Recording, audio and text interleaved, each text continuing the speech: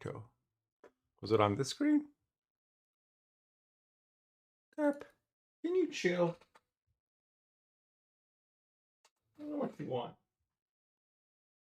You got everything you asked for. Just be chill for a bit.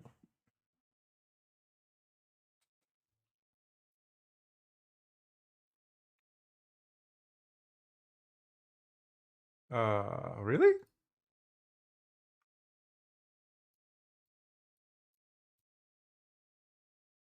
Thought they all brought collusion. Where are you seeing bounty? Okay, there's one. Professor Junior. Hail. Must have a good matchup.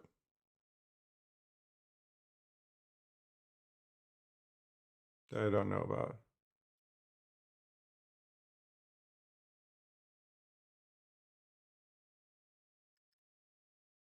I mean, when you say half, you mean like one person?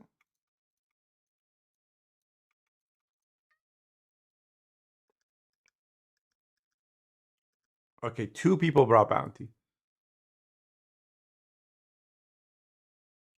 And it looks like it's the same list.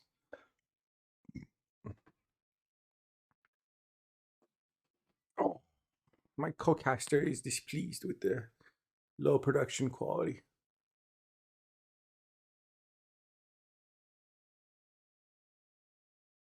Is it good in the Syndicate mirror? Because I guess they don't boost much, or what?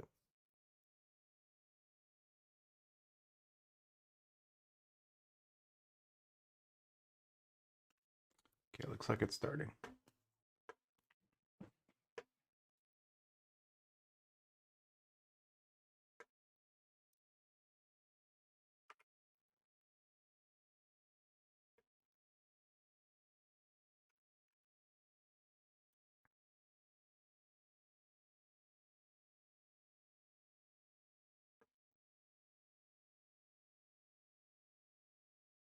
This is Nequiz versus Vikma.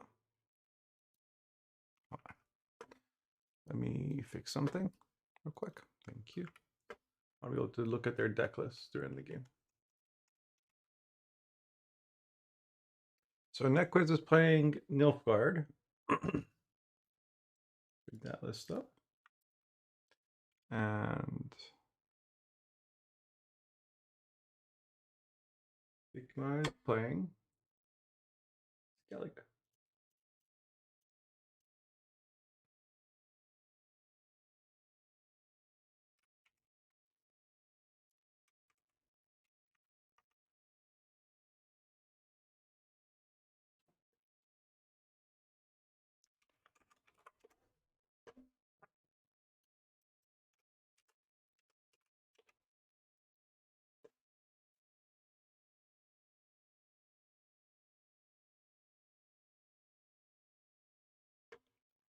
Yeah, same.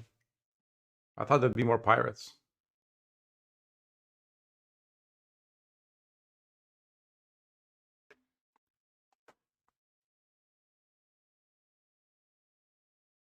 I guess it, it's not super surprising that different communities have different metas, but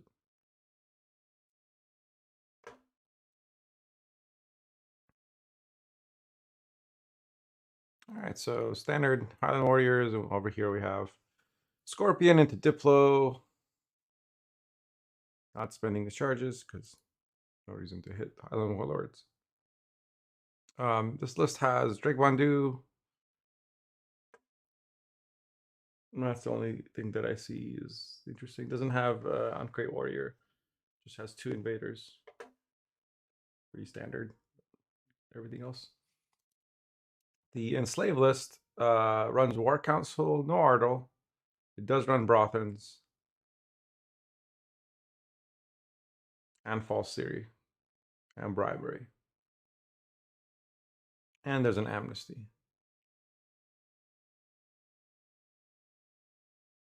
No Helga. Just 2 Scorpions. And it also runs an Emissary, which I think is going to be super helpful in this matchup. Because you can play your Vigo or Brothans and immediately boost them by 7. which is going to put it out of removal range, usually.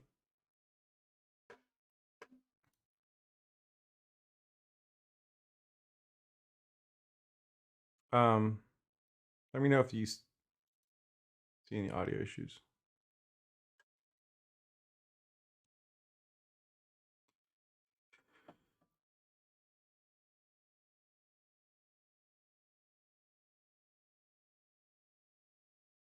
Is this the deck order? Why are they looking at it so much?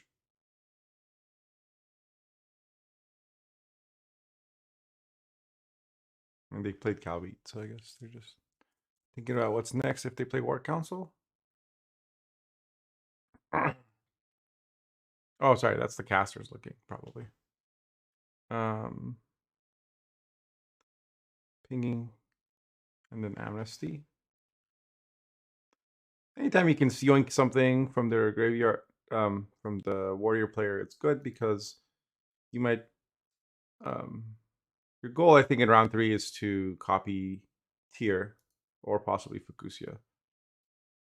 Either way, having more Skellige units in your graveyard really helps. There's no Obsidian Mirror in this list, so it's Amnesty and Informant, and I guess Leader. But you don't want to use your Leader around 1, I think. Something I've learned the hard way. Looking at Vikma's list, Vikma's hand.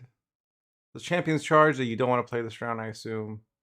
There's no Sove, and you're not playing Tier. So there's 3 more cards they can play. Whereas in Nequiz's hand, there is also 3 cards they can play. I don't see them playing Vilgefortz in this round. I think you need to keep it for round 3. A lot of tall units there. Where is my cat? Cat is in his taco. Oh, he's right here. He's preparing the post-game analysis.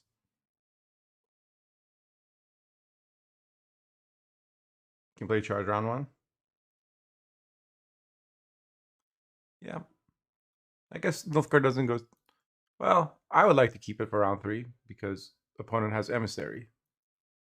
And it might be the only way to kill some of the Assimilate engines, which are going to play for a lot of points when Skellen comes down.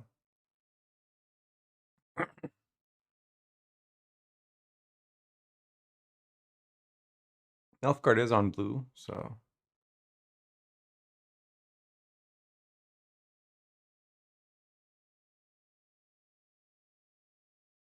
Is there any reason Vikma wouldn't keep playing here? They have reach, right? Well, they can't play Brockbar Warrior for more than 5. Invader would play for 6. They need 13 points in 2 cards. So I guess that's. And there's nothing they can use Abomination on. Abom would play for. Okay, sorry. We're gonna need something more chill.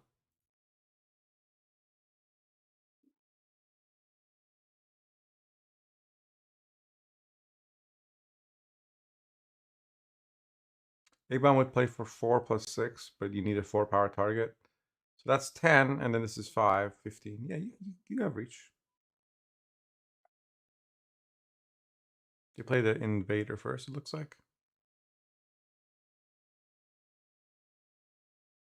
And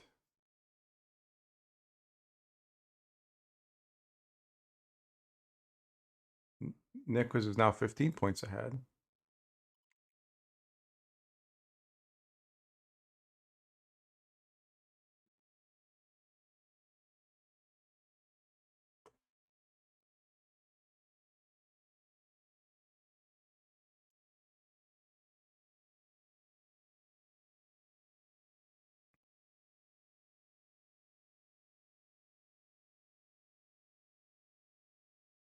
Bracket. Click on the first link. Walid. Results are updated there.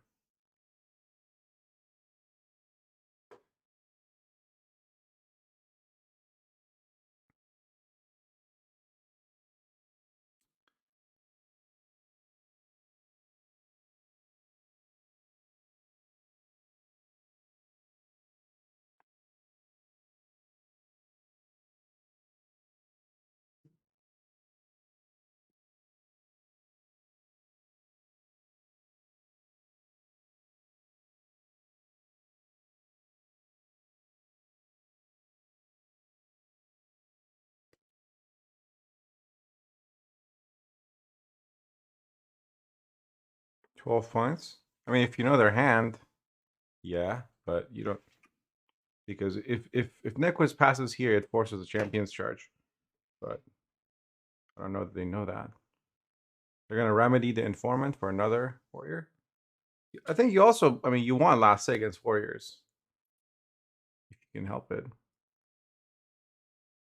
So remedy gets played, which means he can't be used to steal, you know, a boosted. Well, I guess there's two remedies in this list, so he can still remedy another warrior out.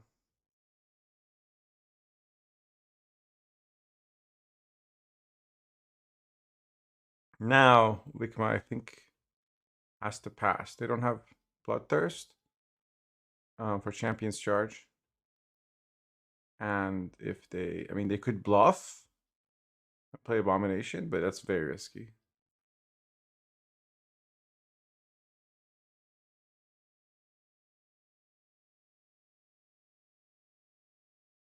Wow. Here comes down round one to reset the Calvite. I guess that does kind of make sense because now it's not available for Nequist to copy in round three.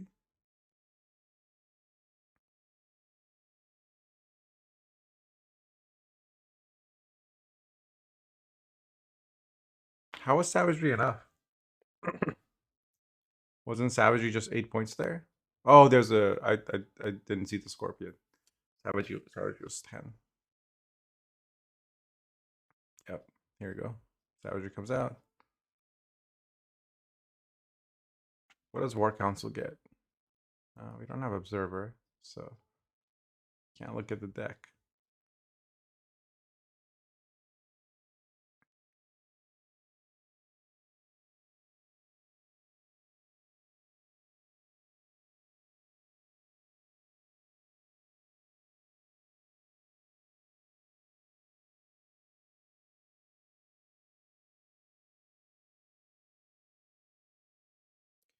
But we know it's been played, so it's gonna be Artaud, Skellen, and Brothens, and you don't want to play any of those. So Nequist loses uneven.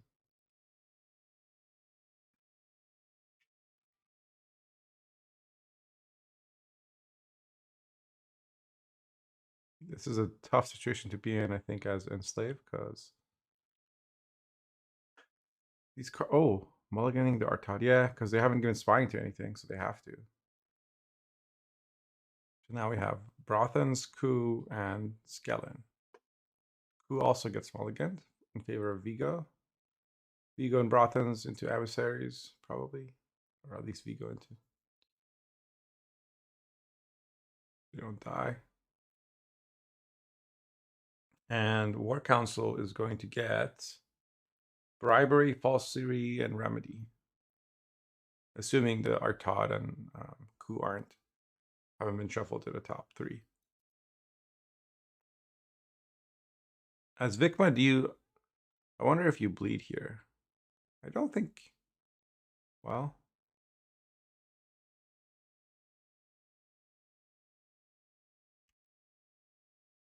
if he wants to commit leader here.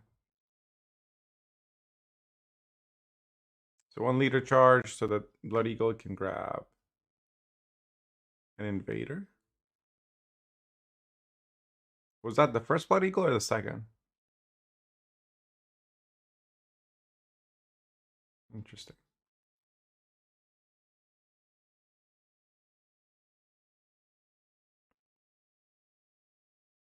So this is the Vigo. Trying to decide what to take. Yep, Emissary comes out, gets the Vigo to 10. Guiding slashes are at 8 right now. 10 with Bloodthirst. Sorry, no, they're at 6 right now. 8 with Bloodthirst.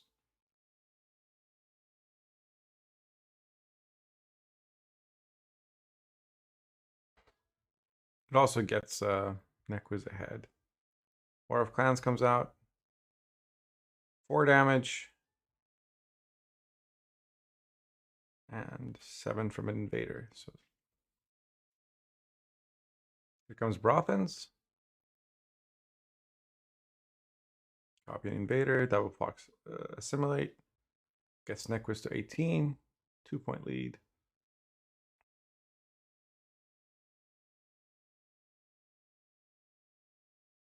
Champion's Charge comes out for 7 points.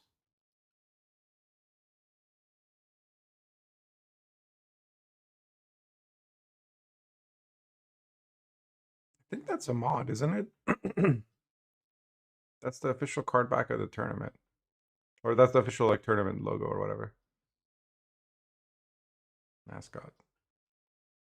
It's a Russian Santa.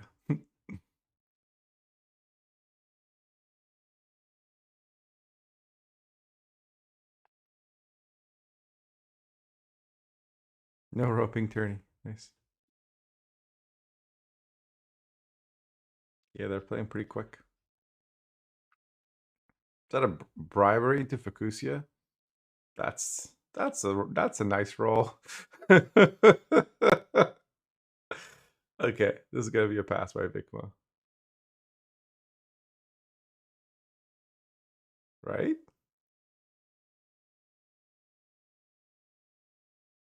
Are they just emotionally recovering from that Fukusia bribery? Oh, bribery. You'd like to know my thoughts on bribery? Type exclamation bribery for details.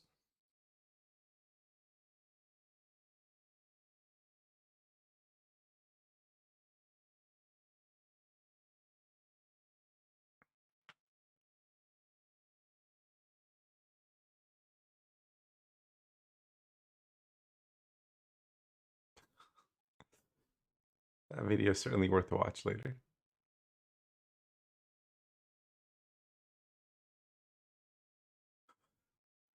That's an opinion I've held since I was a wee Trinet viewer. Just I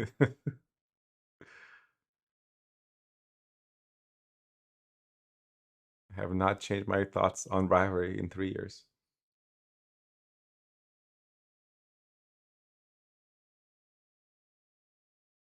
But I guess it doesn't really make a difference in the scheme of things because, as Sultan pointed out, short round 3, Sov's gonna stick. All he needs is a Bloodthirst 1, which Nequist is gonna try and deny with Joust, and because there's no Champion's Charge left, and I wonder what they're gonna remedy though. Vikma needs 1 damaged unit because his leader gives 3 damaged sirens. And you need 4 for Sov. So here comes Champion's Charge for 6 damage. I imagine Nequist wants to leader the Herald. Blood Eagle should get on Bloodthirst here. Wait, no, they have to say Blood Eagle for Sov. So Vabiorn into War of Clans, I assume? Because there should still be 1 left, right? You just mana kill the Sov target. Sure, but Joust can block that, right?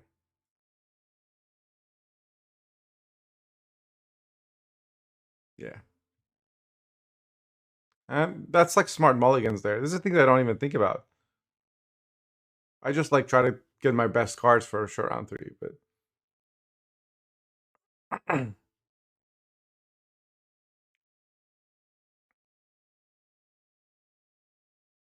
oh, is he just gonna go for like back row Sov? No.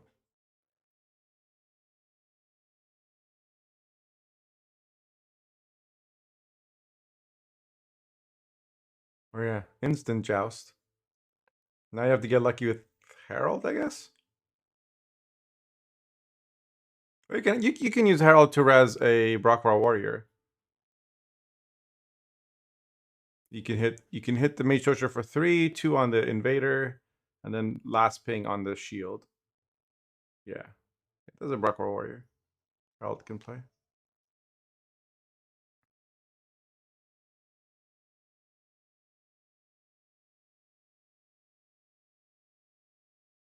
Herald plus Fabiorn.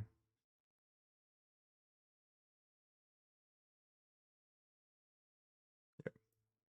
Got into War of Clans. Hey, Delaney. There's the Broker Warrior. Oh, it just goes for killing. Forces Nequist to enslave a 2. Here comes Skellen. Skellen plays for.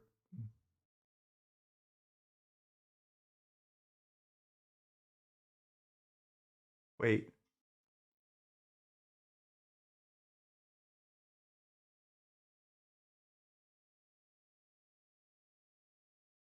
Who won?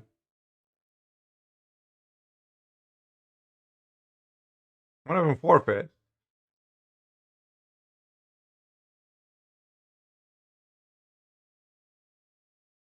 Okay.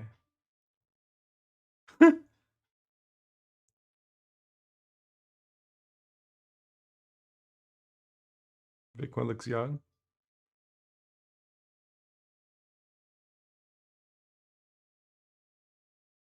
I mean, Nequist looks young to me too. But I'm old G.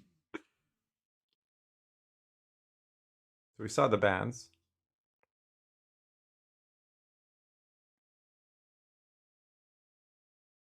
I'm gonna go get some caffeine. I need to wake up for this. I'll be right back.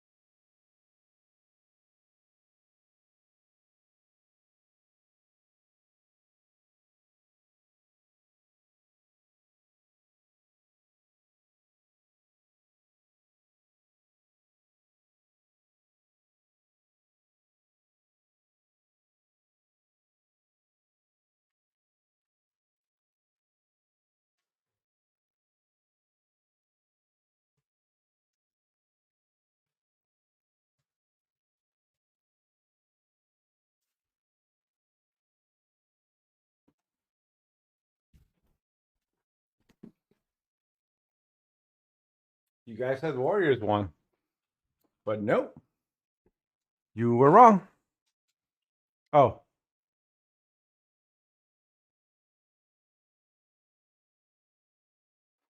Oh, X1 says it's a mistake.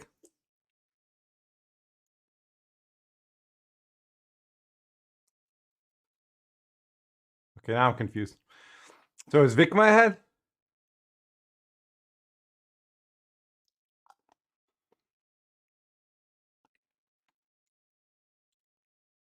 So before the game ended, did Vabian War of Clans, was the shield gone?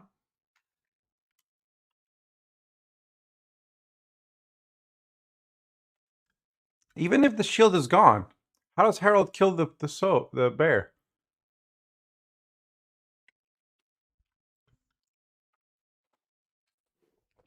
Can someone tell me how that happens? Or did he not even need to kill the bear?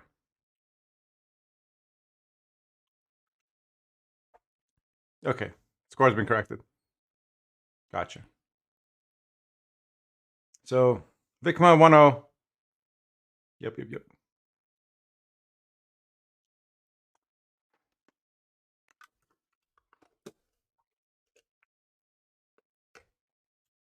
This is a good time to thank our unpaid sponsor,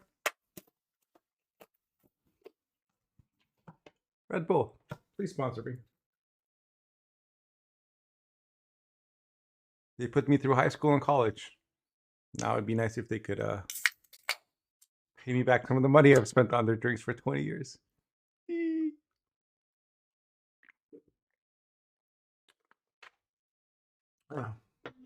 Derp is the official CEO of Derp Industries, of which Moshcraft Entertainment is a wholly owned subsidiary.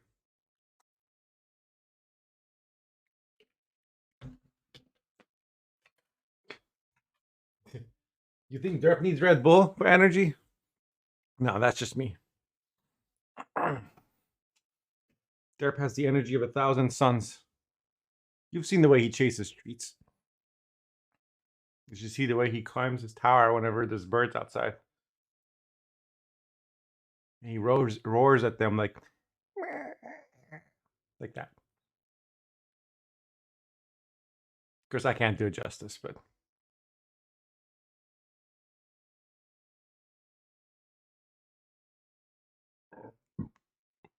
no. Caffeine drinks Derp for energy. It's the other way around. Okay, so this is now Vikma playing position flip. Vikma's on the bottom. Vikma is playing Syndicate. This is a devotion Pirates Cove list. This is the list actually I'm excited to play on the ladder today because I want to get better at seizing people's stuff with bronze specials. That sounds fun. I think it's going to be another contested round one because Warriors is going to want a short round 3. Syndicate's going to want a longer one.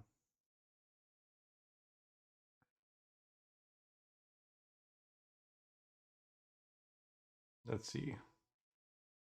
Does anyone know what gang was selected for the little bird?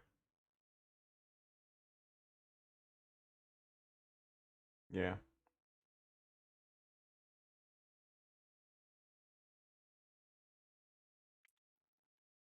So this is 2 gangs. This is 1, 3. Okay, bird's gone now.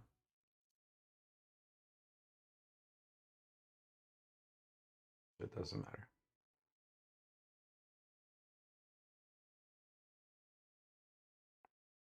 Right now, C's can grab a 4 because it will be Shady Vendor's a blind eye. So he could yoink one of these Highland Warlords. Do you want to yoink that or no?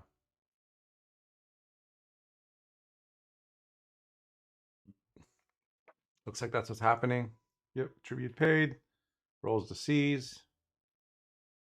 Now that Confession Extractor is a 4, I wonder what.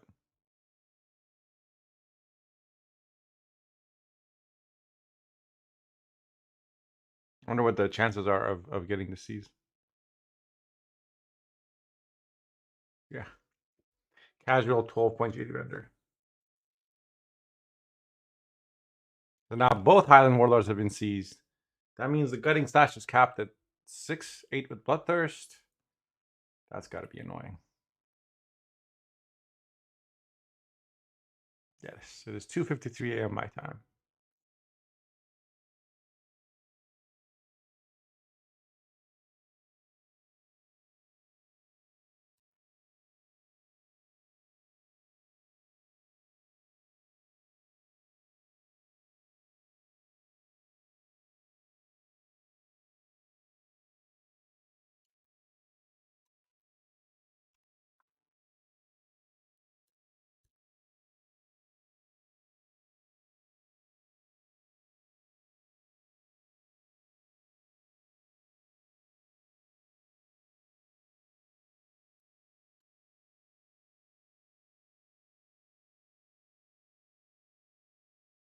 Tournament G.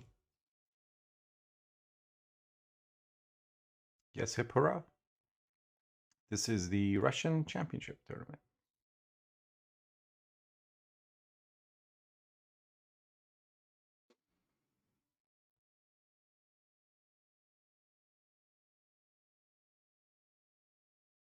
Here comes out round 1 for resilience.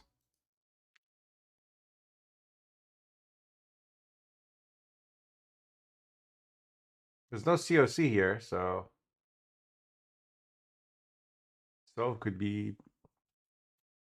I wonder if you use for the bleed or you just save it for round 3.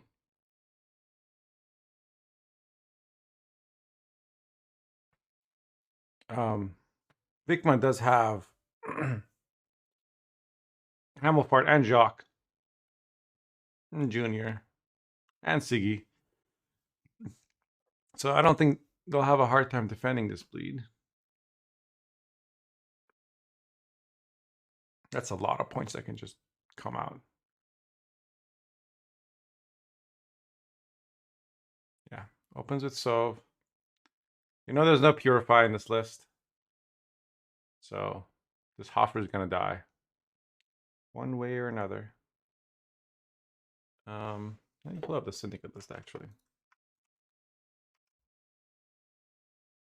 Sigma's SY.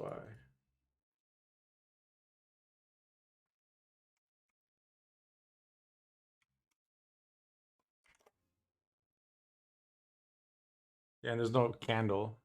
So only boosts is Little Bird, which can only boost 1 time a turn. Bank is played. Or poison on tier. Then they're going to have to roll the second poison from Shady Vendor. I guess they're just trying to be uninteractive as possible. Can always leader to spend. That's one really nice thing about Pirates Cove. You just have these on-demand spenders. Alfart comes down. He's going to res a Mutant Maker. Now we have 3 tags on the Syndicate side. In case they need to play Mastermind.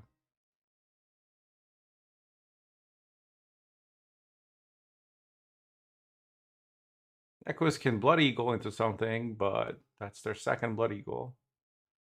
You probably want to keep Herald for round 3. Question is, if they play an Invader, can they stay ahead? Or do they just take the pass here?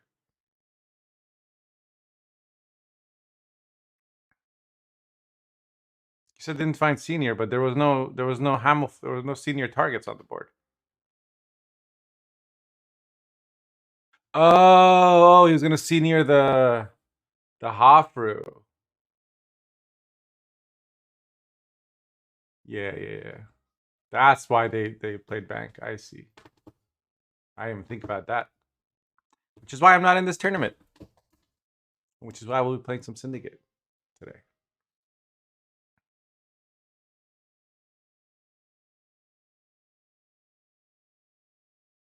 Shady Vendor calls down melee road, doesn't find a poison. 60 boost plus profit. There's KOB in this list, right? Yeah. So that was some over profit probably. But still the best choice. Has Champions Charge been played yet? Or is it still in the deck?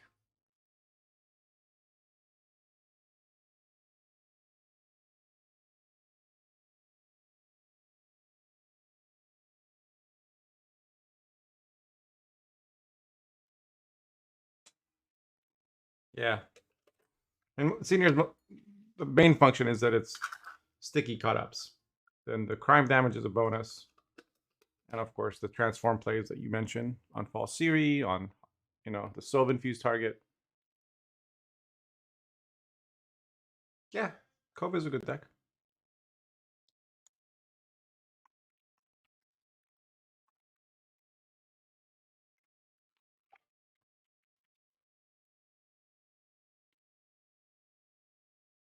I certainly don't enjoy playing against it.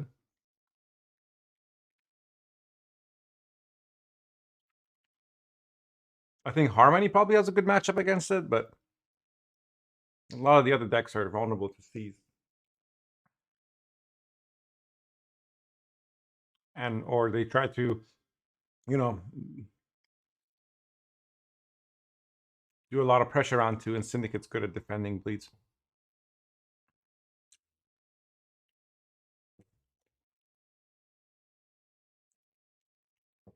Well, that's because Nequiz just needs more talent.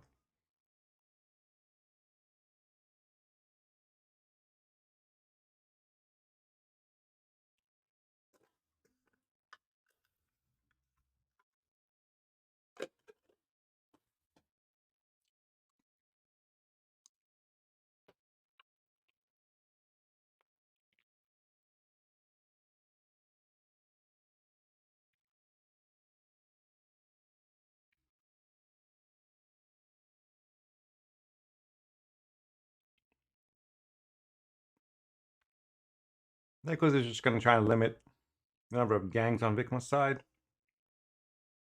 as much as possible. I guess, and set up. They want Bloodthirst 3 since they have 2 Feral Bonds.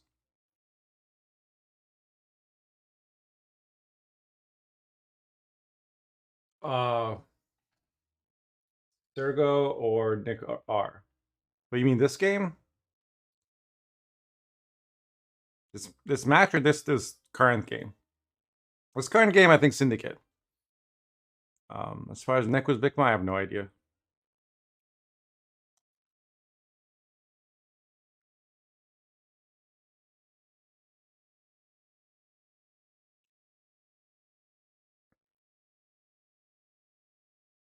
Yeah, I don't really see what Warriors can do against this. There's just too many targets.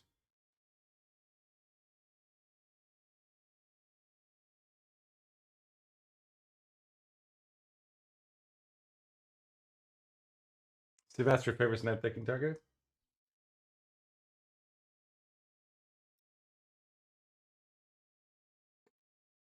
Don't you want him to not win then, so people don't copy his decks and become popular? Oh, he's also running Rune Mage. That's very interesting in his Enslave. And a Coded Weapons. Dirty, dirty. 1 Joust, 1 Battle Prep. All right, we'll look at his decks later. Another Brockwar Hunter comes out. Buys a million Bloodthirst.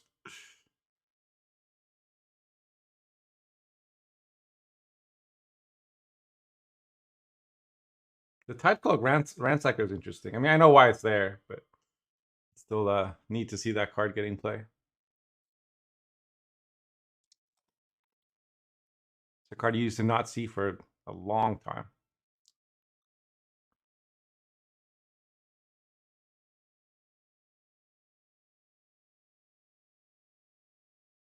He's been playing safe for the past 4 seasons. Interesting.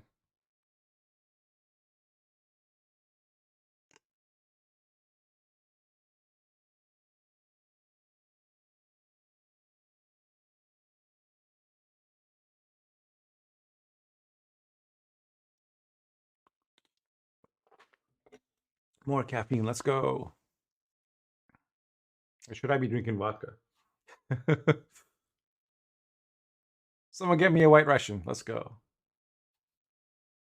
Do they drink White Russians in Russia? Does anybody know? Is that actually a Russian drink?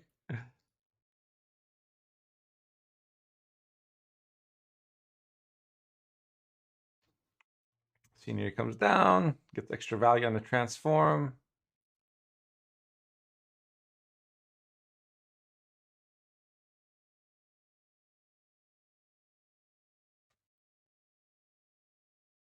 So what's left in the deck for Nequiz? Is it just Bran? Because Tyr was played round 1, Sol was played round 2.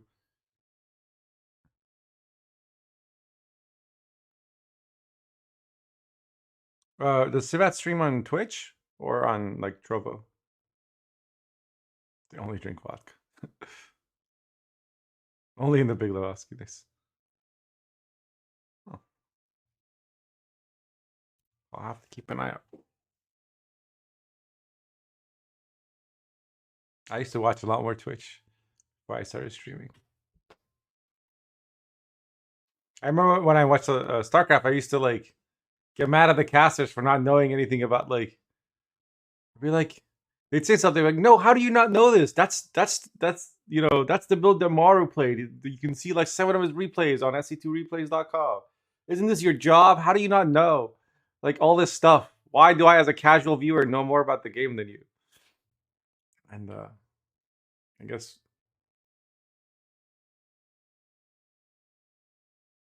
that's awesome. So he's like another Miamon type. I know a lot of players, you know, follow his decks. Sergo as well. Like I think this Syndicate deck, Sergo was the person that came up with it initially. Big Cyril fan, dude. Cyril, I don't understand Cyril, right? Like I just don't. Like he's like an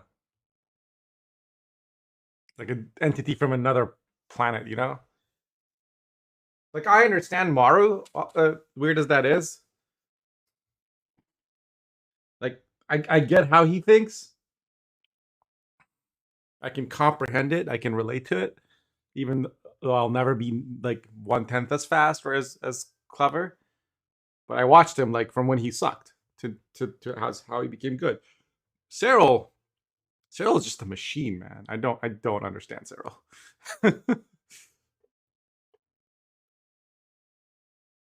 But I'm also not Finn, so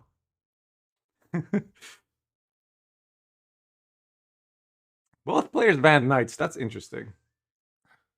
So what's left?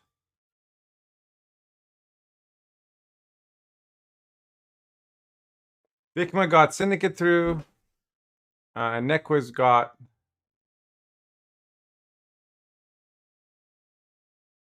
Wait, no.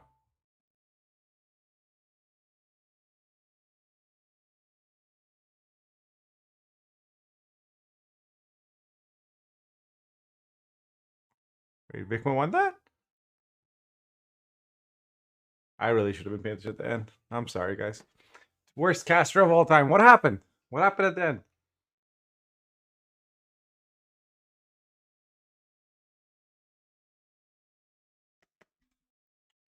How did Warriors win? No, no, no. Syndicate won. Yes, okay. It's the flipping of the screens that like confuse me. Like I said, Syndicate was gonna win. Syndicate won. Vikma's up 2-0 now.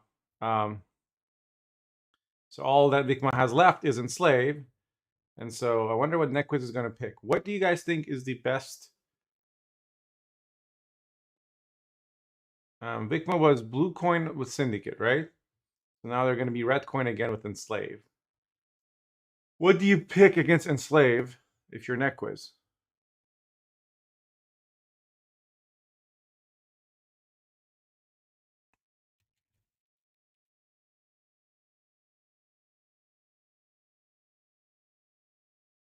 Vikma's Enslave list is pretty standard. Artad, War Council, but he does have the Rune Mage.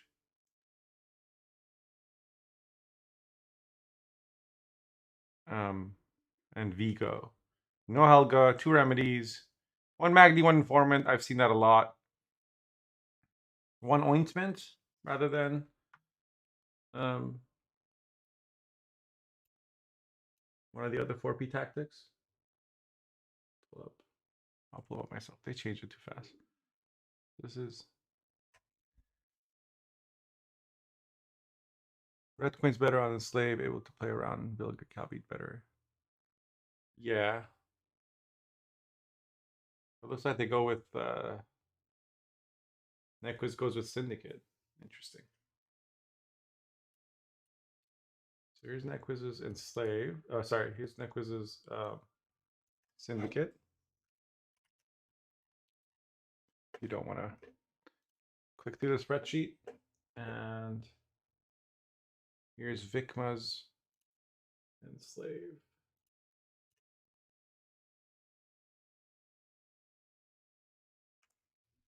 Hello, do you want to hop on Discord?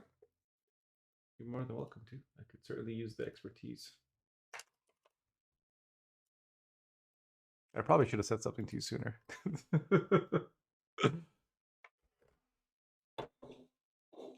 This is kind of a last minute thing, or yesterday thing. Looking at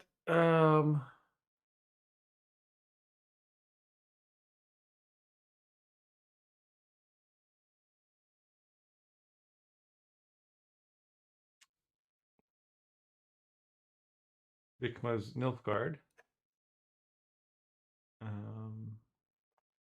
One Fire Scorpion is very interesting. One Fire Scorpion, one Emissary.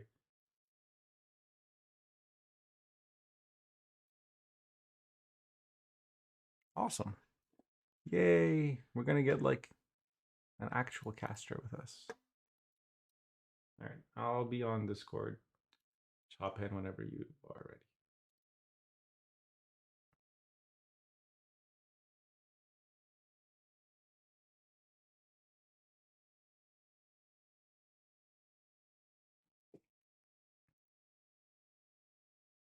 Is this Eventide? Looks like Eventide.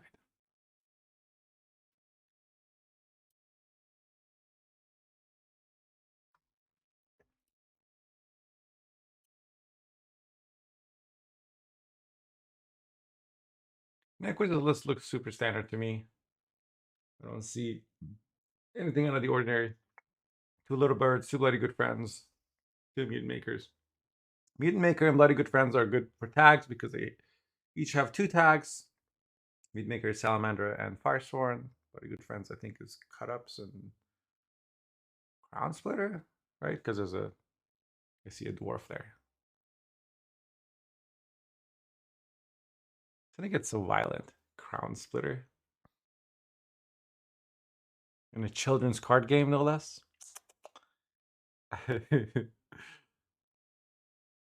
I think the leader skins are also interesting. We're seeing a Golden Necker versus Alzur.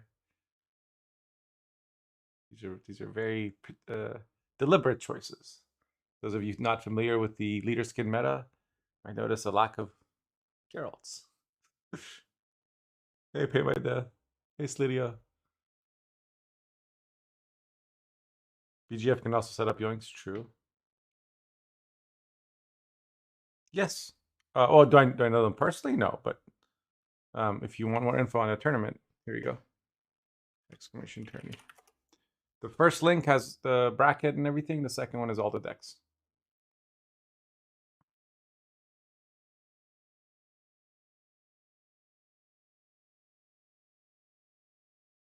I wonder if any of this fight contains the amazing Cardoon's treasure.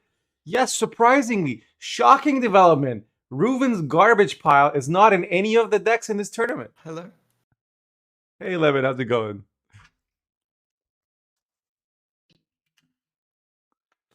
Let me go ahead and share my screen so you can see it live. Can you hear me? No. I don't think your audio is set up for Discord. Yeti Classic. Holy shit. Okay.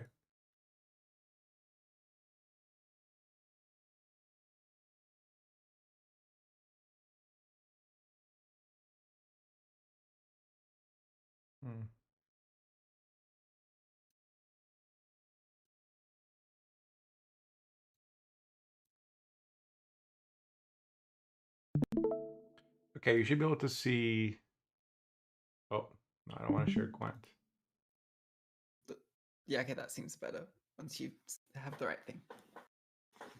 Yeah, it's having a hard time for some reason. Discord's like spinning its wheels. Let me restart Discord real quick. That's that. Okay.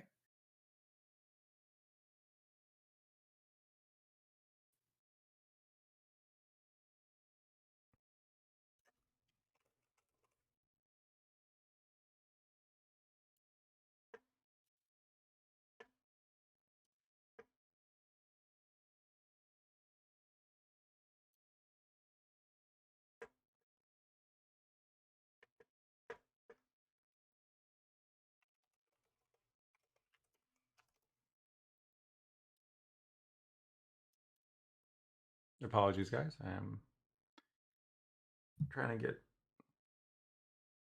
our casting set up fixed. Okay. Mr. Lemon, can you see my screen now? Yes, I can. In chat, how is Lemon's volume?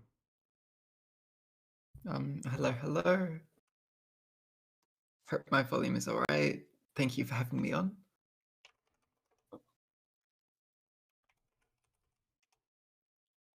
Excellent. So you are loud and clear. Cool. Cool. Thank you for inviting me to this spontaneous cast.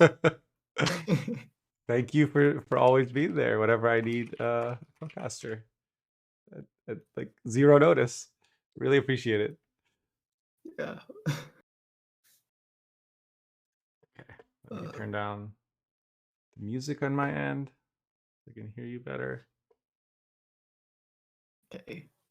I completely missed the round 1 of this game, so Same. we Chat, tell us what happened. better catch up.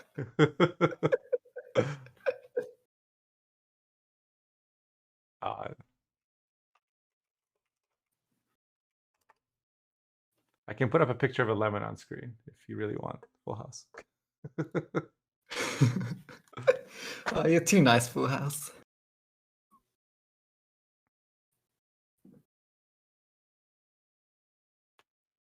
Yeah. Although you're probably not missing much because it's pitch black in my room right now because it's like 10:15 p.m. Oh, they can see you. Ah, yes. There we are. You did say that it's pitch black in your room, so That's true. all right. Okay. Look at that So smile. if Nekwa's okay, so if Nekwa's bleeding in the round 2, leading out with just the mutant makers, fairly slow, but just getting some coins in their bank. Hmm.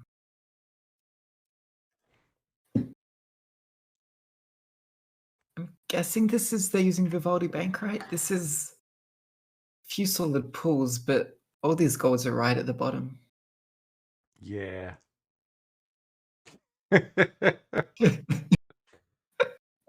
But Cheers, it's shuffling, so Akatosh. it's okay. It's not round 3 yet. Yeah.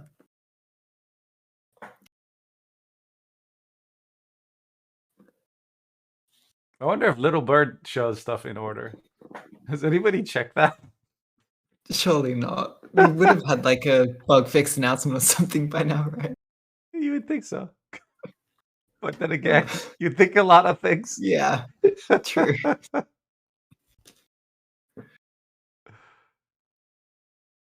All right. So looks like Nick was won round 1, apparently, according to the screen. Somehow. Yeah. And we Yeah, have a War Council with resilience on the board for Vikma.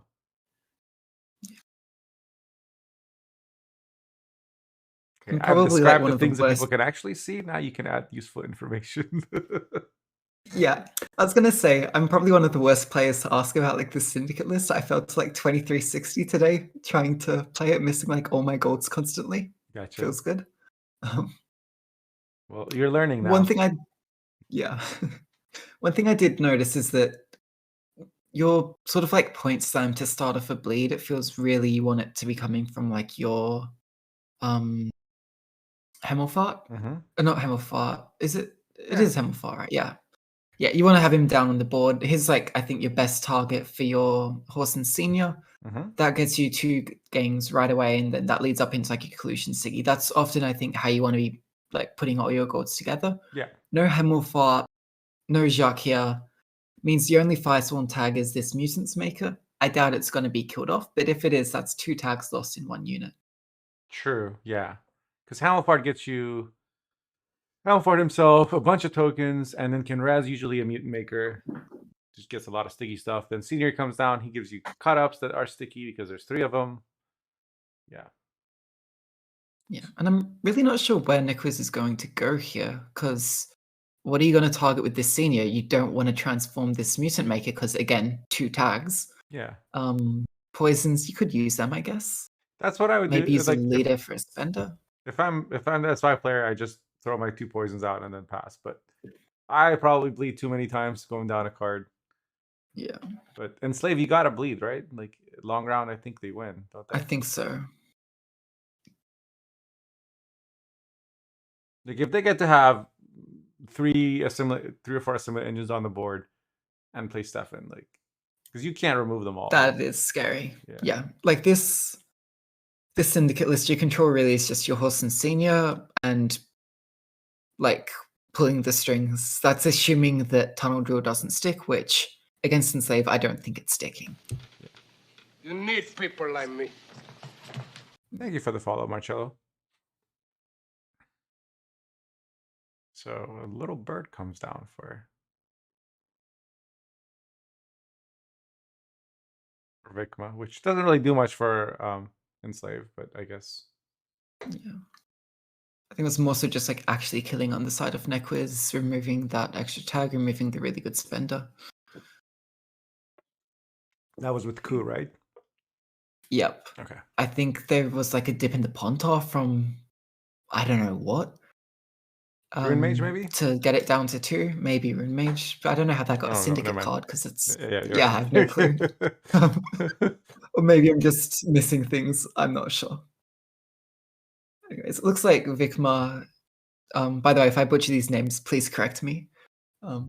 Vikka is going to survive this bleed pretty easily, going to take the card up. The question is, can Nekviz really go further here? They would love to get 1 or 2 of these golds out, but it's looking like quite a tall order to do that here. I mean, unless you commit Junior, I don't see how. They do have 9 coins and a leader charge. Yeah. That's what they do. Yeah. They do have 4 tags. They could Siggy. 5 tags. 5. Oh, right. Yeah, they do. So they opt to go for it. They drop the Junior. Yeah. Do you give Spine to Junior now? And play your War Council, or do you play Brothens here? Not sure. Looks like they go for think- the Spine tag. Yeah. They're fine to just be on even cards. They care more about card quality, looks like, and keeping their Yeah. War Council order for now, at least. They're basically going to think it make can be- Nekwiz play something big to bleed further, right? Yeah. It can be tough to set up as a syndicate deck in a short round, especially if the Stefan is kept going into round 3 with the enslaved leader. Mm-hmm. If they're able to clean up like 2 or 3 tags, suddenly your collusion, your Siggy is looking quite sad. Yeah, especially when Nilfgaard would get first say, right? So they could just open with an assimilate engine, and then you play a card, they could just Siggy then. Yeah. Or after 2 cards. I have no clue. Yeah, I have no clue what the Terra Nova targets are here. What has been given spying to? One did go to a junior. Mm-hmm. They're non-devotion, so could only really hit a boosted unit with the horse. Yeah, but there's enough of those on the board right now, at least. Yeah. Although I don't know in round 3 if there would be much. It would just be Jacques. Yeah, and that's a very good point. Valstress is saying in chat that there's a slight missequence on Nequiz's side, spending 120 times with the Jackal so they couldn't sequence Vendor into Collusion, to instead go Collusion into Vendor to get enough coins to actually use the Vendor, which stops them being able to get the Blind Eye bonus on the Collusion, costing them, like, I think, 5-ish points. Nice. Yeah, Passy confirmed it as well.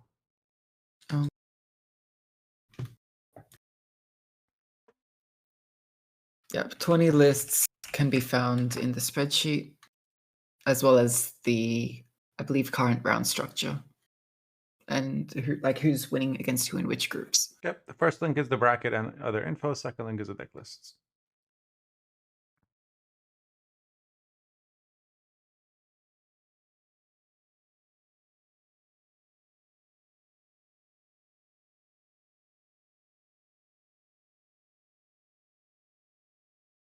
I mean, Senior just plays for... Yeah, just plays for a wholesome 9. You mean 10, right? 6 plus Sure. 4.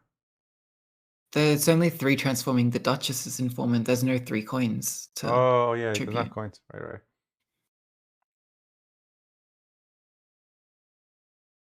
Hmm. No, right now Vikmka will be doing a bunch of math, seeing do they have to spend leader, do they have to spend war council, do they have to spend Terranova or Stefan, and we'll see which is the best route they decide upon. And it looks like Stefan will be the play. That should be enough. And then they'll keep the War Council and Artaud and the leader for round 3. Yeah. Which is a lot of stuff. I don't see how Syndicate can come back from this. Sure, they kept card, but last save was yeah. Necros just has, is it Jacques at this point? I think Jacques Himmelfart. Yeah, there's Jacques, there's Hamilfart, but they have to draw them. And there's no bank. Yes. Well, there's one. They do have the C's, which is something. C's could smurf here. But they don't get to go first, so... And it's kind of sketchy. How many tags can they get without the... I guess you could Himmelfart into a Mutant Maker. That's 2. Yeah. 2 more from Leader and Senior. But if you capped at 4... Oh! King of Beggars. Okay, wrap it up. Just escape enter at this point. Yeah, see? It's like, even in a pro game, even on a competitive, like, everything on the line, that's it. That's game over. That's my least favorite thing about King of Beggars. Is that third mulligan KOV is just a death sentence. I think that was pretty much over if the Jacques wasn't found anyways, but King of Beggars in hand just seals the deal. Yeah, nail in the coffin. Classic says why, says Passy. Yep. Yeah. You might have had a chance to maybe discard everything. Interesting. I mean, Artaud into Junior with War Council is still like 1,000,000 points. Even if it doesn't have a target. Yeah. So Netquiz gets 1 in. Now it's 1-2. I assume the score will be updated, right? And that means wasn't Vic Mika. Oh yeah, you're right. Actually, yeah, I'm an idiot. So 3-0. Vic Mika goes through 3-0. All right, let's pull up the brackets then. Yep, score updated.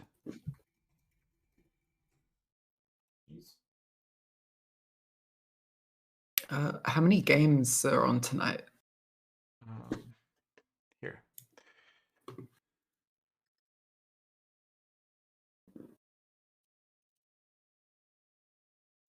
You can see this, right?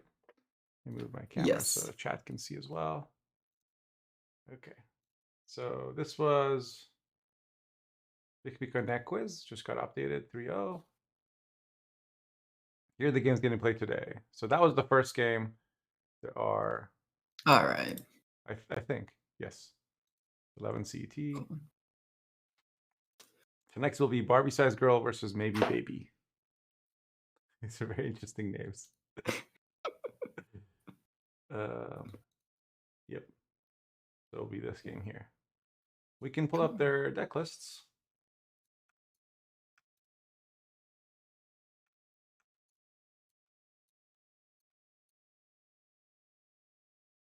Yeah, they're also showing the schedule. Oh, nice.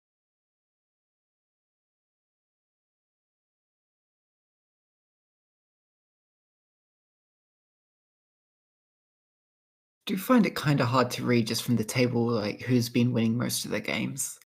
Yeah, there's no standings there. No, doesn't look like it. What is this tab? This is Group B, Group A.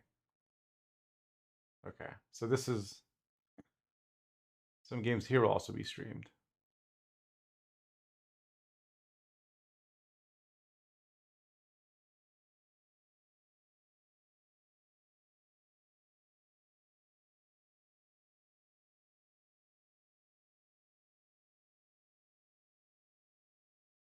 Jackal plus Hamilfar would be 24 points. And the youngsters for profit. I see. That's an interesting line.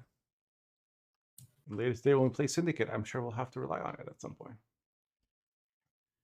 Okay. So these are Barbie Size Girls decks, I believe. 5A. Yes. So I'm going to translate these over here.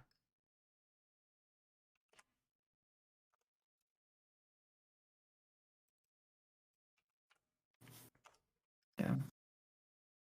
Yeah, a proper tournament UI in Gwent prop would be amazing, Akatosh. Like, I remember when the Tourney client first came out, like, as someone who organizes the occasional tournament, like, it was sick. Like, I had really high hopes. Like, maybe this would cause, like, such a huge tournament scene in Gwent. But it still requires, like, a huge push from community to really, like, get the word of tournaments out there. Would be a bit better if it was, like, actually in-game, I think. Quite cool indeed. Yeah, StarCraft has that. You can organize community tournaments. And people can sign up in-game using their username. And the matches give you alerts and everything. If only this was a solved problem that they could just copy. Okay, so this is an enslaved list with Rune Mage. This is something I've seen a few times on the ladder. I think it like wins the mirror. Yeah. I don't know how it works in other matchups. I haven't played it enough. We do have a Magni, a Bribery, no Helga, but we do have 2 Scorpions and 2 Obsidian Mirrors. Yes, double Obsidian Mirror is interesting. Yeah. There's also no Brothans in this list. So, therefore no spies either. But there is 2 sergeants. So this is better at like defending bleeds and against decks like SK, I think. But I don't know. Yeah. I do like the fact with the Rune Mage, it makes your Vigo 100% consistent. That's just something I love in those kinds of lists. True, although I don't think they I think the idea with this Rune Mage is you play it last. It's like a finisher. Alright. Like you play it before Oh Bribery. yeah, so double assimilate. Yeah. So you get up all your engines, and then you Rune Mage, and then you Bribery. Mm. Or at least that's how I saw like Grogbrush playing it. So I don't know. Yeah, that makes a lot of sense.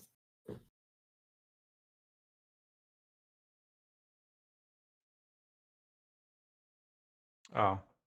Val said maybe they thought there would be Reavers. Yeah, it's also decent enough against Knights, I suppose. But maybe a bit slow against them. It's good against Harmony for sure. Yeah. Not good against Anyways, this deck though. Yes. Speaking of, we're into a Pirate's Mirror, game 1 of Maybe Baby against Barbie Size Girl. Got Barbie Size Girl starting off on blue coin. We just have uncrate longships on both sides, aiming to ping each unit each player plays, both wanting to build up a whole lot of armor in their hands. We see that Maybe Baby has found the Terror of the Seas in their starting hand, whereas Barbie Size Girl is currently missing theirs. Silver lining is they have both Unicorn and Chironex, which could be quite a bit of tempo when played together here.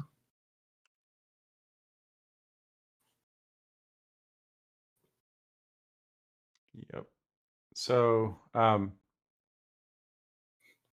Corsair comes down. And they're each trying to get each other's boats dead so that they don't give armor. Yeah. And melee row is empty, but that's also why Barbie has to click on the stratagem. You don't want to give extra targets. Yeah. Do you ever click the Divin Longship here? I don't think there's a rush. You could use it to clean up the front row ship, but Not yet, right? no need to do it this turn, I think. It's just I always feel weird clicking it because it's like damaging my own unit and giving the opponent armor. Yeah, although in the long run, you'll probably get more damaged units by getting the repeated orders. Yeah. True. So Burner here is a bit of a commitment from maybe Baby. Does find the second skirmisher with the draws Talent. and able to get themselves back on even here. Quite right, quite talented. And Barbie passes. That's a clever Yes. pass because, like you said, Berna was committed and they didn't get ahead. And if you look at Barbie's hand, there's no like Coral Berna. They could have played unicorns, but that's kind of a commitment on blue. Yeah. So Marjoram comes out on Berna to win the round. I've also noticed Pirates players passing and just being happy to defend the bleed a lot against me. Mm. So I don't know if that's something with the list that's like likes to defend bleeds, or it's just that they don't have like the right discard package and they don't want to keep playing. Yeah. What I do find interesting is the Serenova wasn't played on the pass there despite being in hand. It would have been free to play there uncontested, get the guaranteed resilience across. But it looks like they're going to try to play it in this round 2 to save it instead, going into round 3. Yeah. Don't you usually want to play it like near the end of a round 2? That would be ideal. It's just in this matchup, I'm not super confident in the mirrors, but it seems like the primary curse target. Oh, right. So being able to get it down, maybe you're just giving them like a curse target in round 2, but like I don't see a world where this curse from Barbie Size Girl isn't just going to hit the Serenova from Maybe Baby. Right, right.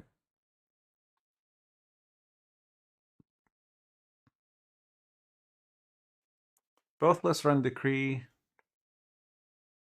and they both have unicorns in hand. Barbie has Berna in hand, so maybe has Coral. Yeah. Barbie could play Coral from Decree, although it probably never lives long enough for Berna to get value, but I doubt it, yeah. they both play Axel, which is just good points even without Alchemy synergy. He's just an 11 for 7 that doesn't go tall.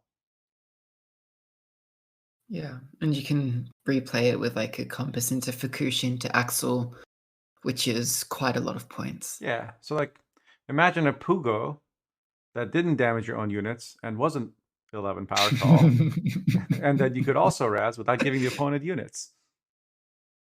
Oh, and did you know that if you decide to play it in its own archetype, it has quite good synergy as well with the other cards? Interesting. Yes. Well, to be fair, Pugo also has amazing synergy with Ultimate Evolution, as you can give it armor.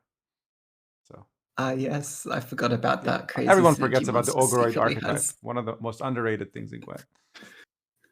But yeah, we see maybe Baby just playing out the Serenova there before going down to 7 cards and passing, instantly answered by the curse from Barbie Size Girl, who then gets their own Serenova out. Yeah, and I think that's one of the reasons you want to defend the bleed, because that gives you last say in the second round to just drop your Nova guaranteed carryover for round 3. Yeah. And you don't have to fight too hard to maintain that card advantage, because as long as you're within 8 points, just slam the Serenova. There you go, easy resilience for round 3. Yeah, it's similar in Slave Mirrors. I like defending a bleed because I can just drop my Calvite. Yeah. And the nice thing in the current Enslaved Mirrors is that you're not as worried about clogging up your entire board because there's not as many spies running around. So it actually depends a lot more on like card advantage and all that stuff. Yeah, although more and more I'm seeing people running Brothans. So I've been clogging people with it. Yeah. So whilst Barbie Size Girl has managed to keep the burner here, which can be really good points if you hit your discard targets, it can be a little scary because it can screw up the Golden Echo. Yeah, absolutely. And like, let's say the Golden Echo pulls like the Zurich Skirmisher as the unit that plays, then your burn is suddenly looking a whole lot sadder. Oh, yes, that's a good point, Valstrius. Maybe it is missing their Golden Echo. They're going to be praying that Coral can draw it, otherwise there's not a whole lot they can do. Yep. They also don't So have 1 in Compass in 6 hand. chance. So Yeah. Golden Even if they draw the Golden Anchor, are there other specials in the deck?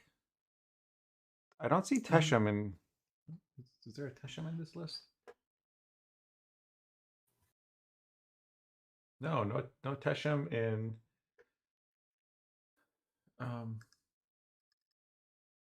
Barbie's list. Let me check maybes.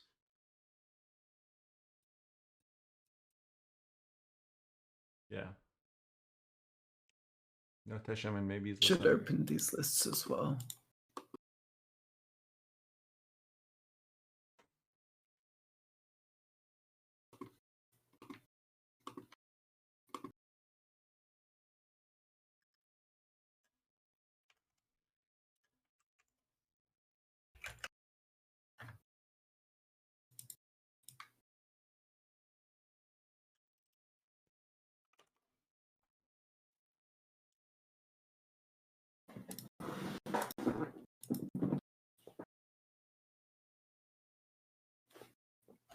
I also wish I could see the armor on that Terror of the Seas. Yes. And Barbie doesn't have their Terror, right? It's in the deck, I assume? Yeah, still in their deck. Pretty sure the maybe babies Terror of the Seas should just be big enough to kill anything in this matchup. Yeah. So beyond that, it doesn't really matter. Yeah. I guess we could drop it if it's big enough to absorb like cataclysms, maybe. But Perhaps. Yeah. do you play? Could do something like that, cheeky. Maybe also has unicorns to draw a card. That's 2 chances. Oh yeah, that's true as well. And they have Decree to thin one, so they could grab some. They have 3 thinning right now in their hand. One of which is guaranteed to be a unit. So there might be. I don't know what's in the deck, but there might be a way to finagle themselves out of the situation.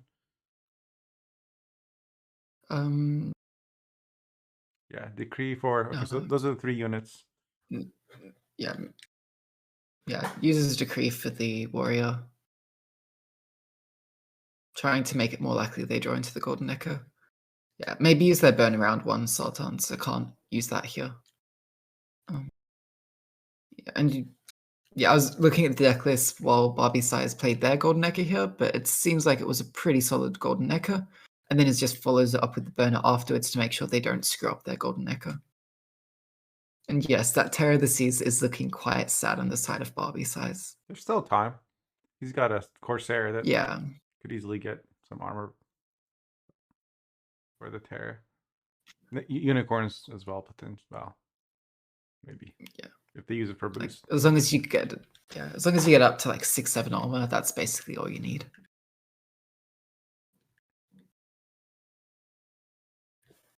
I guess the casters are pointing out that they didn't go range row for the wolves. I don't know. Yeah. They wanted the latest on Bjorn. The Bjorn gone. I take it. Yeah. Both leaders used by Barbie Size. Maybe still has both of theirs. Here comes the unicorn. It'll be the first attempt at getting. Oh no. They get the location. Ouch. Ouch, yes. That's probably the worst card they could get. Because even Compass is better than that.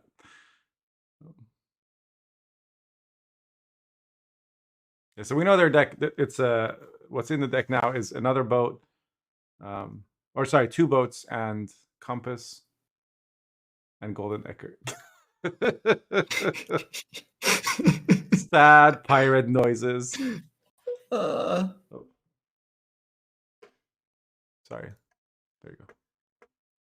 Chat was angry that I messed up the lemon cam. That's so good. I was trying to look at the deck lists. Yeah. I need a 4th screen. I'm happy I have like a second screen like now when I do like the occasional class because I used to be doing it with like one screen. Oh, Sort of no. used an iPad as like a second screen for decks. Yeah. It was Looking at a deck messy. list on a phone.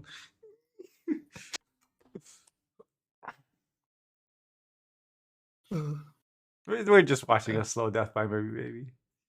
So. Yeah, we could be saying more, but maybe Baby missed their golden echo. That's good. Bobby Size still has the unicorns. This is just brutal. That's just mean at this point. There's even rain. 4 turns of rain. Yeah. Like, At least the rain will give this one location last some value on desperate the attempt hill. at getting that compass, and no. Yeah. No. And that's game. Yeah. Cam might be So frozen. Bobby Size takes the win in the mirror. Yep.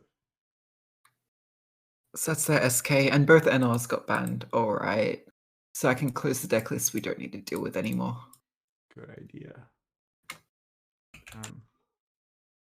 I would do the same, but Derp has grabbed the mouse cord, and he is protesting his replacement as co-caster. Yeah, I don't know how well I can replace Derp. All that cute and like great analysis. I don't have a mouse. I'll be right back, Chad. Oh gosh.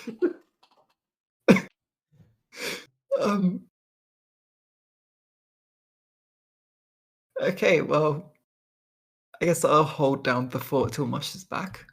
Yeah, I agree, Volstrius. That was just brutal.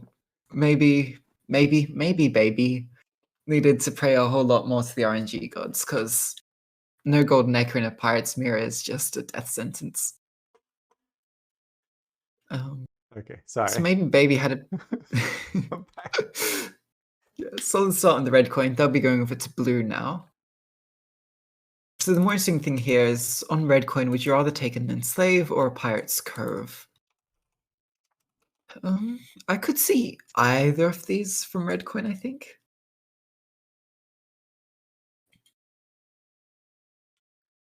Oh, Both are pretty mid-rangey. Happy to sort of. Sorry, I did not expect this picture from Barbie Girl.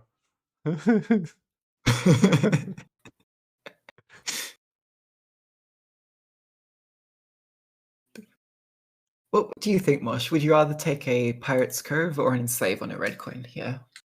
Versus pirates? Well, versus whatever Bobby Size takes. We have I would take another mirror. Syndicate just because I feel like it's the most resilient on blue. Enslave, like, there's cards you don't want to play round one, and like if you do it, it kind of severely hampers you. And people know that in this tournament, they've been going very deep round one, and like in Calbeat lists, like you're only drawing 6 cards, so you don't want to be missing more than 6 golds. And even then, like when you lose round one, they know what you have, and they're going to punish you for it. So yeah. I'd rather have Enslave on red, for sure. Because then I get to decide when to move on to round 2. Against good players, anyway, I think. Enslave is a lot more vulnerable. I think that sounds quite reasonable. And yeah, as you say, all the players in this tournament are very good. Last season, they all placed at like the very top of ladder, so they know their ways around these matchups quite well. And it's really early tunnel drill coming out on the side of Barbie Size Girl. And gets instantly poisoned. Yep. And there's not really any protection that can protect from this poison. So tunnel drill looks like he's just going to die in the next turn. Yeah. Was it kind of like a gamble to hope that they don't have their poison and have to commit like a junior or something? Maybe that's a good trade, I think. Tunnel drill for junior. Yeah. There's always like a payday too from Shady Vendor. Yeah. I would expect the tunnel drill usually just gets answered in the mirror here. Right. Especially once the board is more set up. And it's a crown splitter. And it's Yeah. Is it the only crown splitter actually? No, there's the Bloody Good Friends. Yeah, I was just about to say that, Vostrius. It would be interesting to see a bit of ping pong being played with pulling the strings being played repeatedly on a tunnel drill. I wonder if we'll see something like that in this kind of matchup.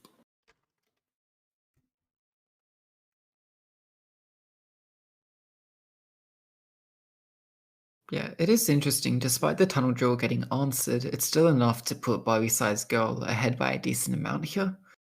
Both players have a similar amount of coins in the bank, but Barbie-sized girl is edging out the lead slightly. We'll see this change though, as the Bloody Good Friends puts a bunch of bleeding onto the board. Yeah, that gets him ahead by 1. And now Shady Vendor comes out. Takes a second poison. Which Well, they have one in hand, so yeah. On a 3-point target, it's not really ideal, but then again, the alternative I think was about an assault anyways, so you'd rather take the 4 coins, no matter what. yeah.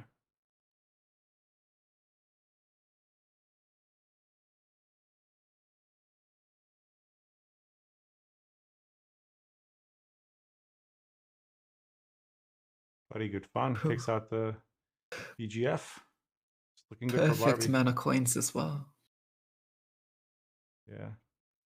No overspend. And this... How do you catch up, or how do you get ahead as maybe baby? You have to lead. You have coins, so you have to lead her. Yep. This should get them ahead pretty easily, I'd say. Likely enough to get a pass. Wonder if they'll stay in long enough to try and take the round. Was the little bird the play there?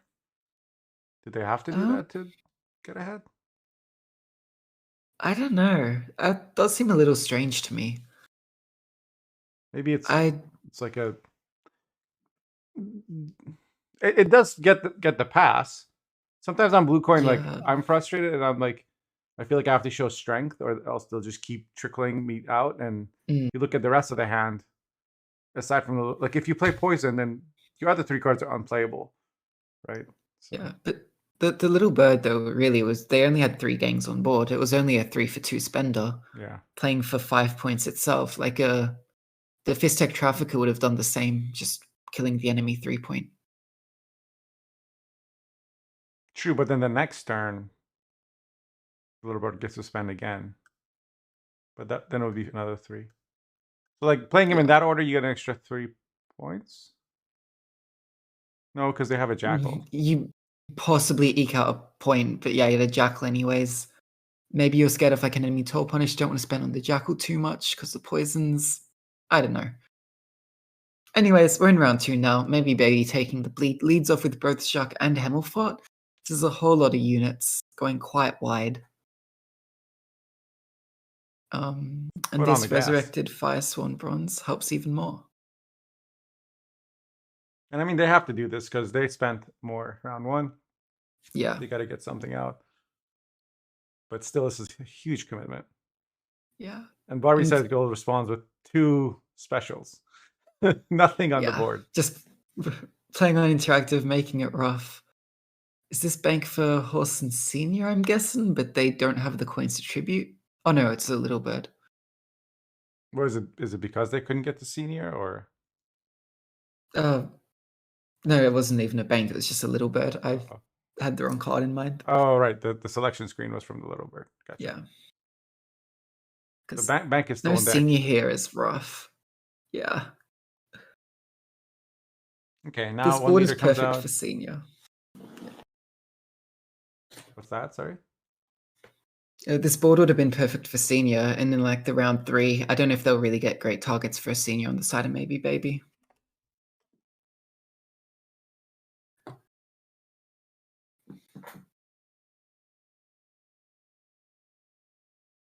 So you have... How do you think...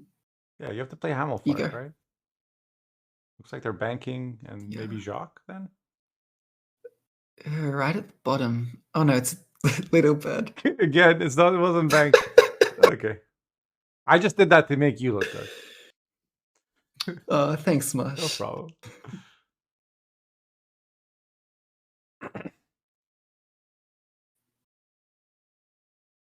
And immediately just killed off by the horse and senior. So yeah, what do you do here as Barbie size girl? You gotta probably play the Hammer Fart He says soon, I would no. imagine. He plays a junior to take out the other junior and the Hamelfart, I guess. Is there anything Don't in know the if there's graveyard much more to res? res. Yeah, maybe not. I don't think maybe Baby played a Mutant Maker, so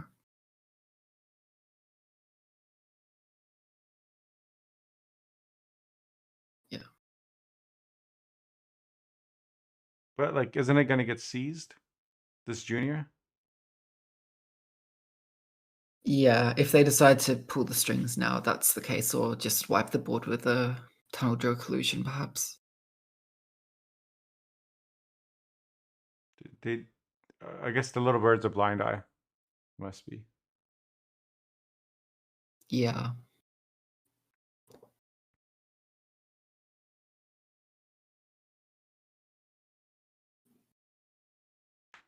Initiative is very important in this matchup. You don't want to be 3 tags behind your opponent. Good to know.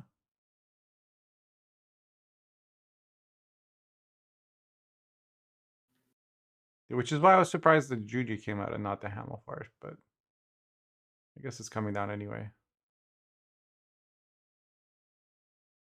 They do get double last say, technically, if Yeah. maybe goes all in, but Yeah, but it's quite a large gap here, and maybe Baby has the tools to just get this even stronger, even a stronger lead, because their board is quite set up. yeah, but Barbie Size Girl played everything on the back row, so if maybe he wants to seize, they can't seize any of the back row stuff. Well, not with Shady right, Vendor, is I that mean, so? Yeah, that's because they would have to play Shady Vendor on the back row, and then yeah. but they do play Shady Vendor front. They get King of Beggars out. Here comes Senior for Barbie. What do you seize here? Mm, Can you seize at It'll 6? be at 6, so just denies the bonded. Okay. And does 1 damage because it counts. Yeah. Drill finishes off. Yeah. Last token, so you can't. Yeah.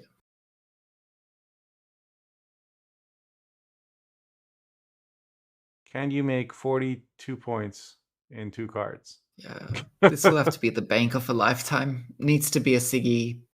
Do you even near spend the with the top, little I bird? imagine. You have to, right? Yeah. Oh, I guess not. They just There's the Siggy. pretty high up too.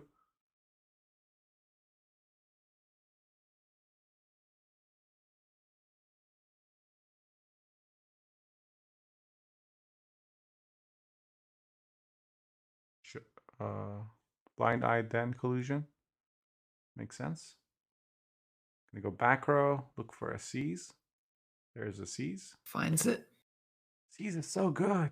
Gosh. So much better than everything else in that. Can get the bonded back. Oh no, the sequencing isn't good enough. Never mind. There you go, and that's the catch up there. Holy Wow. crap! Oh my god. Did anyone other than Val think that was possible? So also they got quite lucky there, because to find the Shady Vendor there as the Blind Eye tag, there are at least the 2 Fistek Traffickers in deck there as well. Maybe King of Beggars. I don't know if that came out on the Siggy or for the Vendor, but pulled the 1 in 3, 1 in 4 to get the Shady Vendor they needed. They're pointing out that maybe played a 3-tag collusion. Yeah. And Jacques comes out, forfeit gets. Yeah. So Barbie Size Girl takes that. No, there's no Bart Akatosh. You can see the decks here. I'm told, Gabain told me this was Sergo's deck that initially, which was before that it was El Calora's deck Mm. that everyone kind of improved, and then it spread. This collusion deck that we're seeing a lot of today. So Barbie got Pirates through, and they got Collusion through, or Pirates Cove through. So now they have Enslave. Maybe Baby, what do you play? What coin is Baby Baby on now?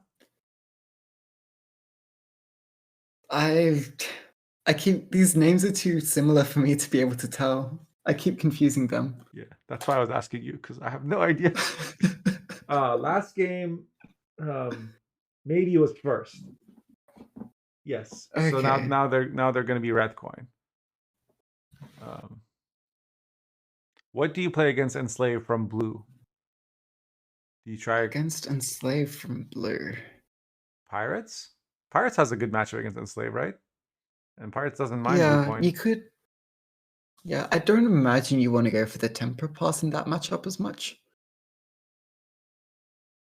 That's true. But again, you don't give the assimilate many good copy targets, generally speaking.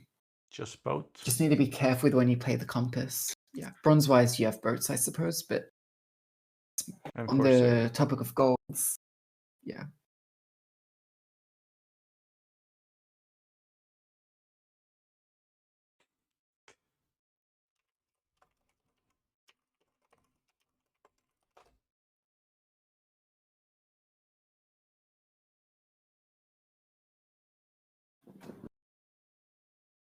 Can we get some Gamba going, mods?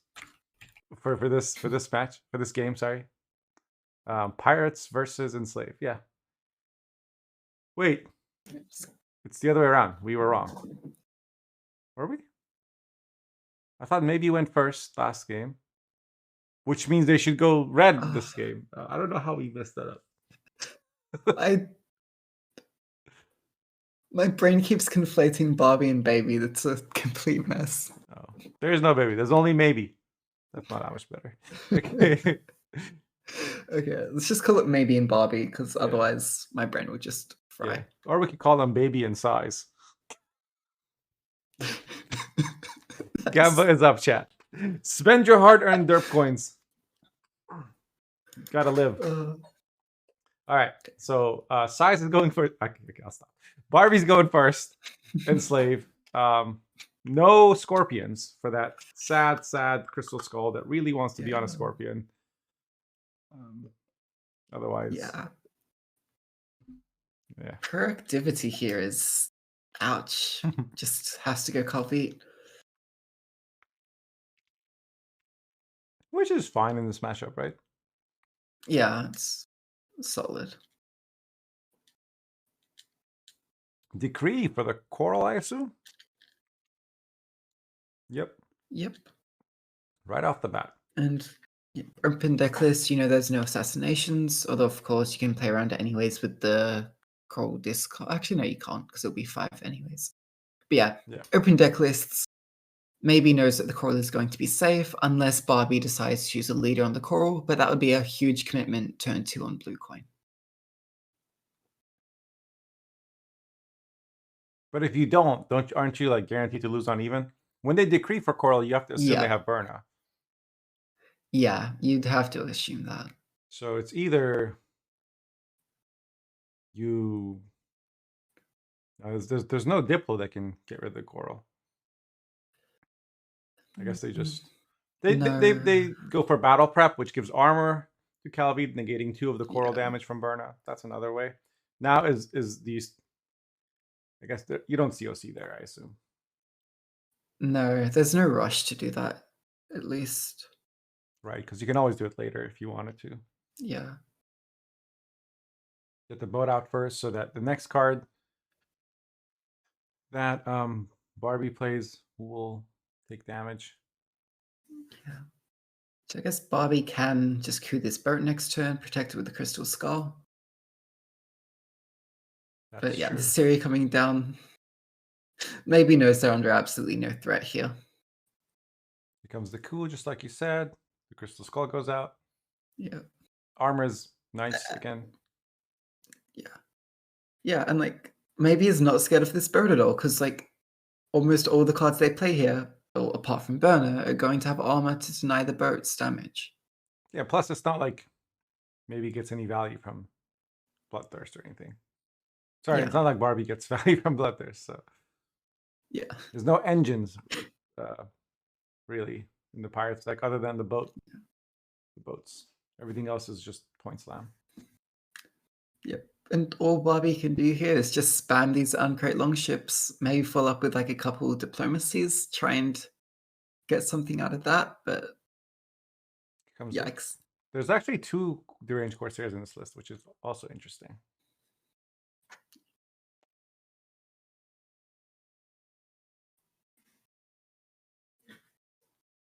And Val's pointing out that Barbie would just accept losing on even. Yeah.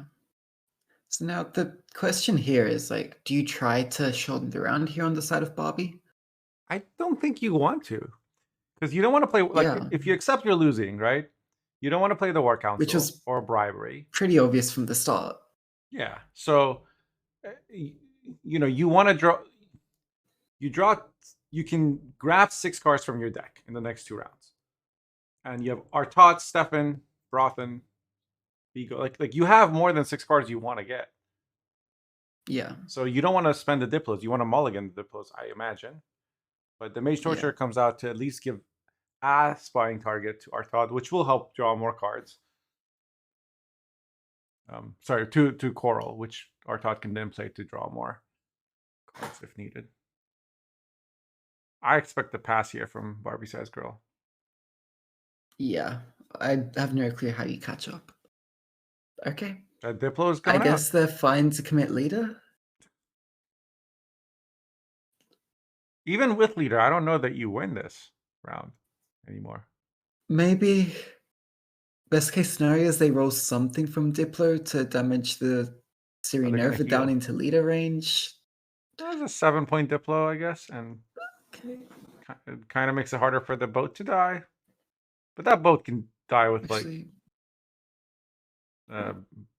Bjorn and a leader. Although I don't know if you want to do that. There's also COC, which plays for 10. Yeah, you really don't want to. Yeah, I'm really surprised Baby maybe has been using their leaders this round. Yeah. Do you usually Seems try to kind save of your leaders in this matchup? unnecessary. Yeah. Like, with this point gap, I do not see why that's justified. Are they scared of the leader from Barbie?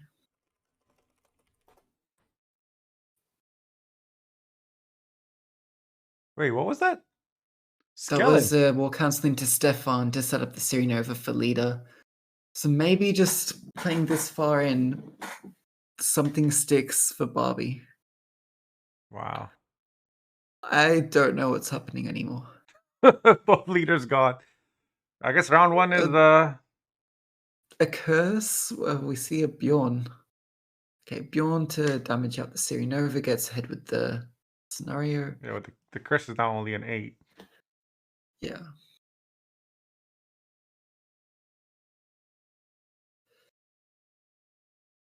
Yeah, we are confused also, Val. I'm confused by everything, actually. Okay. Wait, was that a bribery into Axel? Holy shit. Yes. And they clicked the War Council to boost the Serenova. Look, are we going for the 2-0 from the enslaved player? Sense. They're going to try and get the compass out. Yeah. It's...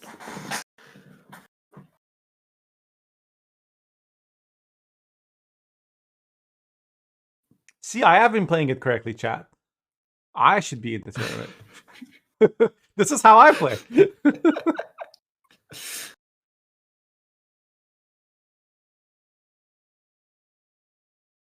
Okay, Passy is confused as well. That vile last draw is not what you want to see. Oh, is that their... That's because they played the location round 1. That's their second artifact. They cannot play Val here, or Golden Echo loses a target. Yeah. What will they need? I guess if Barbie goes all in. Barbie kept the Yeah. Diplo and Mulligan the coup. I thought that was interesting. Yeah. They're expecting Maybe he maybe to just go on figured interactive? yeah. Maybe Q just isn't gonna get a target here because of armor. You don't have a I mean, there's a Mage target on Torture the to board give right now. spying. Oh, it was for the Yeah. Mulligan. It's for the Mulligan on Coral. Oh, yeah. That makes sense. Because they were always planning to. Hey, why are they Mm. thinking about it? Just Mulligan the Diplo. Oh, because they won round 1 and the Sergeant's a brick. Yeah. Yeah, they Mulligan the Sergeant. Okay. So the Yeah. Diplo So is they wanna now. go all in.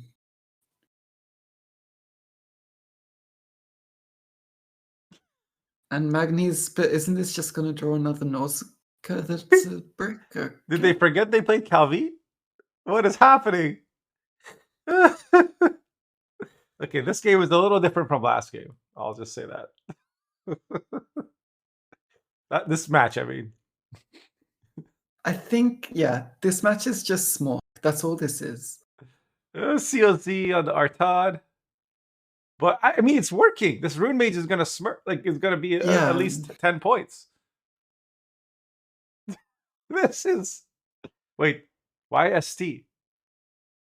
Yeah, get the shielded Some guy. players just like ST. Like, if you roll like a Bountiful, it can be nice.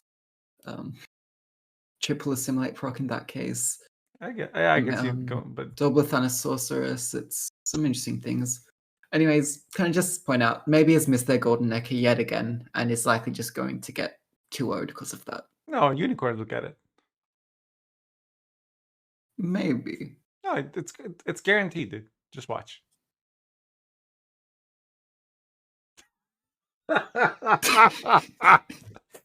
I've never been more wrong about anything.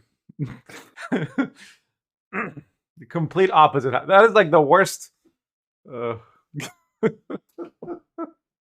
Look, we know nothing. Barbie knows things, and that's why Barbie played the way that Barbie played. Yeah. What did maybe do wrong?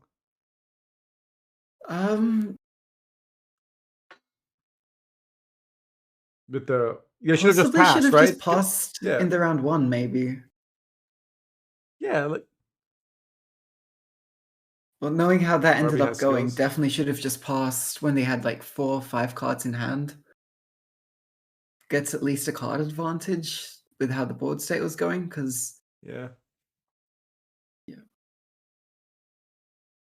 even though Barbie only got like an engine or 2 to stick, it was enough to just eke the lead as the round went on, and then once the Stefan comes down, early Stefan, yes, but getting the Syrian overseas with leader, especially once maybe spent their whole leader, ends up putting them on like even resource commitment eventually, and even gives the round win over to Barbie. Barbie just seemed like very confident. Like it was. Oh, of course, I War Council into Skellen here, and like it seemed like they had played out this scenario before. We were like very shocked that they seemed not at all. Just going off the speed that they were playing. Maybe I'm reading too much into it. Like I had a hard time even keeping up. Yeah, and it felt like Barbie at first was just throwing stuff and seeing what would stick. Eventually setting up those boats, getting the Mage Torturer to live, pays off. Yeah, and 3-0. Two 3-0s today. Very interesting. All right, let's take a look at the bracket now. Oh, they have it up. But this one has colors, and I like colors. Wait, why does it say? Oh, apparently, maybe Baby won 3-0 against Sergo and Nequiz. 3-1 against Nequiz, right? That's what that means. Wait. Here, let me move my camera. Yeah, maybe 1-3-0 against Sergo, 3-1 against Nequiz. And then lost 3-0 to Barbie Size Girl. Yeah. Do you know what the format is for like is it playoffs here? Is it top 2, top 4 from each group qualifies? I don't know. There's somebody in the chat now? I know I have a few.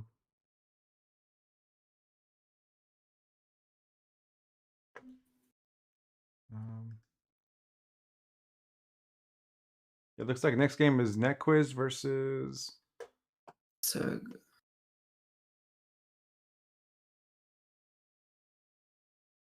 we might see some monsters.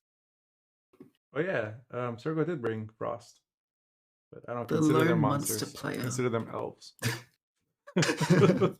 Square in disguise. Yes. So we actually had 2 Squirtle decks and no monster deck.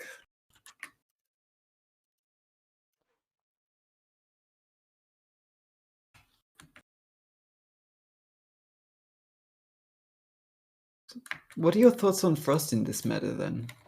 Do you think it's strong, has good matchups? I honestly haven't played it much. I'm told it has good matchups. Yeah. I think it's good into like pirates and good into enslave, but sorry, chat. I'm just trying to find the lemon cam.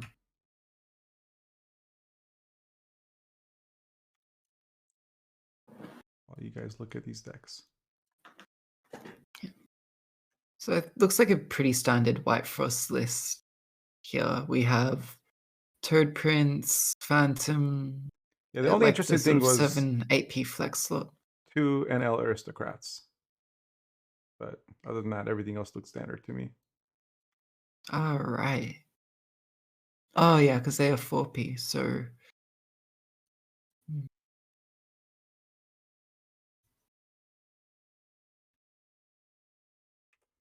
I mean, so we have no slave trader and 2 aristocrats. yeah, this is what I see a lot too, because it just helps. Like if these stick, they give you so many points on your foglets, which is a lot of your like reach. Is because you stack Frost, and then when they pass, you just drop the foglet. And I think in tournament, Frost is better than in ladder because red coin, right? Yeah. And just getting it more likely to come in that red coin. Like you summon aristocrat, I assume you spend a leader as well that turn. It's quite powerful. And we have the bans. Sergo banning the Northern Realms on the side of Nequiz. Whereas Nequiz decides to get rid of the pirates here. We do see Sergo playing the priestesses in this matchup. And Nikar also brought priestess, which Wait. was interesting. Rather than knights. And it didn't get banned, so we're going to see it. Yeah. Maybe they just thought knights would get banned. Wow. Yeah. I don't actually know what the strategy is here from Coin's perspective. I have very little experience with playing in tournaments.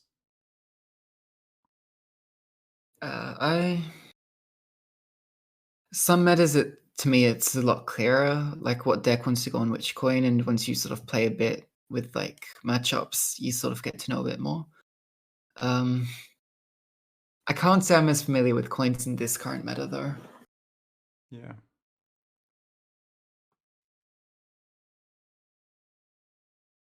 So this is the NR deck that Sergo brought, which looks very standard to me. 1 Anshkina, 2 Karos, 2 Reinforced Ballistas, Tridam, 2 Priestess, 1 Heatwave. Everything else is what I see on the ladder all the time. Yeah, I'd say it's the completely standard list. The only minor sort of change I've seen recently is some people like Paja will run like a Drogri, I think, over the Margarita. That's the only difference, really. And that's to counter like Arnagad round 3? Or yeah, I think that's to try and avoid pirate shenanigans. That makes sense. Let's see.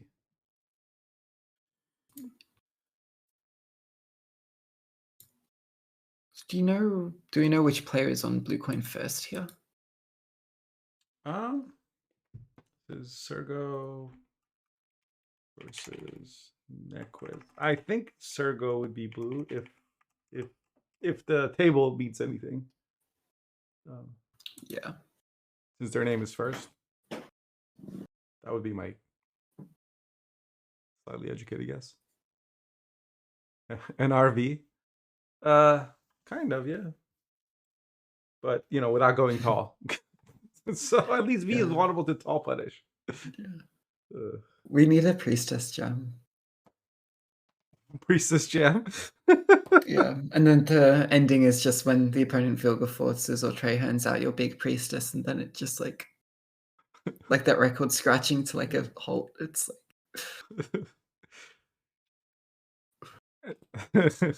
And then we shuffle, and then we shuffle, and then we shuffle. First we play shuffle, then we play shuffle, and then we play shuffle.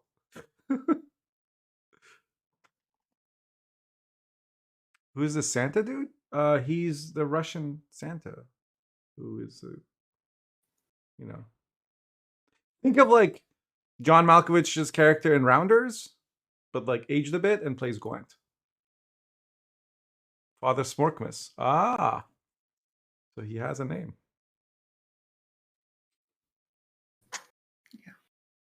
I'm excited to see the Frost and the priestesses here. Yeah. Mainly because we've not seen that in the previous matches. It's the slight difference in the deck lists we have here.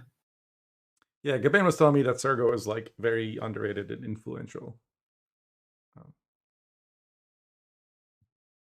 Like he apparently came, yeah, we talked about this already, the collusion list, but other stuff too. Yeah. So here's NetQuiz's lists. We've looked at this Enslave list before, but it doesn't have Room Mage. It's War Council and Vigo and Bribery. It's False Siri, 2 Remedies, 1 Enslave, fairly standard, but they're all Amnesty is interesting. Yeah. I dropped Amnesty from my ladder list, but okay, so Sergo does play the Priestess on blue. Makes sense. NetQuiz goes with Hearts of Fury. Can this warrior list deal with Priestess? I would imagine it's rough for the warriors here. You'd definitely rather take the pirates if you were like an SK against priestesses.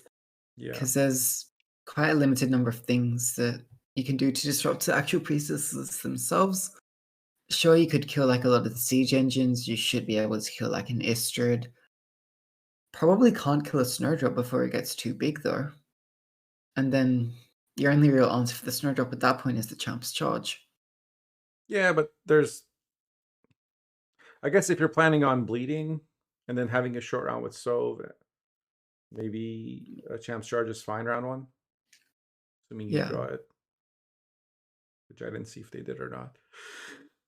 So for anyone that doesn't know, the way this Priestess deck works is all the cards you see are kind of like what you see on your screen is mostly irrelevant. All that matters is how many times, or what they're trying to do is find as many ways to draw the priestesses and then shuffle them back into the deck. And every time they do that, the priestesses get more charges, and then it all ends up with their last play of the game being playing Vernon Roche to get a priestess and a tridem out, and the priestess boosts the tridem, or they get 2 priestesses out, whatever. When priestesses boost the tridem does damage, so it doubles the value of the charges of the priestess. Yeah.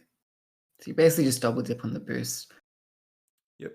Yeah, and it's the interesting thing about the current iteration of the list is they run this mutual generator with a heap of 5 provision cards, mainly siege engines and mentors.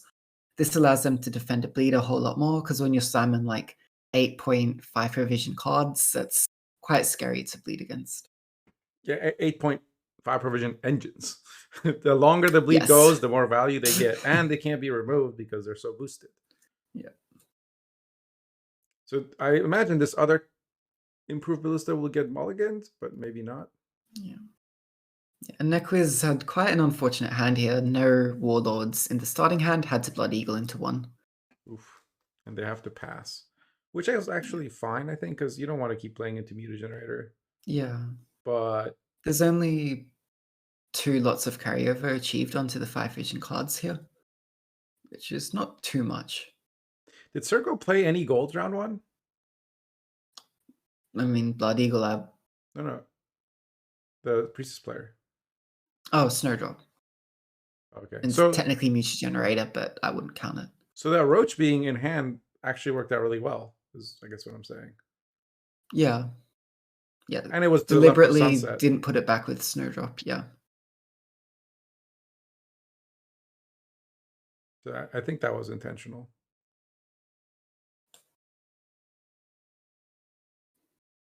I was surprised. Yeah, also in their starting hand, they had 2 priestesses and the roach in their starting hand, so opted to just put the priestesses back because that's the best carryover achieved. Okay. Yeah, it's not what I would have done, but I would have been wrong, obviously. Priestess is better. I'm not a good priestess player. I see roach, I click it. Yeah. Yeah, in other decks, I think that's usually correct. Higher level players sometimes decide to keep a roach, but yeah, in priestesses, I think your primary mulligan target is just the priestess. Yeah, I usually Anyways, like going to this round too. Oh yeah, keep roach in like a vamp mirror or something, Renetry vamp mirror. If I was like, yeah, matchups that I know, I guess sometimes I do it. But... Okay, lots of Bloodthirst on the board. How far do you think Sergo is going to go here? Do you think they'll be happy to commit the Wanderers in this round? I don't think so. I think you want to keep the Wanderers. Yeah, they pass. They pass. All the cards in their hand are boosted. All they played was like a Radovid for the leader charge, and they played the Thaler for the draw, which the Thaler wasn't even boosted. Yeah. They kept everything else. Which game am I? You can see the results if you type !Tourney, the first link. Oh, you mean for the prediction? Barbie Size Girl 130.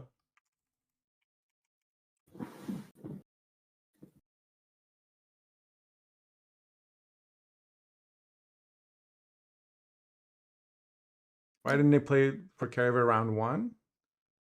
I imagine they didn't have. Maybe they didn't want to play all their siege engines. Hand state.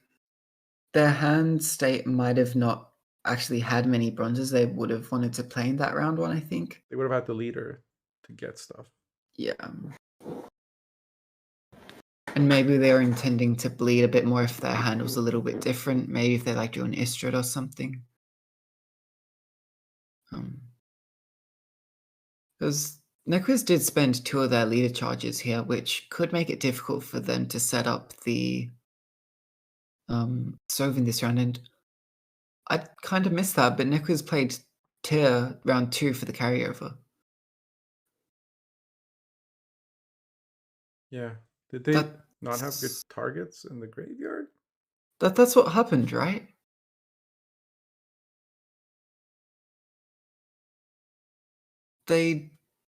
Yeah, I think their graveyard was set up, maybe? Chat, I guess. Does anybody know? Okay, I think the reasoning here... Okay, this is the reasoning. Tyr is the only locked target on the side of warriors, right? So it's always going to be locked by this Margarita. Tyr, if you play it on like a warlord, it's boosting by like 6 or whatever. It's like a +6. You play it in the round 2, it's 9 resilience. Like it's getting more points basically, and you don't have to actually play in that round. Yeah, okay. I think that reasoning actually makes sense. Sounds very smart. It's the kind of thing that, someone like me doesn't think about as much as they should, because like, think about your opponent's deck, what's going to get answered with what, and even doesn't matter if it's like a 14 provision card. That only matters in deck builder. Just get the most points out of the card that you're going to get in this game. And in this case, they got 18 points out of a tier, rather than like 9 plus 7, 9 plus 8, which was like 1 less point.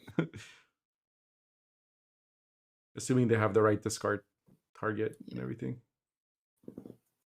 Yeah. So we can't see how many charges are on their priestesses. I don't think there's actually a lot, but these mentors will help with that. And the mentors should help the snowdrop get bigger too.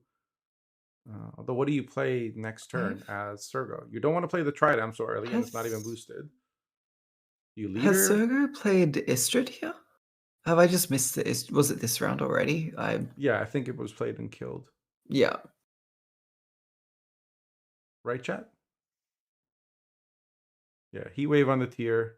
Oh, the Snowdrop does come out, though. Which draws a Priestess. Which is nice. Yep. So what's left in the deck? There's one Priestess, and what are the other two cards? That's what I was trying to figure out. Let me see if Gabane's stream has Observer. I would imagine they're on a delay on a tournament of this caliber. Oh, yeah, that's why Observer doesn't work. Makes sense. Yeah. Oh, Hubert, of course. Oh, and no Istrid yet, right? Okay. Istrid's in the deck. There we go. So, I think so this is interesting. I mean, Istrid should just die, but Istrid is more likely to draw a Priestess here. Hopefully, missing the Hubert. Oh yeah, Hubert comes out. So Istrid actually is guaranteed to hit a Priestess. It will be giving a bit of boosts. And Nequiz basically has to kill the Istrid here, or these mentors will be playing for an extra +2 points each turn because they're going to boost these priestesses from the Istrid.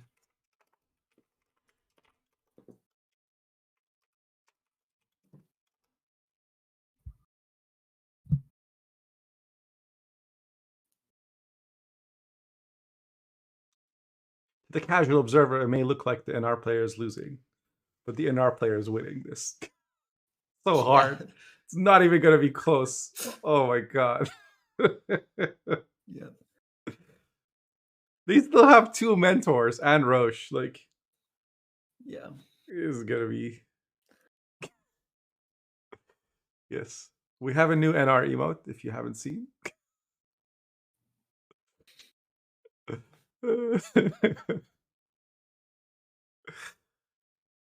Yeah, interact with this, said Sergo.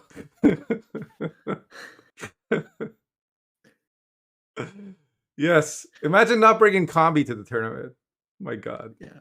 But see, the thing is, Sergo is one of like two people who brought Priestess. Everyone else brought Knights. Knights. Yeah. Today might be a collusion Priestess day after this tournament for me. Just play those two decks. Yeah.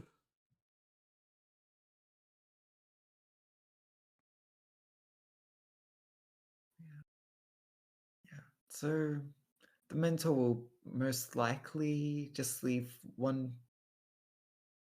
Yeah. Oh, put the Trident back in deck, and the possibly bigger Priestess, I wonder, in deck as well here on the side of Sergo. Yeah, I can't. Oh, 15 and 11. Oh, 15 and 11. You put the 15 and the Trident in the deck? Oh, just both. Oh, right. Interesting. Weird. So he doesn't want to get value from the Trident? No, so this is open deck list, so he knows there's nothing to remove. Can't answer either of these. So he can just Roach stick both. Oh, nobody can answer the Priestesses. Right. So he just plays Trident last. Gotcha. Because I was thinking, like, Feral Bond can answer the Trident. There's 4 damage targets. Just roll Archer. Yeah, so the ordering of the Roach doesn't matter here, because nothing will be killed. But by putting the Priestesses back, you just maximize their points, putting one more Priestess back into deck. Yep. So that's 17 and 13. That's 30. Times 2. 60 points left for the NR player. NR player will go to 94. Well, or the equivalent of 94. Yeah, it's... Yeah. He just shows them the number of charges.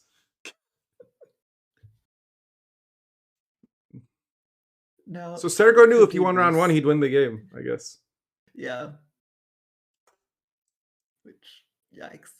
That's just a power of Priestesses, right? Against the Devotion deck. 30 points and then catapult into the lead. You guys remember when it was like 42 to 17 or something, and I said it wasn't even going to be close? Yeah. Yes, Pure Terror. Lots of interesting stuff, actually. All I can say is watch the VOD. It's worth it. Yeah, the final game of the previous series was quite interesting, I would say. Yeah, Lotus that on- the Enslave versus Pirates game, right? Yeah.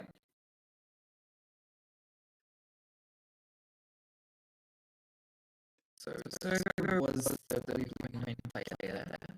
Now we're going to be going over to Nequiz. Ooh, will we be seeing Curve from the blue coin, perhaps? I'd be guessing Solo's taking monsters on red. No. Sergo brings. Okay, Enslave on blue, Curve on red.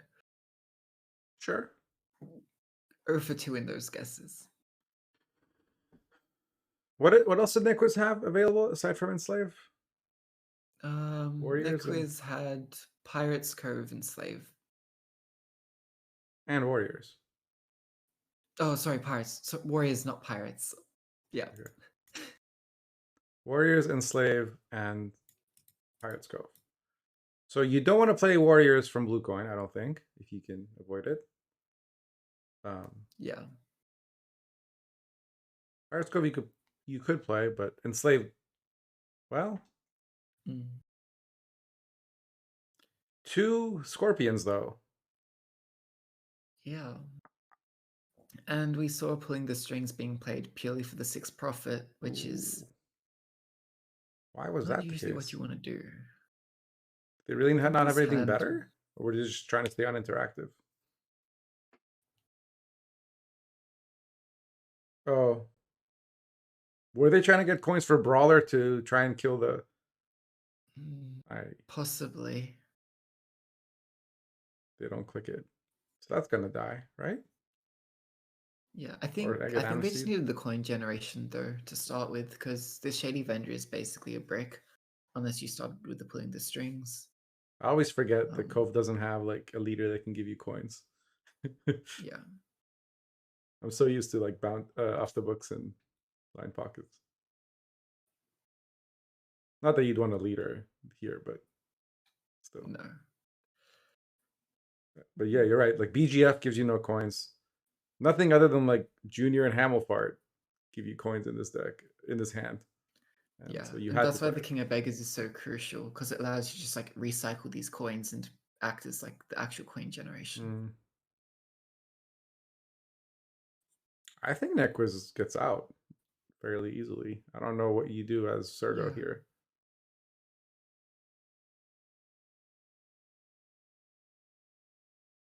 I guess playing a BGF doesn't hurt. They're not spending any coins, so can just maintain reach, but this Joust just trades even with a BGF. That's not what you want to see on the side of Sergo. Nope.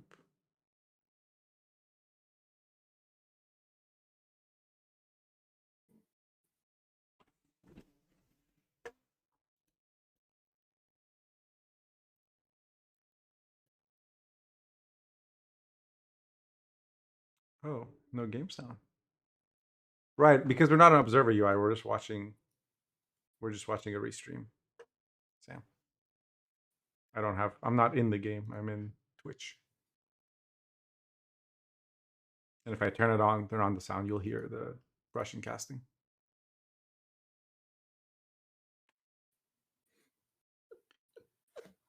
Okay, do they still have reach? I assume this is well, they have the 9 coins, which is 6 plus 4, 10 plus 4, 14. Jesus, Cove has a lot of reach. Yes. This is the thing with like any syndicate deck. If you have 9 coins, usually you'll have some way to have like a minimum, a 1-for-1 spender. It can be insane.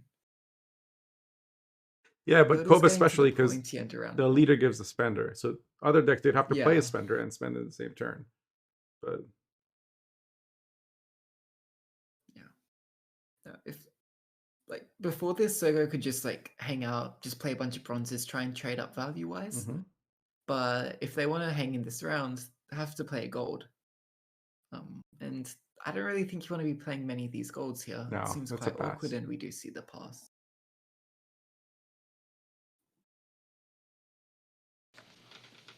You need people like me. And despite being a very bronze hand on the side of the Nilfgaard, it's quite an easy way to defend the round 1 victory here.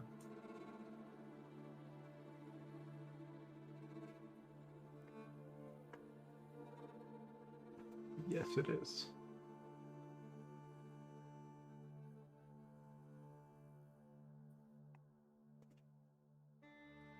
Thanks for the follow, Kajitan.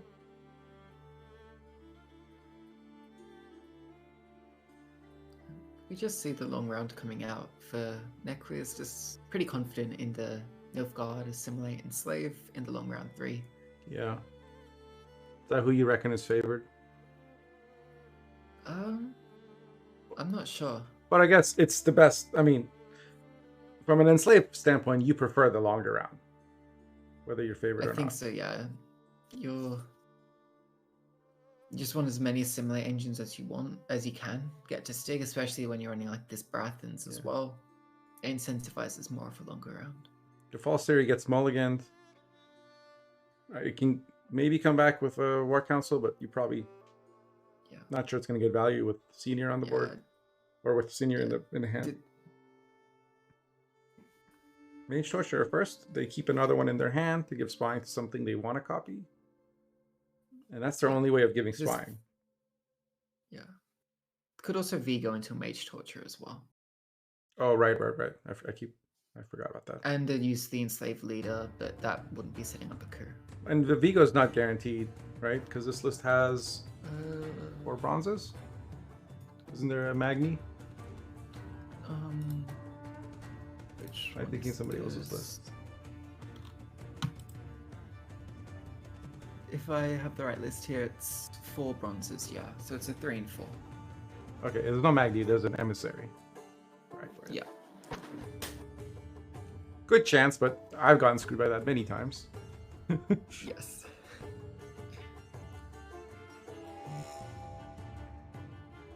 I'm not sure what tag this little bird got, but unlikely to matter too much since Sogo should be able to get like all 6 tags without too much difficulty, or 6 gains.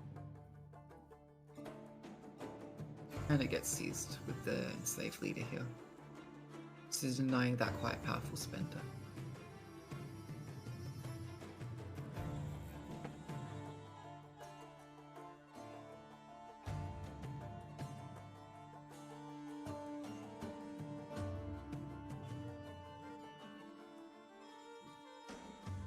Takes the War Counseling to Diplo.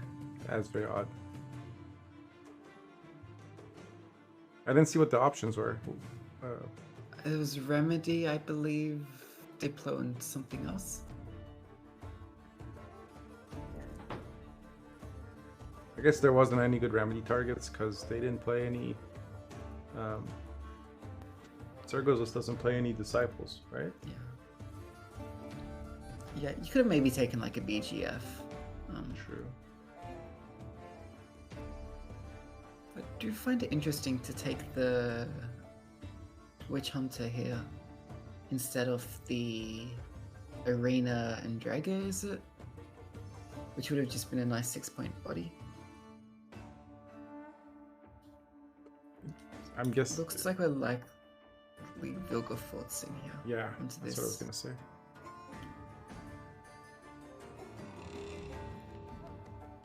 And here's the Vigo, I believe. I think a 1-power Mage Torture is a little too vulnerable in this kind of matchup. Most likely just going to take the Emissary. What does it die to? Tunnel Drill. Nope. But protects it, so that's fine. The sacrifice is like potential 2 or 3 Assimilate procs, but yeah, having a whole other Assimilate engine probably more than makes up for that. Yeah, and the other thing there as well is it gets the Vega up to 4 power, and you really want to get your engines above 3 because of Horson Jr. and because of Tunnel Drill. Yeah. Interesting. I guess you want to delay the Junior to not give him a spying target? A coup target? Oh. I think so, yeah. Siggy comes out. Because like my first instinct there was to Junior. He's one of the torturers, but guess Yeah, not. in like months ago, like Junior was like the best copy target in this kind of matchup when we had a simulate against mid-range syndicate. I imagine that's still the case, especially since Jacques has failed. You're not really getting a spying onto there. Yeah. I remember when people would just Yenbo the Jacques, and it was a game of Yeah. how long can they wait before playing their Jacques? I'm glad Yenbo's gone from the meta. I hate Yenbo so much. I hate everything that takes my cards. BGF is used to set up a bunch of 3s, and then Junior comes out. That's the power of BGF. Did BGF come out from Siggy, or was it already on the board? I think it came from Siggy. That's interesting. I'm pretty sure it came from Siggy and Siggy into Collusion, right? Yeah, so they and I think they had the Shady Vendor option, they just chose not to use it. Instead went going for the BGF. So it looks like... Will Senior be enough to get the... Senior might be one short to get King of Beggars out, I think. Yeah, that Junior was insane, just killing off 3 Assimilate engines in 1 turn. Now we have a Mage Torturer on 2 power. Might be able to stick. Yeah. Oh wait, it's Nequiz's Devotion. Yeah. So can actually use this horse and Junior to kill the Tunnel Drill. Yeah, it was Barbie who was playing the Rune Mage. Yeah.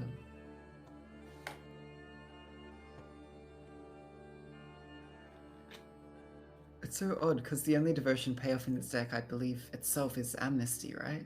Yeah, but I mean, I've also just, except for the brief stint where I tried the Rune Mage variant, I've always had my Enslaveless be Devotion, just because, like, you can Diplo into NL, or there's like lots of things that you copy or Diplo into. Yeah.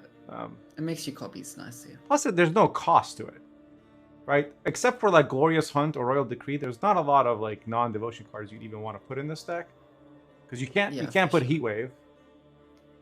Some people run Igni, but that's, I think, silly. Yeah. Well, so the Horse and Senior is enough to get the King of Beggars out. There's the final gang tag, I think, for Sergo.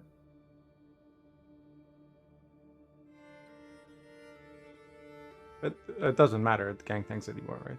It's interesting that Hamelfart's saved for last. No. Yeah, I think Hamelfart is maybe the other good copy target. Because it's a double Assimilate proc. Yeah, true. Pretty good mid-rangey.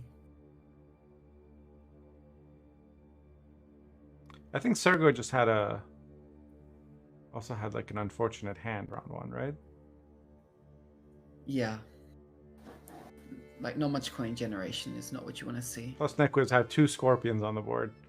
I feel like that kind of forced the situation. Whereas you might have preferred... I also wonder if, like, if Sergo had won round 1, would they have pushed with Hamelfart or not? Seeing the lack of disciples makes me think they cut them for a reason. Related to Enslave, but maybe I'm wrong.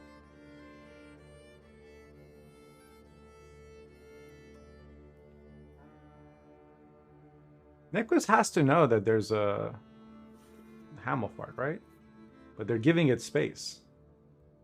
I wonder if that was... Ooh! The bounty comes in. And now the juniors can... Or Bird can... Jesus, he's got so many tags. Oh my god. Yeah. Everything you can do, I can do better. I have Shinmiri songs in my head. Yeah, because literally just Mutant Maker, Bloody Good Friends, that's 4 tags, easy. I think the Little Bird was a Blind Eye maybe, so that was 5, yeah. He does have 9 coins. Yeah. But what do you spend it on? Sea Jackal is the most efficient. But they don't spend any on Sea Jackal because it would take it to 10. And they know the last card's Vilgefortz. Yeah, Yeah, I mean, this the 10 would have died, so it wouldn't have mattered. Yeah, it doesn't make a difference. Wow, Sergo actually wins by 3. Holy crap. I think that horse and cleanup was pretty critical there to winning the round. What a boss. If if the skeleton doesn't make room, was it possible for skeleton to not make room for Hamelfart somehow?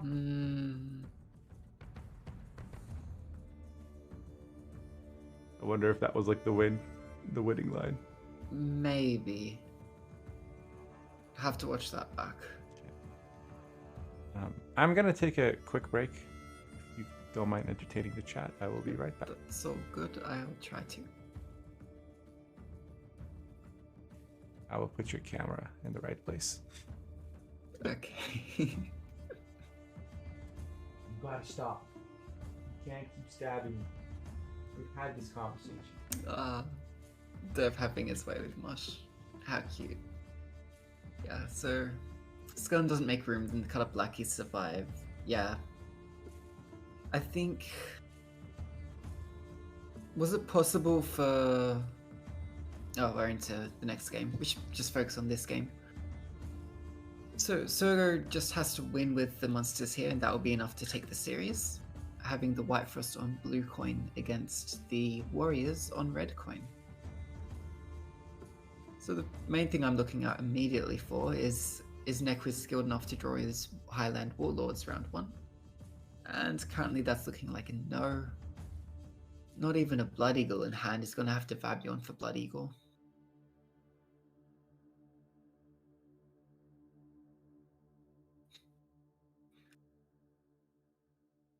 So Surgo, because it's open deck list, we know that this NL Aristocrat coming down with the Crystal Skull at 8 power is safe from any sort of shenanigans that the Warriors tries to do immediately.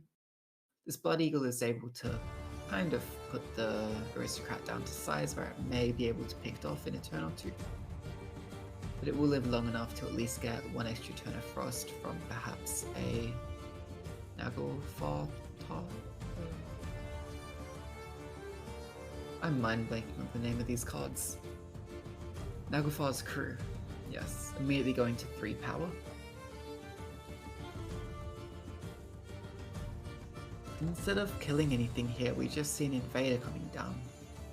So it looks like Nequiz is not committing very hard to this round, and is opting instead just to play 3 and then likely pass.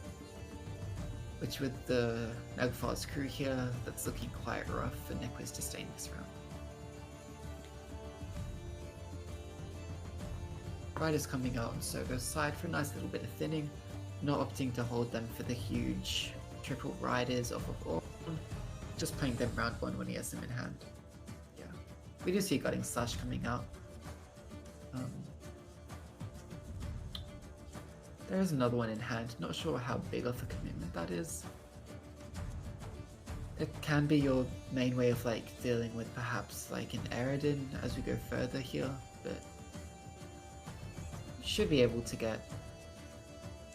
clean up most of the key engines on the side of Surgo. When it comes to answers, 4 provision cards can be kind of key. And then we just see the pass at 6 on Surgo's side. Interesting. A little bit of a tempo pass. We have 2 more turns of Frost. Naglfar's Crew is taking a little bit. There is a bit of bleeding on this Wild Hunt Rider. Perhaps the Pharaoh 1 will be able to roll something to catch up in 1 here, but it isn't looking super easy for Nequiz. This War Clans is, I believe, a brick with no valid targets in Graveyard, so might have to commit the other Gutting Slash.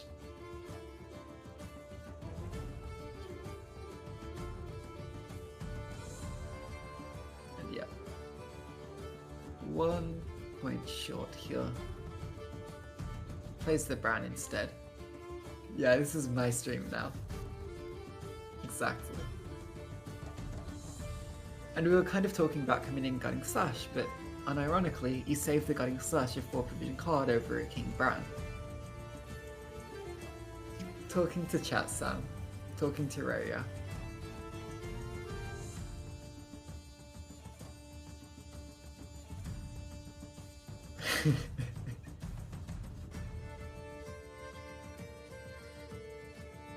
And also another thing to point out there is that for Surgo, we didn't have Winter Queen come out round 1. Stacking all the Frost onto 1 row means that Winter Queen is still available to come out in round 3 here.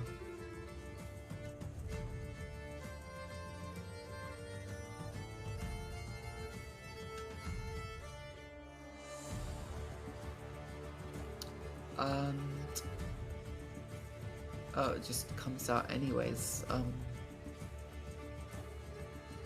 Okay, so you want to play the odd gate there to get the carryover for your turn earlier. And I guess it's an unfortunate fact Winter Queen has to come out anyways here. Possibly Wamu. I imagine they would have kept Winter Queen if it was drawn in the round 2 here, but maybe was expecting SK to contest the round a little bit more. Yeah, so now this Tourney is able to put like, what, 5 turns of frost on each row? Basically nowhere is gonna be safe for Nequiz here. Just each row is gonna be peppered with frost every single turn. Finally gets the Oberon on the last draw here.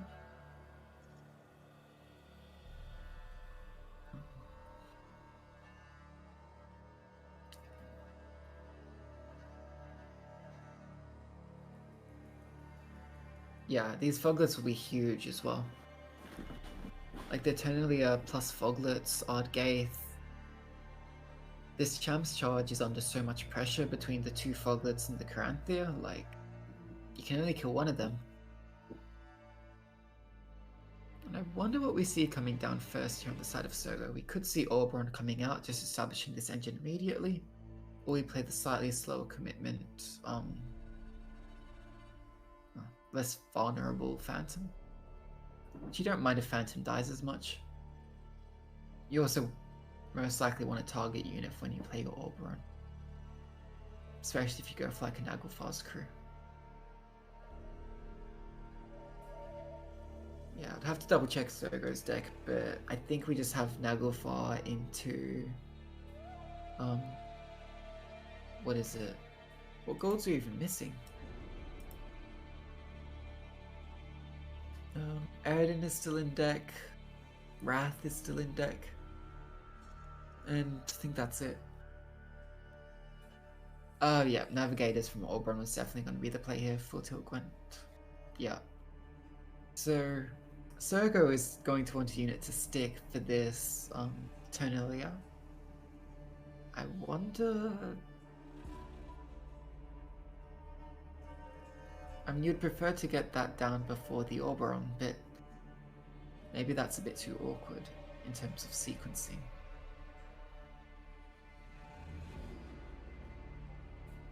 No, okay, so we do just see the Oberon coming down here.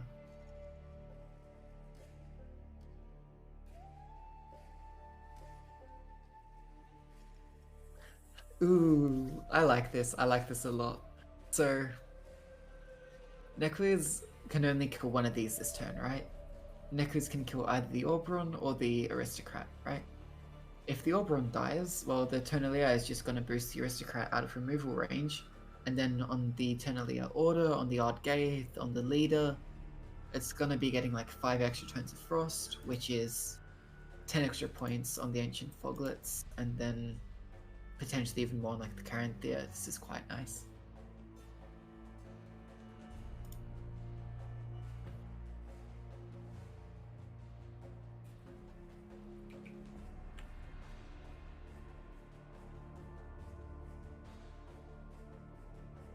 Okay. See the Django threat coming out to deal with this Aristocrat, deciding that the Aristocrat is more threatening than the Oberon. Oberon sticks for at least one more turn. And we'll... yeah. Maybe that will be protected now by the Eternalia, or are we just going to see the Aridin come out? Could see either. I think we might be Aridin this turn. Aridin able to go up to... is it 8 now? We've not seen no. Sogo is probably saving the other leader and the girls into Wrath for the turn. Okay, what did I miss? Sogo kind of took like a tempo pass round 1.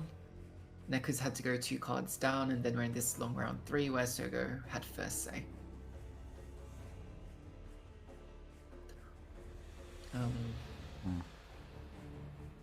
Sogo was able to play Auburn into Aristocrat and put a lot of pressure onto Nequiz, essentially forking him.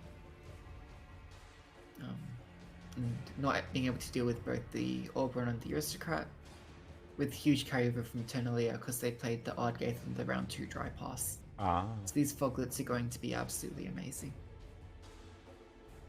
There goes smurfing, as usual.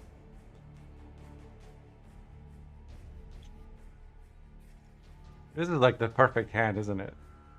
The only Yeah. issue is like the Caranthir is not getting a lot of points right now, but I suspect that will change No.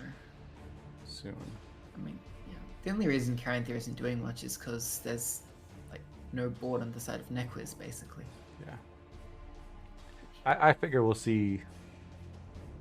Was Imler's Wrath used yet? No. Okay. No. I imagine that comes down this turn with Yeah. the girls. But there's like nothing to move to the other row. Oh, Foglet first. Or not. Look, Okay, that's he it. wants I the might have Caranthir missed it. value.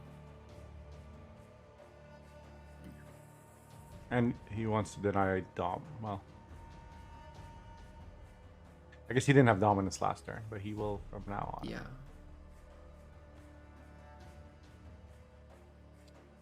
He doesn't have last say, right, Sergo?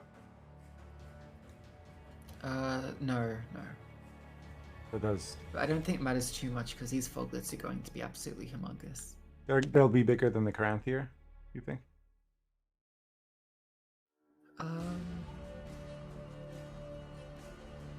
Maybe? I think Tourney is doing like 8 turns of Frost, Ardgaith is another 6, that's like 14 points each. Okay, that's a nice play with the Fukusha, combining the Rain and Vabuon to finish off the Foglet there. Yeah. But it is only 2 turns of rain. It's probably And worth there's it. the Ardgaith.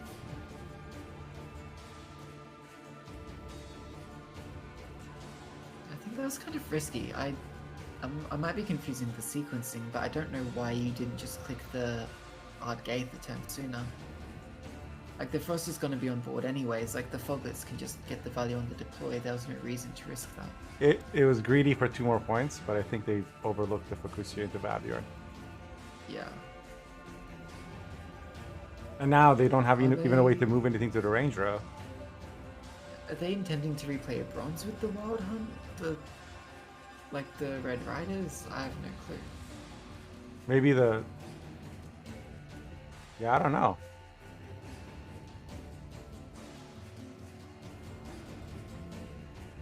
Well, there's Caranthir. We are still waiting on the Wrath onto...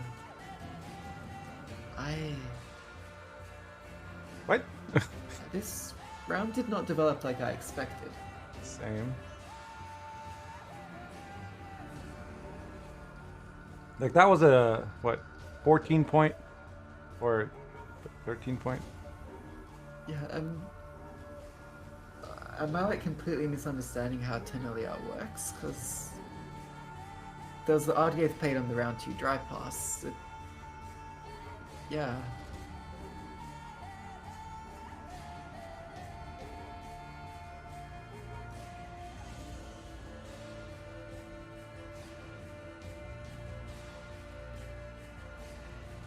Okay, so... Okay, I see. So just replays the Navigator, that's why. Yeah, you could have done that too, Unru.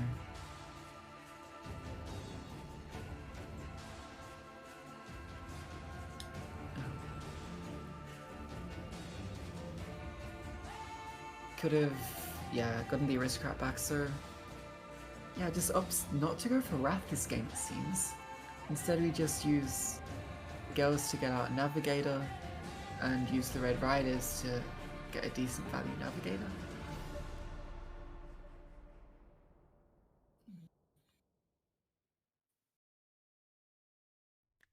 I don't know. Look, I think maybe it was just a misplay thinking that the Ancient Foglet was out of reach from like the Fukusha play. The Champ's Charge was always going to eat a Foglet, I think, so that doesn't really make a difference. I can see that. Maybe that round goes quite different if the Ancient Foglet is played back row and Fukusha has to try and line up the rain. Yeah, that if Like anything, high roll it. that's a big miss. misplay there.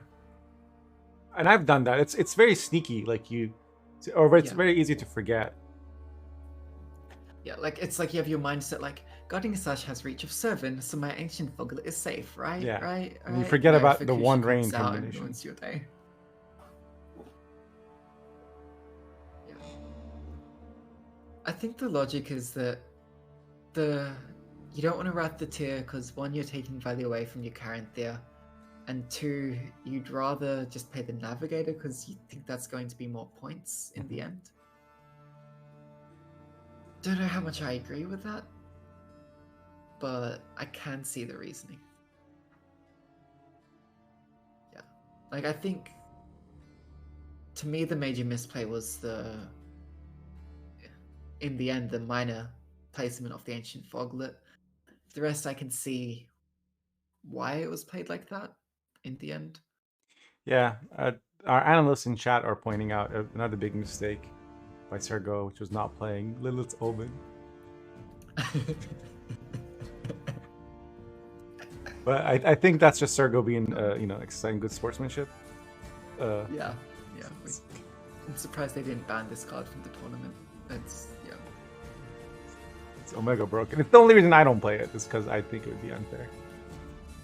Yeah, me too. That's why I'm not playing monsters, because I'd be too tempted to play Lilith's Omen, and exactly that would just be unfair on ladder. Understand it. Lemon would use this power out of a desire to do good, but in his hands, it would wield a power far too great and unimaginable. How was the Lord of the Rings All reference? these players... Sorry. Oh. Stop. All these players playing like Kashi and Kiki Queen, they don't know the true power of like Lilith's Omen and just a good old relic stack. Yeah. Shh. That's for my masters run, okay? I apologize, Marsh. Yeah. Sorry. Chat doesn't know about my Dagon relics deck. Spicy.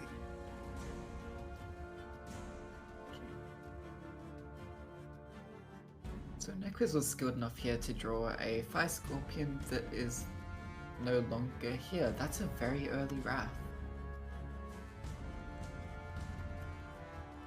You only have to play a different deck if you win, because Sergo lost with his monsters list. He has to play it again because it's the only deck he hasn't won with. Wait, how did he get the Frost? Did he play a Navigator? Or the little one-power dude? No, Red Riders? Red Riders, okay. I think it was a Red Riders. Yeah.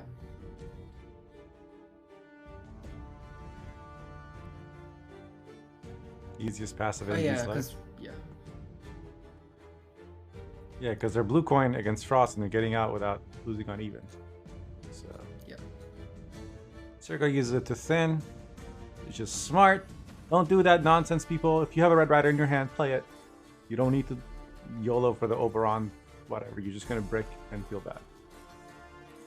That's my advice. And the thinning is also nice. Thinning is winning after all. Yes. It's the non-clown play. Winter Queen comes in hand. It's mulliganed. I imagine we're gonna see a bleed here. I do as well, but then again, Sergo does Sergo things. It's not even access to like an odd gate here. It's a bit of an awkward hand, I'd say. Like no Gels, no Naglfar, no Eridan. We've seen immediate amnesty back onto the Frost row. But quite a nice trade up there.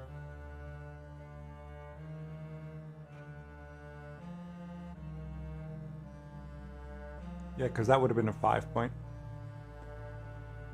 part for them. That's at least a 10-point amnesty. This all comes into early bribery. That is one bribery. And I guess Foglet's the best choice.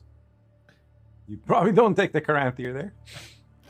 You can maybe take a Winter Queen since you're Devotion, but I don't think you're gonna get much Frost. Oh, what? Pass? Sergo passes. Yeah. Again, he goes for the long round with Frost. Interesting.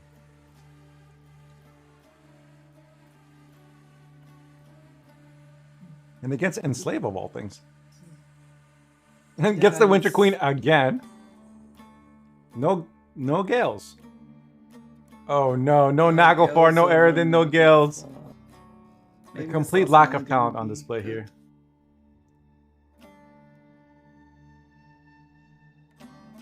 Oh, there it is. Oh, clutch.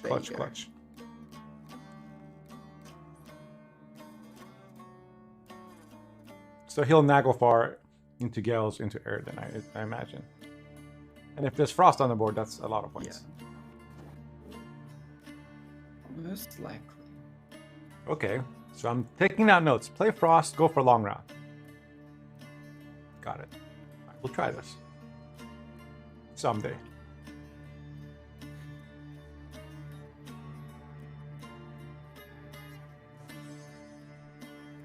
So what do you think are the ideal targets for Necros here to put spying on? I mean, Eredin, but...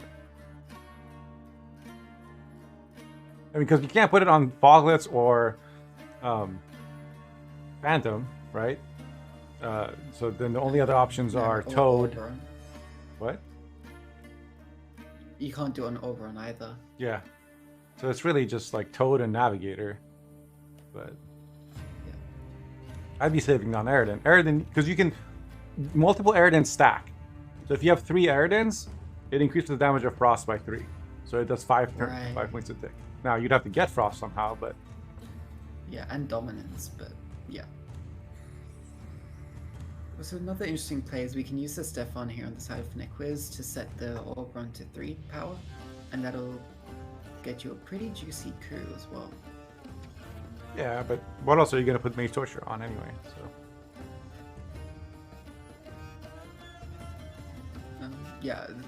that's if you want to like prioritize the Oberon over, say, like in Eredin. Oh, you said Oberon. Oh, no, you don't want to include this Oberon at all. It's a round 3 Oberon, which only plays cards from your deck, so it would be a brick. Oh, yeah, okay. Yeah, you can only copy the round 2 Oberon. Yeah. You can bribery into a round 1 Oberon, which is okay, because it plays another card. That would have been before Oberon got reworked when this matchup. Yeah, see? Chat, I have value. I know things. Maybe monster things, but there's one monster player in this tournament. And sorry, what were you saying? My knowledge is all outdated. I apologize. No, you're just trying to make chat think I have a purpose. Nah. Siri into Diplo. Man, why would you want to Diplo into the worst bronze faction in the game? Like, stop it. Although Neckers are really good against Frost, yeah. because Frost can't kill a 1-power unit. It literally can't. Or Excopium.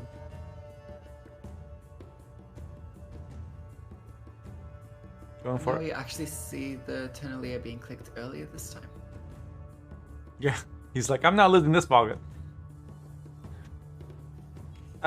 Going toe with Oberon is totally fine because against this Enslaved list, there's Skeleton for 8 damage and there's Vilgefortz. Your Vilgefortz is going to go on a Foglet or your Caranthier anyway.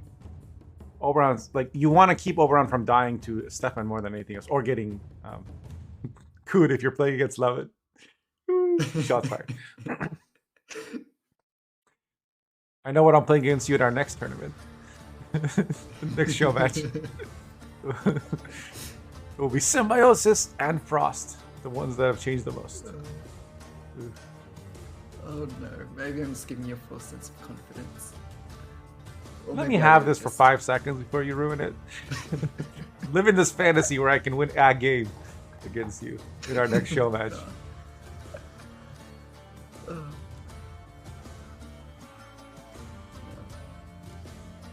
Symbiosis, yeah. I don't know like how any of those cards work. Anytime I play, I just clog the entire board. It's not great.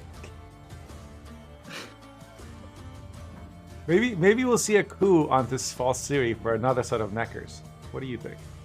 Could. I suppose he could move Sergo could move one of the neckers to the melee row and kill it that way. I was quite surprised to see the Stefan come down so early. What did he kill with it? Just to kill the Winter Queen. Interesting. Wait. Oh, and then There's the Vilgefortz still Vilgefortz. on the Foglet. But what did he use the other damage on? I think Oberon just put it down a little bit. Is he trying to deny dominance? I'm not too sure.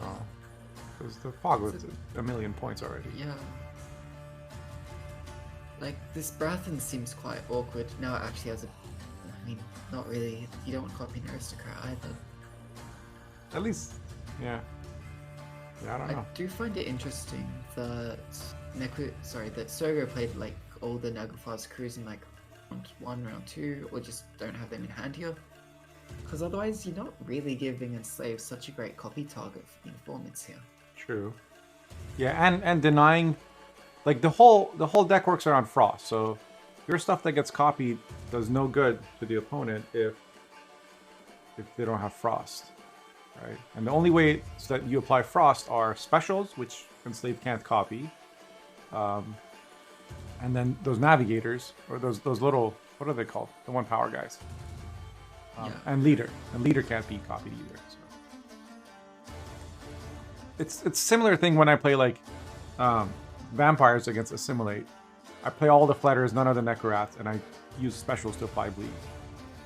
Right? Finally get a spying arrow onto this Toad Prince. This could be the coup target we have this game. Yeah, they can eat the aristocrat. I think you play Navigator here and Boost. Well, maybe they want Aridin out first. Aridin first. For you lose too much value in Frost. Well, because they were waiting on the Mage Torturer to play their Aridin, which is smart. Yeah. Now Aridin can't get spying, and Skellen's out too, and that's game. And I should probably also point out that Toad Prince was used to eat the Siri there, avoids the Grace A and the Siri going back over to the side of Nequiz, but there we go, Sogo taking the win with White Frost in the long round against Enslave Assimilate. Sergo is just showing us how it's done with Frost. That's 2 games in a row, right? Yes. Well, the first one was a loss, but yes, a loss and then a win with Frost. Was it? Yeah, it was a loss against SK. Oh, right. Because he didn't kill the tier for some reason, and then his Foglet died to a Guiding Slash, right? Yeah, Sogo was like very focused on optimizing his own points there instead of trying to disrupt Nequiz at all. Just opting that I can outdo your deck here, but yeah, which he was that probably doesn't right. really work against I'm Warriors. guessing if the Foglet lives, I assume he had a mapped out plan for the number of points. Yeah, that's the problem. If your opponent disrupts you, but you don't disrupt your opponent in that kind of situation, which is what ended up happening with that first ancient Foglet dying, that kind of changed it up quite a bit. I have put on my colder weather outfit since we are casting a Russian tournament. And, Nice. I'm still in t-shirt and shorts because no way I'm doing that. It's still summer here. It's past midnight, and what's the weather here? Oh, it's only 20 degrees Celsius. That's not too bad. yeah, it's already started snowing here. So I'm jealous of your weather. I'm kind of jealous of yours. I've never experienced snow here. Go to Canberra. Isn't that like the only place that snows in Australia? Probably better off going to, well, we have like a few mountains or whatever that snow a bit, but You're in the west, right? yeah, Melbourne in like the southwest. Gotcha. Oh, east. What am I on? Southeast. Oh. Okay. I was like, you're in those. You're like, yeah. Except the complete opposite. Why does this guy have a Miami hat? Is he dreaming of warmer weather? Maybe? Is it... Look, does Florida snow? I assume not, right? No, Florida is very warm. It's... Yeah. I don't know how much it changes like over the year, or if it's just always warm. I know it is one of the warmest states in the US. Yeah, it's like in the Caribbean, so it's pretty humid and hot. Yeah. It's why old people go there. It's because old people don't like cold weather. Fair enough.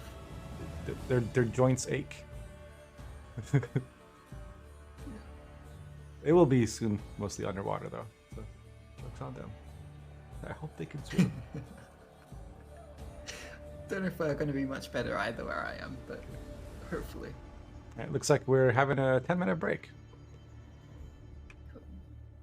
for the tournament. This tournament's been running, man. Like the pace of these games is so much more cleanly organized than like official CDPR tournaments. I have to say, like, well done, admins. Like, we just had back-to-back games, like everybody ready to go.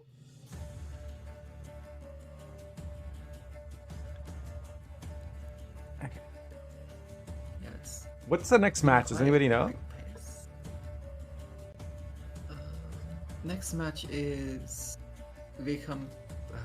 Wrong switch. I feel like I just keep butchering this. Visanka against maybe. Who? Vikma? Vikmik? Yeah, Vikma.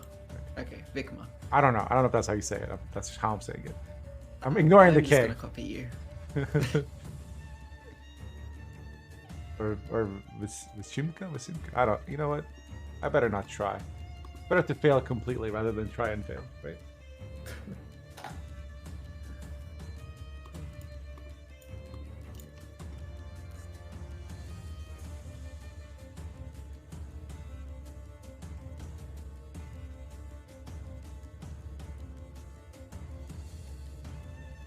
And yeah, in those 3 games, we were able to see all the 5 players playing in the group we have here. And I believe we end up seeing each of the players twice today. Yes, we saw Nequist twice already. Yep. So in the last 2 games, we'll get the second appearance for the remaining players. Vikma versus Maybe Baby, and then Sergo versus Barbie Size. I personally love this format where everyone plays everyone, at least in groups. Yeah. I think it's so much better than double elimination. Double elimination is fine for the playoffs, I guess, but Yeah. as like a may not be as exciting because the individual stakes on matches is initially lower, but I think it gives you the best view of who's the best player. Rather than, oh, you advanced because your lineup happened to be better against the guy in your side of the bracket, but if you were on the other side of the bracket, you would have won. I'm not a fan of that. Although we don't really have that much deck diversity in this tournament anyways, for that to factor in. True, although except for the, I guess, the Frost and SD decks. Yeah, there's a little bit. Yeah, there's a couple bounties, a bit of a split between Pirates and Warriors for SK. NR has a couple Priestesses, NG is just Enslave. There's 3 bounties as well, I think. Okay. Alright, I thought it was, 2 or 3. Yeah. Sorry, maybe you already said that. This is a Shiru deck. This SD deck that Sasaki is bringing. Are we getting any games from the second group today as well? I don't know if any of the admins are in the chat. I don't think so. It looks like that's all tomorrow. Yeah. Oh, and the interesting thing is that at the end of the stream today, we'll have all the games in Group A being played. So... And then tomorrow will be the other group. Okay, so... Yeah. I guess I should ask now. Will you be around tomorrow, by chance? Tomorrow is... I can be around tomorrow. Awesome. Thanks for the follow. Miyamas. And also Vegetan You and need Marcelo people Flowers. like me. Welcome to the stream, guys. In chat, can we show some appreciation for my lemony co-caster? Saving the day. You're too nice, Marsh. I really don't know how much I'm saving, but Oh no, it's trust great to me, be trust here. me. And Cameron Gwent also You with the need follow. Thank you people so like much. me.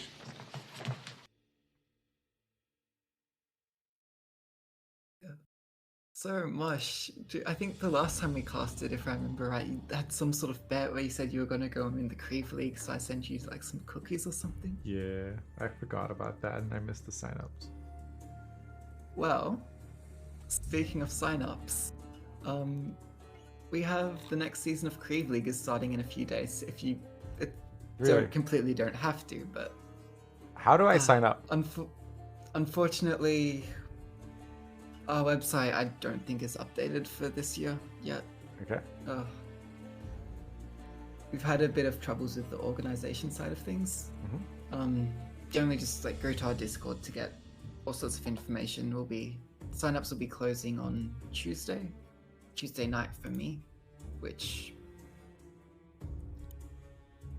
whatever time that is in America. The format is still the same as it was last year, but to sign up, just head to our Discord if you're interested, and information should all be there. Is this it? Yes. So is seasons 4, 5, and 6 this year, or those are the ones that happened last year? Those are last year, but it's the same format, so you can replace that with 7, 8, and 9. Okay. This season's already qualified in the next highest place. Well, the 5 places will are the plays with the most creep points. Okay. Let's see. Registration. You just at yourself? Is that what you do? Yep. You just at yourself. I've been looking at the very basics of getting a Discord bot together, so to make organization a bit easier this year, well, at the end of signups, the bot will just go through, give everyone the role, and add you to programs which make it easy to participate. Cool. If anyone in the chat is looking to help out, please get in touch with Lemon. I know there's some of you that are students or like to do Gwent-related things, with JavaScript or coding or whatever. I'm sure Lemon can put you to work doing something that is semi-interesting. No? I think I really butchered how the bot works, but yeah, someone else could probably do it a whole lot better than what I did. We've got one of my mods has been like trying to build a sort of a Nightbot now, like interacts with you a little bit. You can mention Nightbot, and yeah, so just funny stuff. Yeah, it's fun, the kind of things you can do. Like, just like the little things can be so satisfying as well.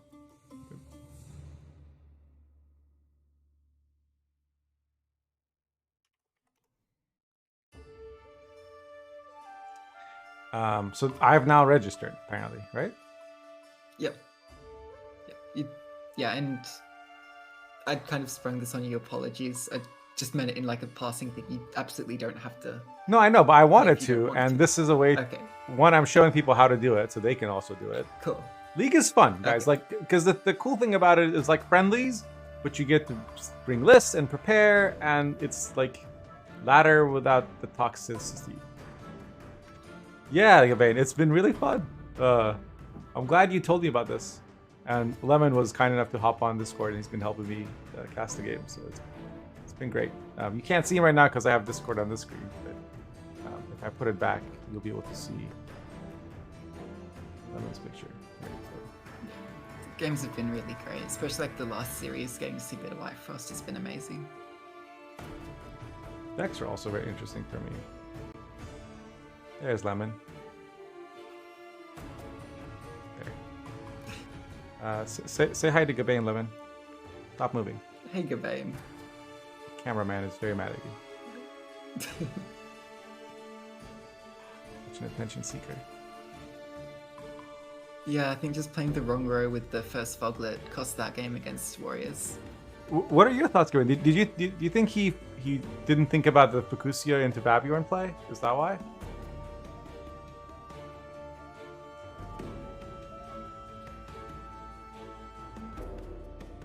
Yeah. That was our theory. Because, like, because at first we were wondering why he didn't just click the Ardgaith. But I guess if that Foglet lives, there's more points to wait one turn. But to play the other Foglet, then click the Ardgaith. And maybe replay the... Well, we're saving the Ardgaith to replay the Navigator from the Red Riders. Or not the Ardgaith, the Tourney. The Navigator, or do you think the Aristocrat? Ended up replaying the Navigator. I don't know if it would have been more to do Aristocrat, because I believe the Aristocrat would have been replayed after the Tourney applies Frost. Yes. If you replay... Oh, actually, because it's end of turn, it doesn't matter anyways, it's fine. Yeah, you can use the Ardgaith to replay the Aristocrat, and it will apply to the Frost that Ardgaith just applied. Because it's all the Frost you applied that turn.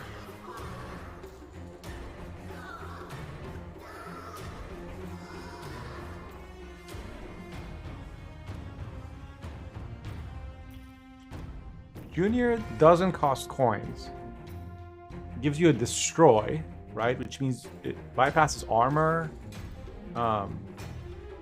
And it's reach, right? If you have something that can kill a 3,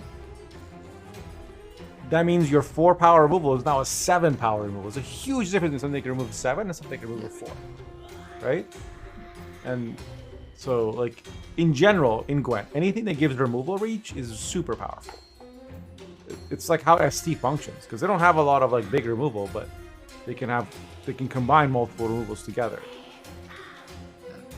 Yeah, and well, you don't see that in like the current ST list as much. Like back when we were more like the Zoltan Renfrey meta, like you saw so many pings combining to just clear boards with berserkers, skirmishes. It was Horseman is also crazy because like you have the 6 damage deploy, but then also a destroyer 3 or less in the fee, so it's effectively 9 reach on the removal.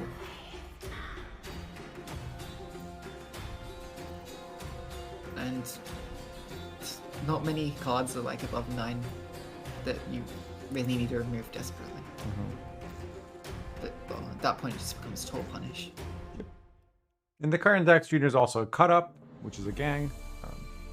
Most of you have seen her for that. The interesting thing though is like I think 2 seasons ago or when Fire Self Collusion was widely played, there wasn't a junior in that list.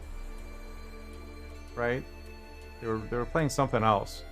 But now there's I guess because I think back then it was all about drill. And drill has been de-emphasized a bit.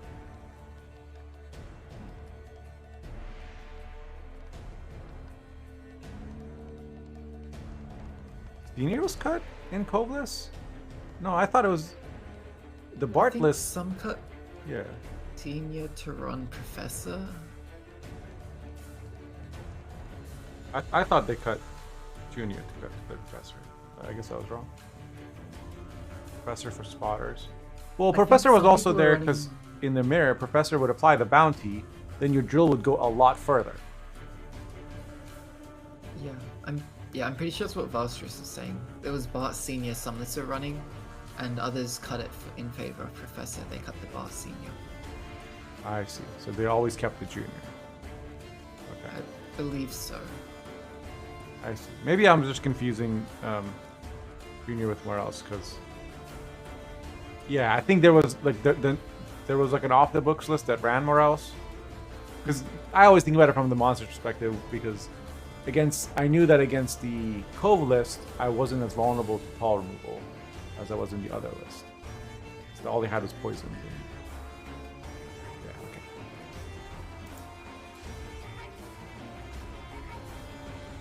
You want to be Devotion anyways because of Jacques, or what? I don't think there's too many neutrals in Syndicate you really want. Anyways, guess what the ban's off the next game, Mosh? Knights and Knights. It makes sense because like Knights. you're playing there's a lot of controlling decks in the meta, and Knights are a deck that like can survive them because they boost so much. And so it's the one that you don't want to Literally deal an with. engine deck that just gets out of reach of control immediately. Yeah. Yeah. I mean, I have a personal problem with calling Knights an engine deck because all the points happen on deploy, mostly, and the scenario. But yes. I mean, Yeah, no, if you have it a is an engine deck. 9-point I just hate card- that it's the engine Yes. deck right now. I wish engine decks were like engine decks, and not I agree. It's a not AA point slam engine deck decks. that scales into an engine deck, because why not? Oh, and Knights shit on Devo decks. Yeah, because the scenario plays for 5 million points. That's why. And none of the devotion Good luck decks winning can round heat one. win. And anyways, good luck winning round 1 and then bleeding when they have a pretty Immortals. strong round 1 as well.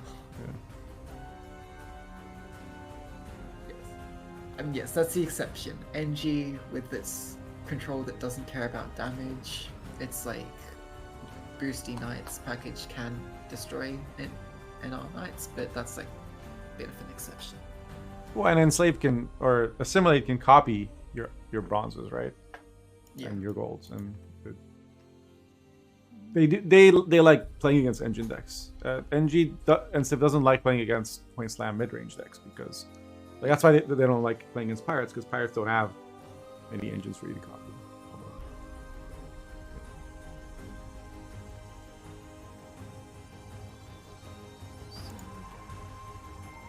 So then ours both banned. We have 2 enslaved lists.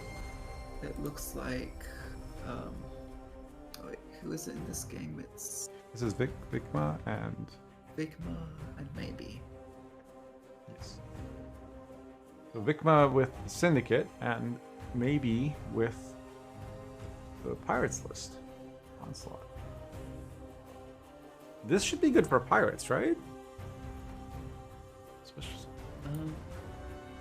I imagine so, yeah.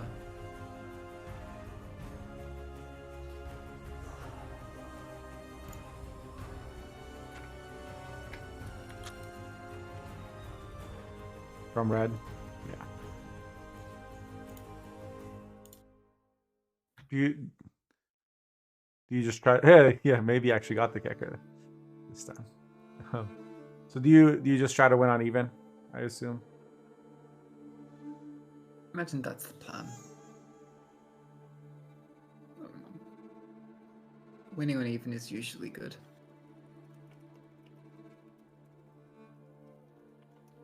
And Not sure what's Pirates going is on with pretty good at winning on even. Yeah.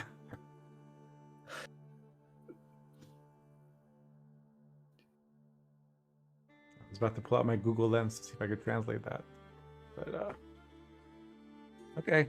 So Demon Warship comes down, pings the Urchin that was boosted by 1. So that maybe you can ping it again later? Don't know why.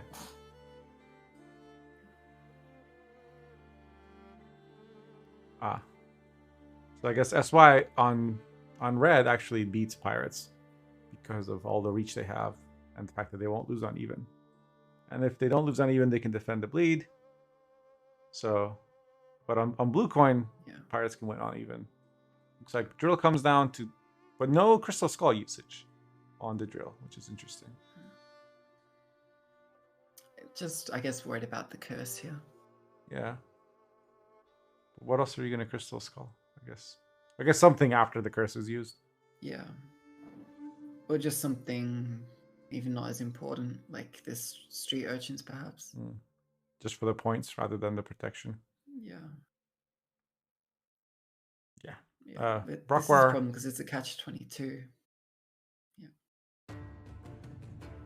Because by protecting it, you're making it vulnerable to Yeah, COC. if you protect it, it just gets cursed most likely. If you don't protect it, it just gets cleaned up with, like, say, a Brockvar and Leader. The leader is a commitment, I guess, at least. Yeah. What do you play now? Just looking at this hand, I'm like, what do you play now? You know what a junior It is? seems like the obvious one, but maybe you just have to junior. It feels Little Bird, do atrocious. you boost it? Because it just dies also. I guess everything dies. But if you play a Little Bird, I guess Vabiorn and just Ping gets it. Oh, poison. That's a path. Yeah, it does just give you some coins there. Burna comes down instead of Coral. 2 good draws. More cool. Yeah, and we have to discard targets. Okay. During the Terror of the Season Serena, there's some pretty great draws there as well. Okay. Question is, do you COC that or not? Don't know if you need to anymore. Yeah. Because you're winning on even Then anyway. At least for now. The curse in an open deck list can be sketchy as well. Like, it is possible for Vikmar to just not go above 8 power with any of their things here and block the curse from maybe. And the tempo pass. Or sorry, not the. Just the loss and even. Yeah. Okay, so as predicted, Vikmar wins on even with Cyrenova carry actually, which is extra nice. So now they will just try to bleed and go to a short round with Compass. Is that the play? I think so. I think yeah. Especially playing the series round 1, that just indicates you want to bleed here. Winning on even, just you want to bleed. And disrupting the syndicate, making it so that they have less time to set up all their gangs is what you want to do, I think. Here comes Axel. Lots of point slam.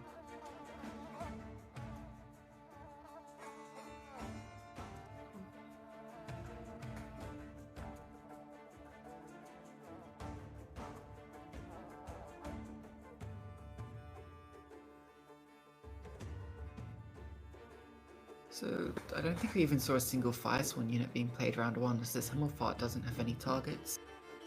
Very quick senior coming out. And You said they Morphbot needed doesn't to have make targets? sure that, I mean, I meant Himmelfart. okay. I may be starting to say things wrongly because it's almost 1 a.m. and Oh, my no. brain is starting Okay. to go, so... Alright, I will try to step up. Here comes the melee boat. 26 to 22. Syndicate player has 4 gangs. Firesworn, cut-ups, Tricloaks. Okay, three. There's a seize on Nice the little- boat. Yeah. Wait, did it Putting take the damage strings on from the the boat. melee boat? No. It was the lackey. Yeah, the lackey went there. Bit of a lure from the lackey as well. Yeah, I feel like pulling the strings on a boat feels like you're kind of like drawing up the sail, you know? Mm-hmm. Kind of. Nice. I guess you can use this to ping the Nova if you want. Yeah. I guess this is Kyra next. Yeah. Coral's still in deck. And draws a skirmisher, which is alright, I guess, once the coral is set up. Yeah, you'd This rather the is- skirmisher be in your hand than in your deck because you can golden necker. Yeah, for sure.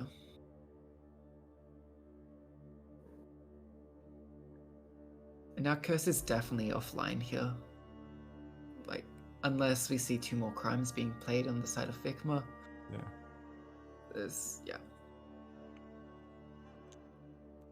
Well, maybe you save curse for round 3 when your opponent has to go first, Yeah, I think that's and you can wiser. kill the Jacques with it. Yeah.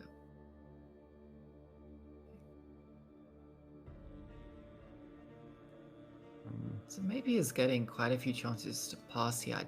Is the deck set up for a golden necker here? Don't think so, because it likely can hit a compass. That's probably screwing you over for round 3. Okay, we go for it. Coral, Mardrome. That's a very good necker. Nice. Could have been much worse, I guess. If you got Yeah. Compass, like you said.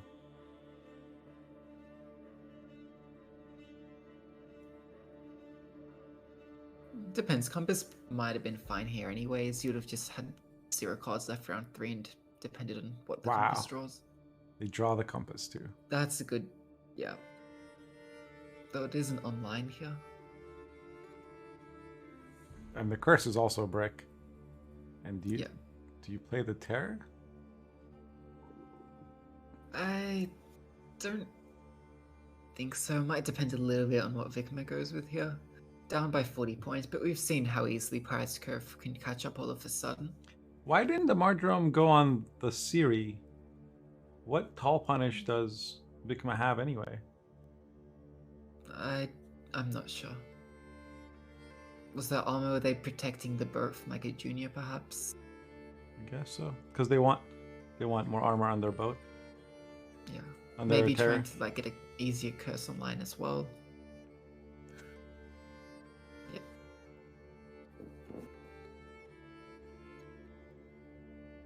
So see the Siggy coming out. No collusion on yet. Collusion may come down next turn. This is looking like a solid pass from maybe though. Getting both Siggy and collusion out is quite a big feat. No, the Terror's Keeps command going too. with the Terror of the Seas. They just want to have as short round as possible. They killed the 10 power Jackal. Yeah, also both leaders are gone for Vikma. Yeah. And also, yeah, because Siggy played 3 units in 1 turn, this Uncrate Longship is just going ping, ping, ping, making the Terror of the Seas even bigger. So that's why it was so important. I hadn't thought about the Siggy thing. And the reason Siggy played 3 units though is because of collusion being in hand, right? Otherwise they would have played collusion with Siggy. Yeah. Yeah, so... Is there a good seize target? You could seize the Bjorn or the Berna. Oh, sorry, the They Coral. have 6 tags. I don't see a blind eye, right? Oh, right. They're at most 5. Is there a Salamandra? Yeah. I think it's 5 tags. Yeah, no, you're right. Yeah, there's no blind eye. Are they gonna junior the boat? Are they gonna seize the boat? They just played collusion from hand, and the lackey hit it. Still down. Interesting.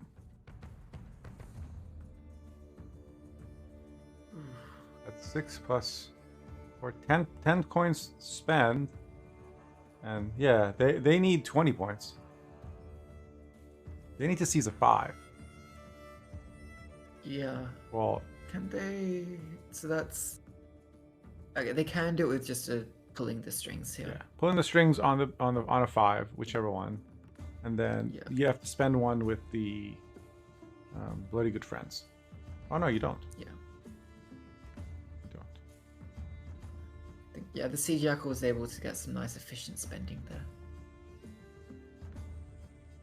Because pulling the Depending strings what, if also it's gives you like 9 coins. Yeah, I think it gave what 1 coin there. So the Sea Jackal returns what is like 9 or 10 coins into like effectively potentially 14 points if they were all spent.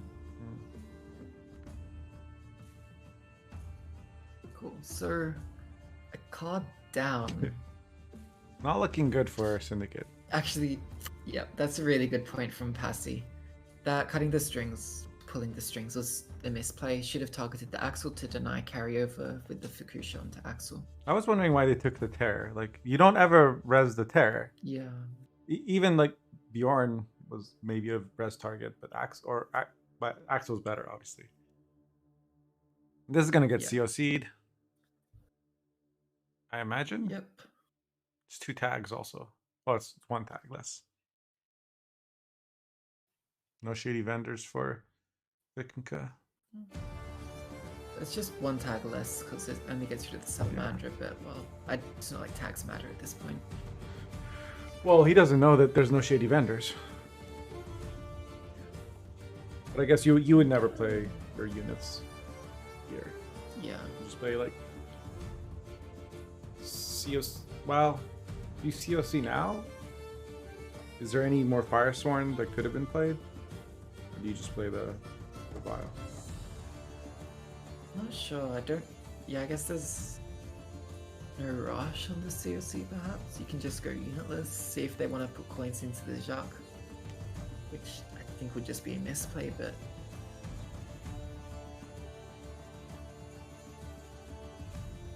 that feels not what you wanted for maybe. Yeah, I would have played the Corsair first, but they don't know there's no shady vendors. They don't want to give C's value. Yeah. And now Jacques can spend. And Jacques was the Yeah. only real spender, because BGF can spend, but it like bleeds. It's 1 per turn per unit. So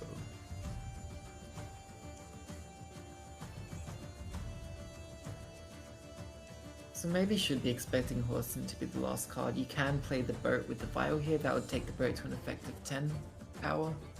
Or 9 power plus 1 armor. That's safe from a junior. Protects the vitality. they don't use it. Is that a misplay? Yeah. I'm pretty sure, right? What do you Fukusia here? Wait, why not Fukusia first? Are they going for like a tour onto the Jacques here? That's 9 plus 7, that's 16 points. Which is more than Axel now. So Yeah, Axel Fukusia is... I guess if you wanted to Fukusia Axel, you do that first, because you wanted to get 3 turns of rain value. Yeah. Oh, they're still going Fukusia. It looks like it is still Fukusia. What? That's Actually, to be fair, you need to play the Deranged Corsair turn earlier, for the vial. because you need a turn for it to get the Cataclysm to go off. Oh, right. You'd rather get a turn of Cataclysm than a turn of Rain by a point, but yeah, it is still a win by 1 for Pirates. I think that last round was a bit iffy from maybe. Definitely should have led with the Curse. Then again, we know both hand states, but yeah, still able to take it by 1 point, but with such a great round 2, definitely still deserving of the win there.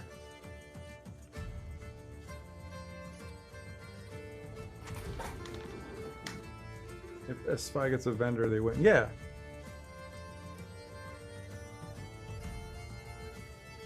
Plus, they could have seized something instead of.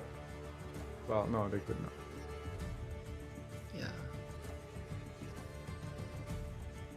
Like, not playing the Vial sooner, I think, costs like at least 2 points on the side of maybe. 1, because the junior didn't get damaged by the boat, and 2, because you lost a turn of vitality. Yeah, that not playing Vial was like what are you worried about? What reason would you? Like, you're only worried about perhaps poisons, pulling the strings, and horse, and like, I don't see what the worry was. Like, at 10, everything is safe there. I mean,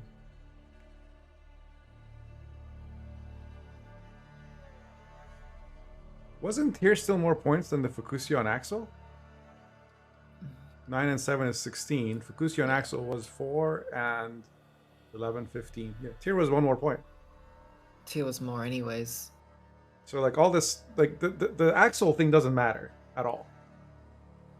I mean, it matters if the curse was actually played first, which I think was probably more correct anyways. That's true. Wait, if the curse was... Yeah, if the curse was played first, then Tier isn't as many points. True. In that case, then the Axel is more meaningful, but yeah. I don't know why you don't curse first. Like, Yeah.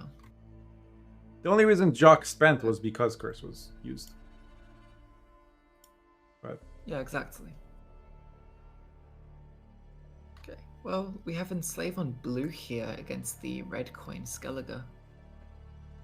I would like to see this because I want to know how I'm supposed to play this.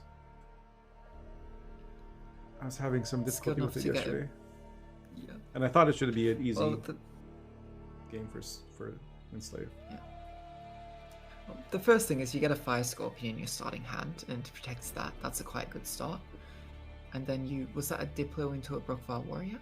That's a pretty good pull, potentially setting up like a nice little resurrect later. True. As much as you can, copy loads of tears. Yeah, I tried to copy tears, and my hand was all goals, and I didn't know what to do. Like, do I mulligan a Brothens or a Vigo or a Bribery? When I went with the, like, what happened with my Skellige opponents were passing early, and then I would take the long round. But anyway, this is not a Mosh coaching session. Calvi comes down. Could be something like, like maybe you need more like Diplos to get a lucky roll in around 1 or something to set up without them giving you targets. I don't know. You could also play Obsidian Mirror if you want to make sure you get a bunch of warriors in your graveyard. Yeah, but it's so low tempo, I can't really play it on blue. On red, it's easy with Enslave. Because they just play it after they pass, and you got 3 warriors in my graveyard. And we may be about to see the problem with that Obsidian Mirror, which maybe barely still has a pass here. And takes it. Yeah, So, you take the pass. yeah. Gotta be happy with this as like the Skellige player, because you got to play both Warlords. Did one get seized? Is that what happened here, I Yes. think? Was there an amnesty? No. Oh, remedied. It got remedied, I think.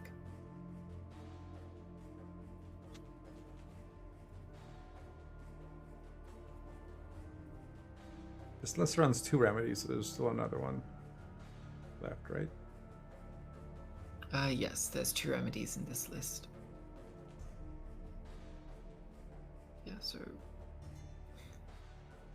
do we even see a bleed?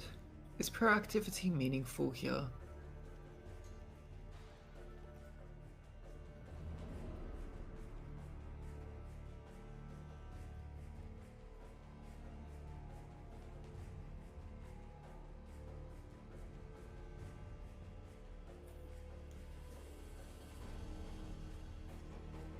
The Feral Bond comes out from Vikma. Maybe Baby's gonna Diplo. Imagine it'll be the boat.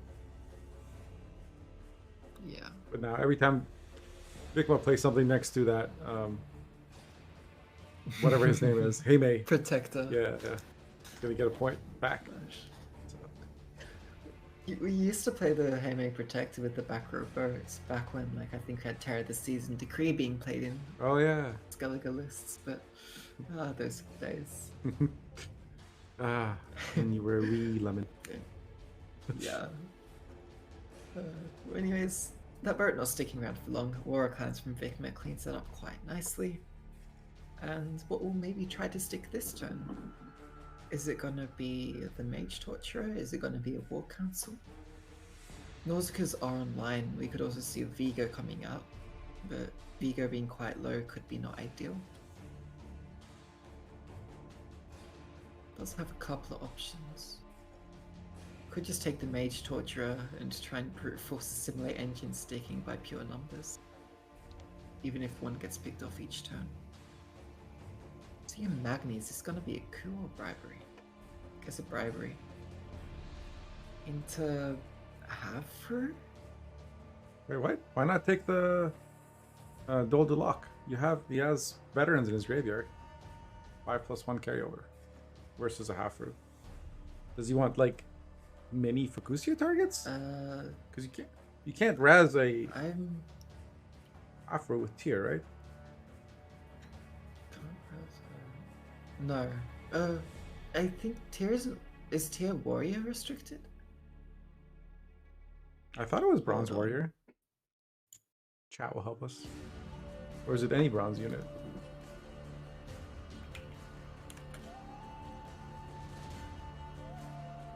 Might just take a quick trip to Gwent 1. Shout out to Gwent 1. One of my favorite websites. For years now. It is just a bronze unit, it's not warrior restricted. Is it Bronze Skellige or Bronze anything? Bronze... So his deploy is Skellige limited, but the boost is not Skellige limited. Okay.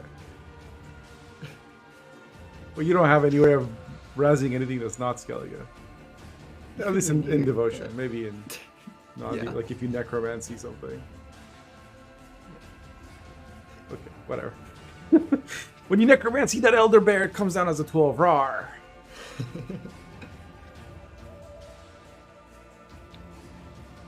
Okay.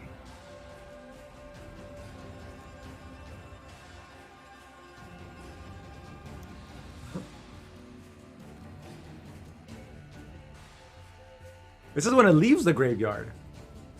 So if you have Tyr on the board and you Lippy, Yes. does everything get boosted? It'll be the first one. It's just like how Ice has counter. Oh, this is the It first time a would only unit be is the first boosted two. or moves from the graveyard. Assuming it was fixed, because Ice on release would summon your whole deck if you Lippied, I think. But yeah. I know that when I Sabbath last season, it boosted all my opponent's units when they had Tyr on the board. Yeah. It was stupid. Incubus also. Oh. I Yeah. practically rage quit when it happens. It happened. So we see the bleed from the warriors, bleed from Vikma is letting up now, and Rune Mage looks like it will be just enough with the rain popping the Skellige Wolves for Nilfgaard to get into this round 3. The nice That's thing why they there took the is- Hopper. They took the Hopper for the Wolves. Because it was guaranteed. Yeah. So the rain was actually 6 points plus the 2. Okay. I was wondering why they didn't take the... It also got them ahead, whereas the Drake Bondu would not have. Yeah. Those are things I should think about more.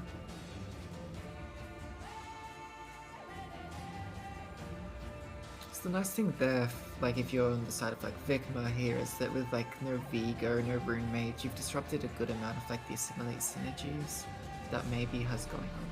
Yeah, but that's why this list runs Sergeants. Yeah. I mean, there's more, but at least it was started. And the Champ's Charge used to clean up that Mage Torturer. I guess when you think about Like, it, that's- that Mage Torture was going to go high anyway. Yeah, for sure. It just means that the Primal Savageries weren't set up to like 5 power, 5 damage, like you would usually want them to be by now. Sorry, what? Why would the Champ Charge affect the Savageries? Well, You're saying he could have usually, like, used right, they're not at... if he had played enough Warlords, but that's not the case here. Because one got... Yoink? I think they just haven't heralded off Fukusha. In fact, did they just miss Herald? Did they? I'm not sure what happened, or if I saw a Warlord on maybe side in round 1. I Yeah. don't remember how it got there. You know, from chat, maybe you can tell us. Yeah. Apologies. This is the point where I'm gonna start missing things. And it's totally fine.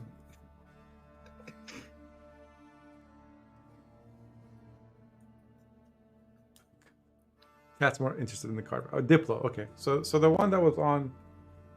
So they just didn't draw their second Warlord, and they haven't gotten their Herald. That's unfortunate. Because there was only one. Yeah, I'm not sure. Oh right, it was Remedy. It wasn't Diplo. It was Remedy. You said it at the time. It was. I thought it was Remedy. I could be wrong. Oh. No, because it was the.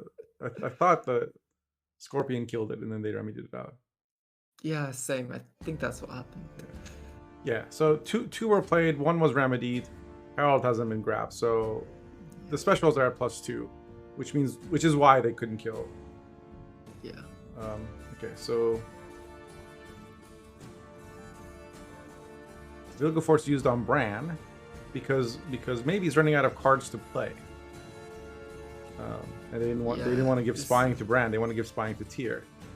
But this is why last say can be quite important, because being able to play like a Fukusha or your Tyr a bit more without being worried about it getting like spying on it yeah, can be quite crucial against Nilfgaard and make it quite awkward for the side of maybe here. Like they don't want to play this Torturer because what are they giving spying to? But also it's not getting its assimilate value. So exactly. It's almost less the last say and more the second say, right? Like yeah. they have to play Nilfgaard. Making Nilfgaard have to play first every time is like pain to them.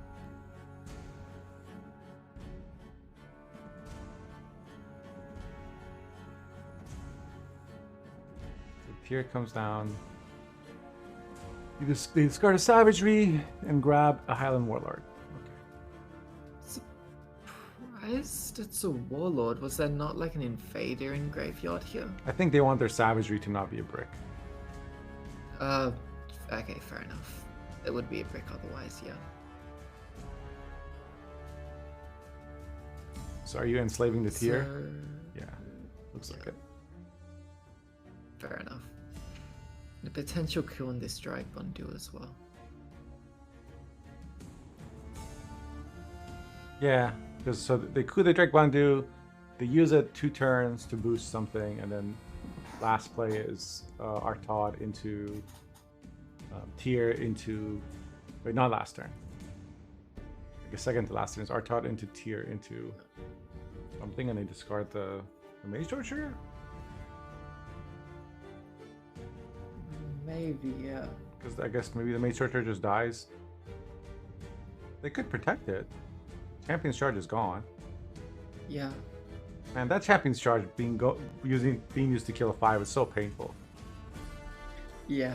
But they had to. They couldn't play Fukusi or Tier earlier, I imagine. No, this is the problem with Assimilate. You don't want to play your good stuff early, but it also ruins your own strategy. And there's the Fukusha now. Killing the tier.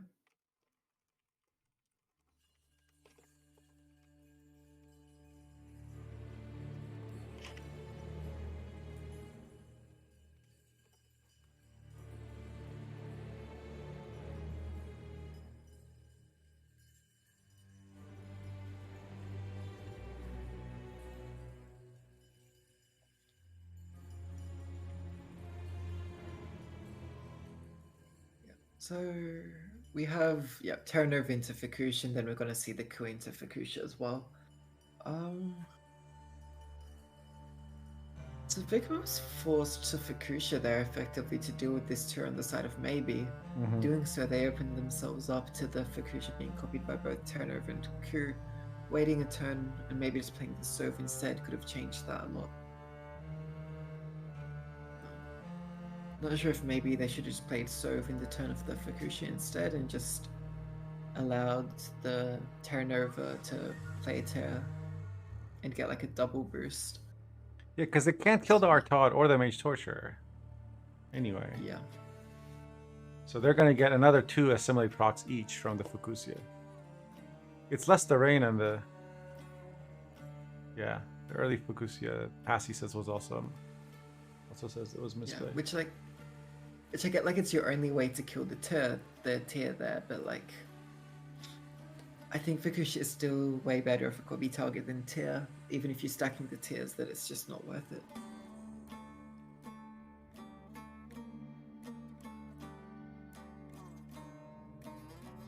What's the other issue with playing multiple tiers? Tier is only 1 Assimilate proc. Fukusia is 2. Yeah. And I'm pretty sure Fukusha off of Q is going to beat out a Primal Savagery here. Yeah. Just by a few points. Logic says, in this matchup, you always play Fukusia on last say into Vabiorn for value, rather than playing it early like they did. Kill the tier. Yeah, either that or after the Spying Tags are gone. Even after the Spying Tags are gone, well, in this case, Skellum was also played. Because you can still coup the Fukusia even without Spying, right? But... So I think that round 3 was made a whole lot more awkward for Vigma, because they just didn't have the damage they wanted on their raids, not being able to play as many Warlords. I think they also missed a Herald, which is a bit just unlucky at that point, but... Yeah, the missing Herald's huge. Yeah. But anyways, because one of the Warlords was lost to Remedy, they couldn't have heralded a second Warlord anyways. It was... I mean, you still would have liked that, because then you can get the Warlord at the start of round 3 and actually get value from the damage, getting you better primals, maybe killing Mage Torturers earlier. Yeah. So if you're taking notes, chat, what you do as Enslave is you make sure you draw a Scorpion round 1, so that you can kill the Warlord and remedy it and then take the pass. Maybe also keep a coup as well. Yeah. And I also wonder if Vic could have denied the pass in round 1 somehow.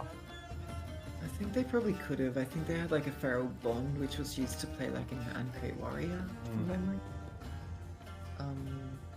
Ancrate Warrior is a relatively slow play there.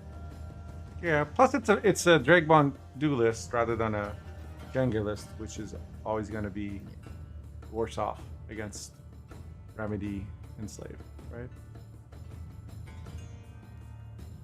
Oh yeah, of course, because Drake just you kind of can't play it against remedies because you don't want to feed your opponent. Plus, like, it's not just that Drake is bad; it's that you don't have a lock. And Yeah. lock is good against Nilfgaard because it's not like they're gonna copy it to lock your nothing. No.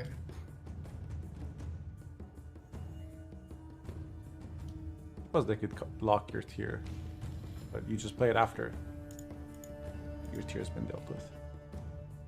Your tier's gonna get enslaved anyway.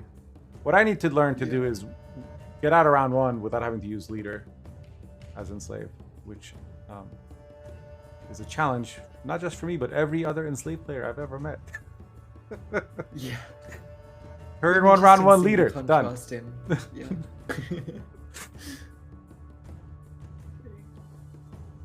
And we have a mirror, and these are literally the same decks for Pirate's Cove. So, Are they both missing disciples? yeah. Okay, because disciples are Yeah, edge from the meta. looks like it.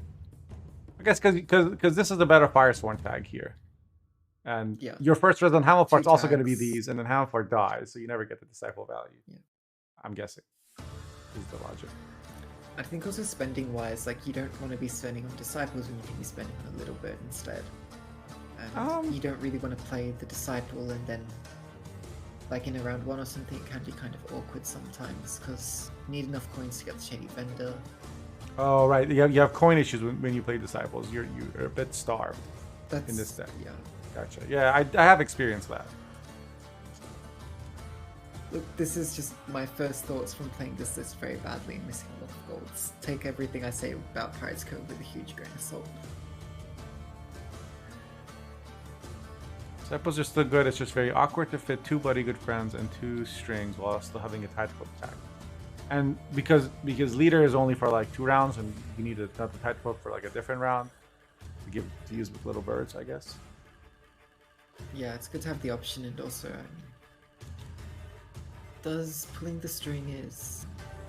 I mean, Eventide Plunder is also a Tide Clerk card, so you can just use that as your Tide Clerk for pulling the strings. But we do have the Tide Clerk Ransacker is being used in most lists. No, because Eventide Platter is a special. It creates a unit. The unit has to be Tideful, which you're not guaranteed to get. Pulling the strings doesn't care about cards, right? It cares about units you have on board.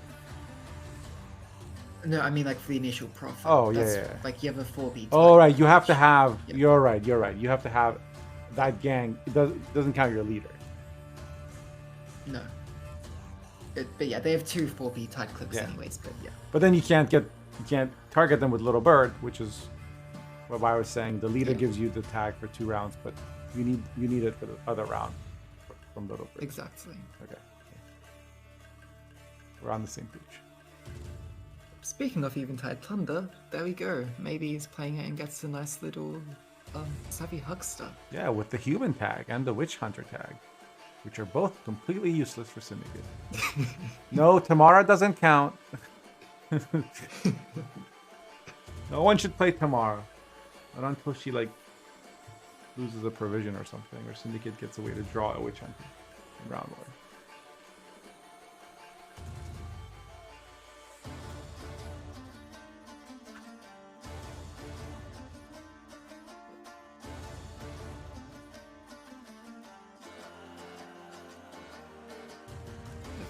Pretty similar board states for both players here.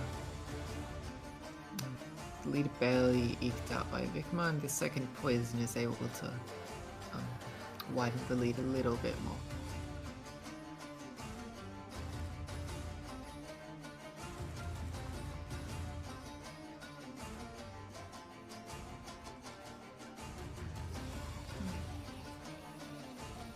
I'm doing a very important see poll right now. Sorry, go ahead. Yeah, so Vikma won round 1, I think it was. Oh no, Vikma passed. I hate how the names go away in mirrors in like the redraws here. It makes it so much harder to keep track. The names go away, the leader charges go away, for reasons beyond my understanding. It's not like there's a lot of clutter. Yeah, On so the edge of Vikma the did screen. win the round 1. Yes. Yes, Vikma won round 1. Opens with Tunnel Drill. And the Junior. Junior seems... Well, I guess it's the only way to answer it right now because there's not enough tags to seize. But it does get the Junior. Did Vikma play anything big round 1? Unless I missed something, I don't think so. It just seems to be a whole lot of bronzes on both sides.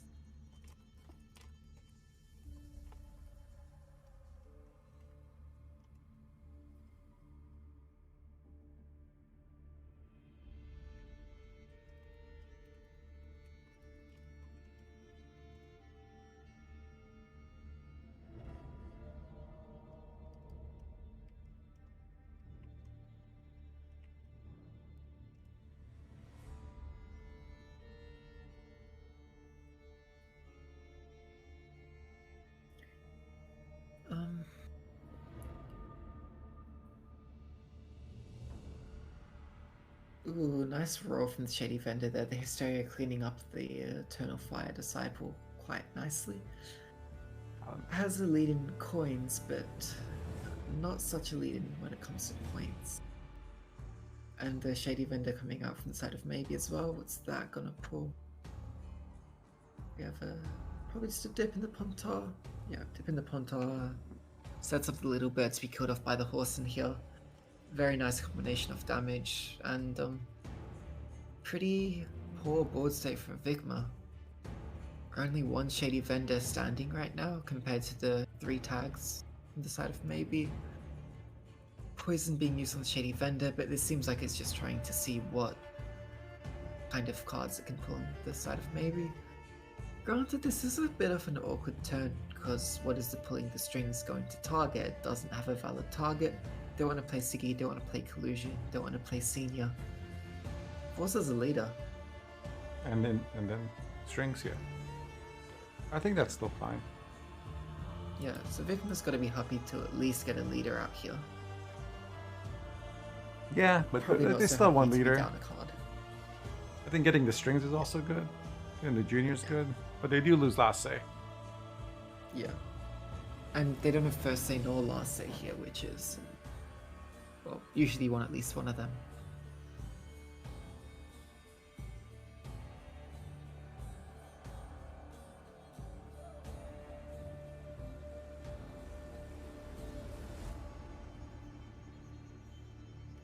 Yeah, you can lead a charge in that last round there as maybe to defend the bleed, but you'd rather save a leader for both your leaders for round 3 if you can, especially when you're quite far ahead in that round too. Anyways, maybe just uses the Jacques, gets the King of Beggars out. King of Beggars out. Thank you. Yeah, and so now Vikma, I could try actually helping. Vikma plays the Jacques. I'll do my play-by-play job for like 2 minutes if I forget, then get involved in the discussion with chat again. Yeah, I was going silent as well, just reading chat and the discussion about pulling the strings too. Yeah. So not only am I not doing anything, I'm also distracting you. All right. So do you play? I guess it's Vikma's turn. You don't boost. Nobody boosts anything. Not boosting to 7. Interesting. Why did Junior's gone? So you don't need to. Oh, okay. I think you spend on the Siggy because it forces the Junior to have to use the feed, which means they're sort of trading down a little to finish the shock off. Senior comes and converts to 3 power units, less points. But for whatever reason, they decide not. They want that down before they earlier. They want the tags. Right now they have 4 tags. Also, right? Yeah. King of Beggars gets to stay alive because there's a blind eye. Whereas we don't really care about just the Firesword tag. No, I'm just saying, why not play the Hamelfart first and then Senior there? Oh, the Hamelfart? I think just more crime value. Oh, right. So okay, so you want the Senior down before you play the Hamelfart because Hamelfart plays a crime. Even though you're converting bigger tokens. Okay, yeah. Because sure, you save 2 points on the Senior, but you also get like 5 extra points in theory playing it the Senior first. Yeah, engine value. Right. Because he's also got Intimidate. I was wondering where the 5 came from. And again, like the Horson Jr. missing from Vikma just makes it so that these lackeys are sticking quite easily for maybe.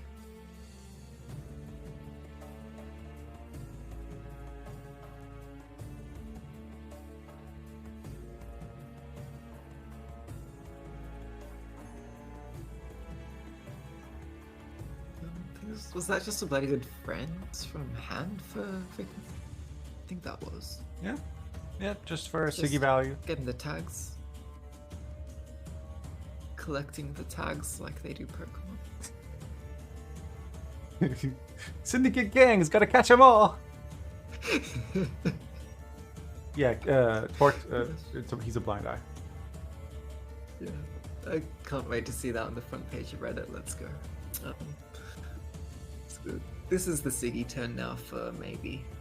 We're gonna see. What are we gonna see? I guess Drill and Poison. No, we don't see Poison. Interesting. Just see the Tide Cloak.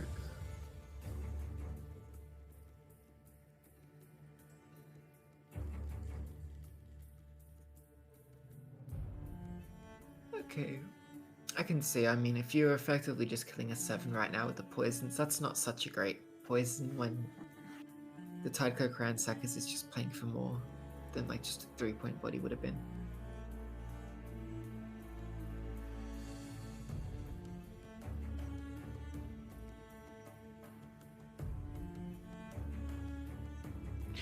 So, some boosting happening, or some spending rather, Siggy before time. Siggy. They keep 3 coins. Is that the optimal number to keep when you have all the tags? I mean, the tribute is free, so it kind of depends on what you're playing. Well, Shady Vendor is what you want, right? Yeah, which, did they have it or just miss it? I think there should be one index still. But they got the poison guy instead. And both players have collusion in hand, which I think is not optimal, Yeah. right? I guess Yeah, I don't know know. what the right If- sequence is for this deck, or the ideal sequence. Yeah, if you're missing like here's of other golds, maybe it is just better to keep collusion in deck, or if you're confident you're gonna have all 6 gangs or 5 for collusion, it doesn't really matter having it in hand. Right. At least nobody drew KOB this game. Yeah, that is better. Where is Vikma Senior? Did they just never have it? I think so. That Senior is like a lot of points this game. This round, I mean. Yeah, like denying the lackeys would have been like quite powerful. Yeah. Or getting rid of the salamander tag from the Jacques as well would have been nice as well.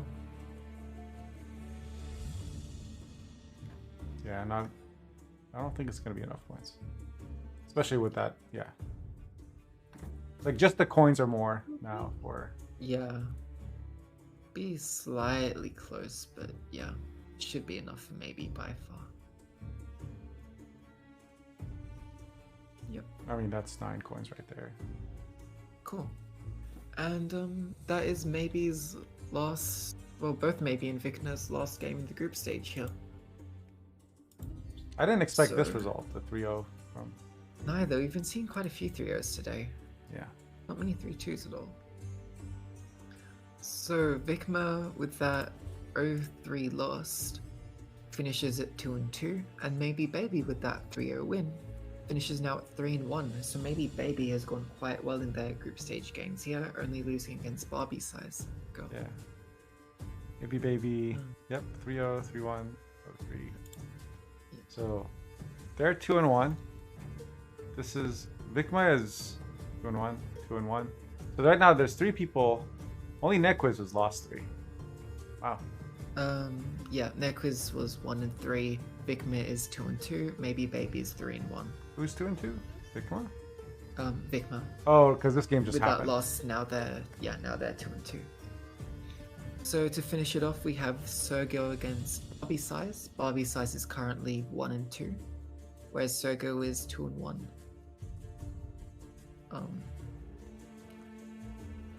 So a win here from Sergo would put them.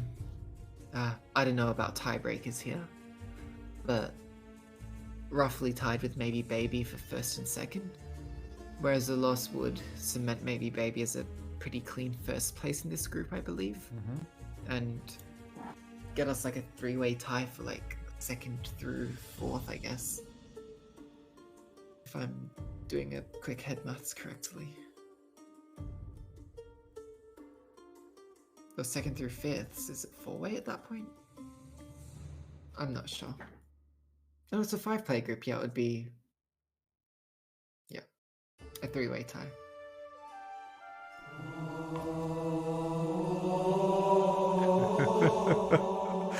The church is in session. Craigy's in the chat.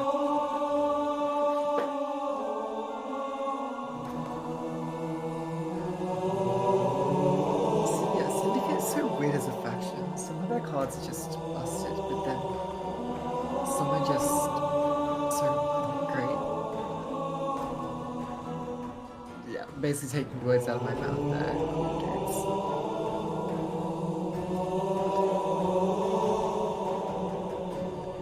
Some insane cars of fantasy could be even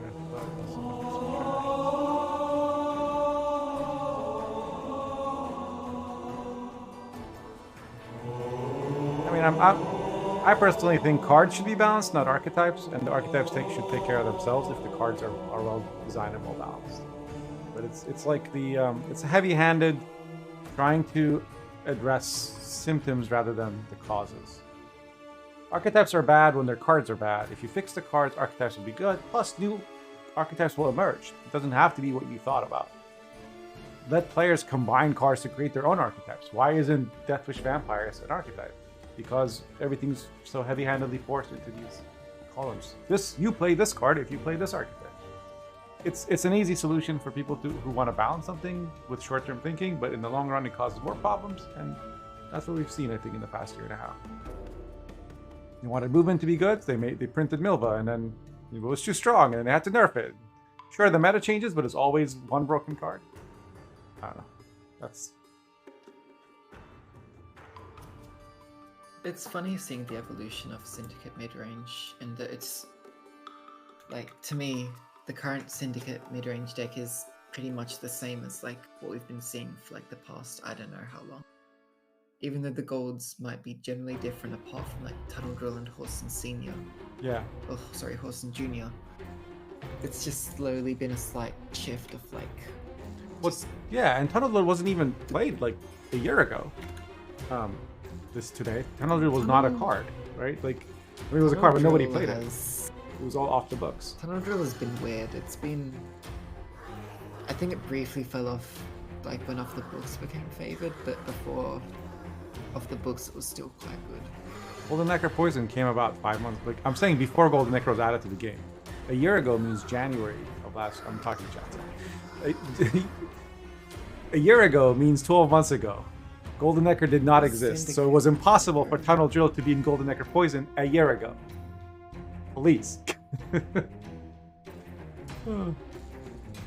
Tunnel Drill used to be good when it had the damages by 3 +1 for every adjacent Crown Splitter. Then it got nerfed because they used to like wipe boards in one turn. It got nerfed, and then it was only played in like meme prime decks.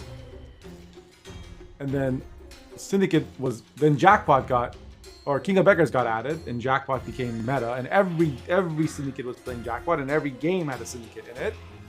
And then Jackpot got nerfed 3-4 patches in a row where it lost a provision or two. King of Beggars lost a provision and 2 points, and then lost another provision, I think. And then Off the Books got reworked. And initially everybody was still playing Jackpot, But then Off the Books slowly took over. There was one season where at the beginning everyone was like, Jackpot's still better. By the end, everyone was playing Off the Books. Over the course of 4 weeks, the consensus among top players shifted with no patch changes from saying everybody's saying Jackpot's better to everybody saying Off the Books is better. And then the next patch, so Jackpot got another nerf, and everyone was only playing Off the Books. Anyway, that's the history of like the first 4 or 5 months of last year. In terms of City Game. Fun fact, Tunnel Drillers had like 6 changes since release, and a number of them would probably be classed as reworks. After this game, remind me to talk about release Tunnel Drill, because that would probably make you laugh if you can't remember what that was. Yeah, we should. That would be a fun trip. But anyways, we have White Frost. You excited to see some monsters? Oh, yes. The Scoia'tael monsters. To be precise. That's as good as we're gonna get. Look, animals are people too, alright? Where's the love for beasts and insectoids? There's ancient foglets in this deck. There's a Toad Prince. It's good enough. Speaking of Toad Prince, do you just use it here to eat this bird on board? I do you would. just use a leader instead to move Oh it? yeah, actually you can move it. Or You don't. what You can just race use are the those? little. What's her Or name? the order, Aristocrat. yeah, that's true. Don't use anything. Yeah. I play Aristocrat and then the guy that gives Frost, because he can't be. Oh, Or just doesn't opt even move. Okay. because he can't. Like you can't damage. Someone tell me what the name of this unit is on the left. I'm sorry. Crew. Crew. Nagelfar's crew. Nagelfar's crew. Okay. Nagelfar's crew cannot become damaged. So fun card to play against pirates. And I guess you're not really expecting them to commit damage enough to kill it. And this is why you saved the movement to split units. Just Rose, use the Winter Queen. Don't see a tempo this way. Do we?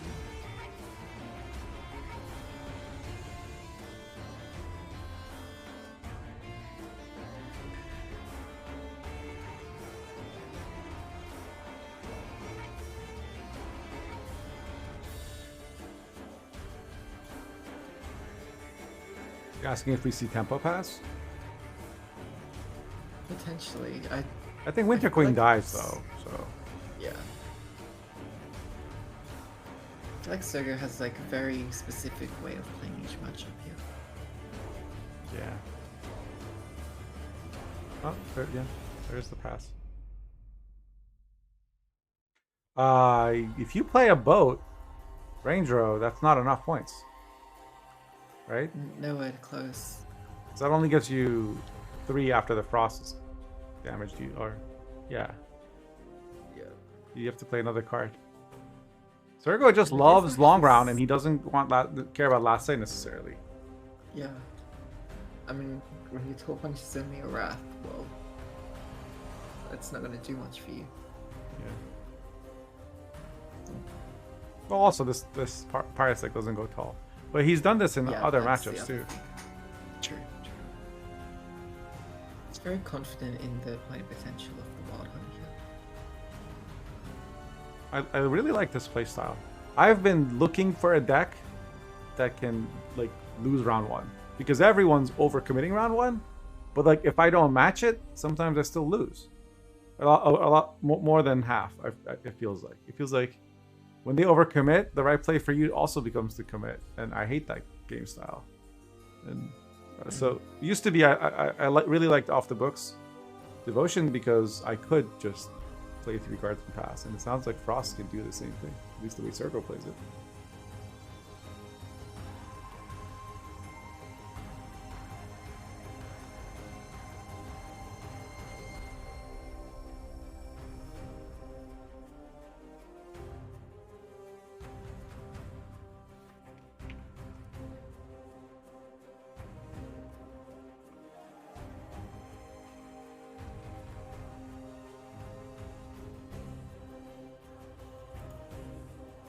Sergo passes.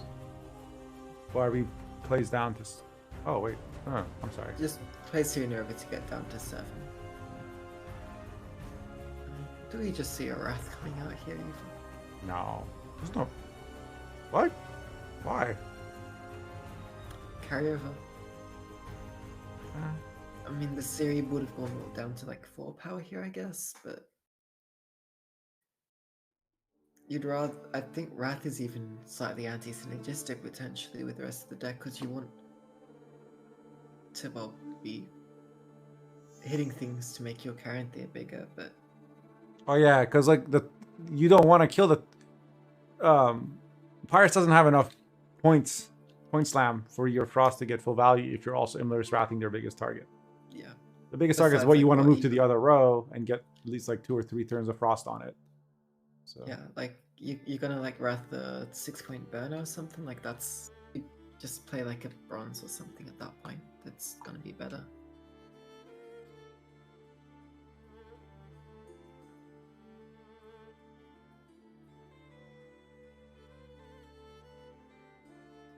So Soka played the Odd Gate there in the round 2 to enable more KO from the Turnalia, right?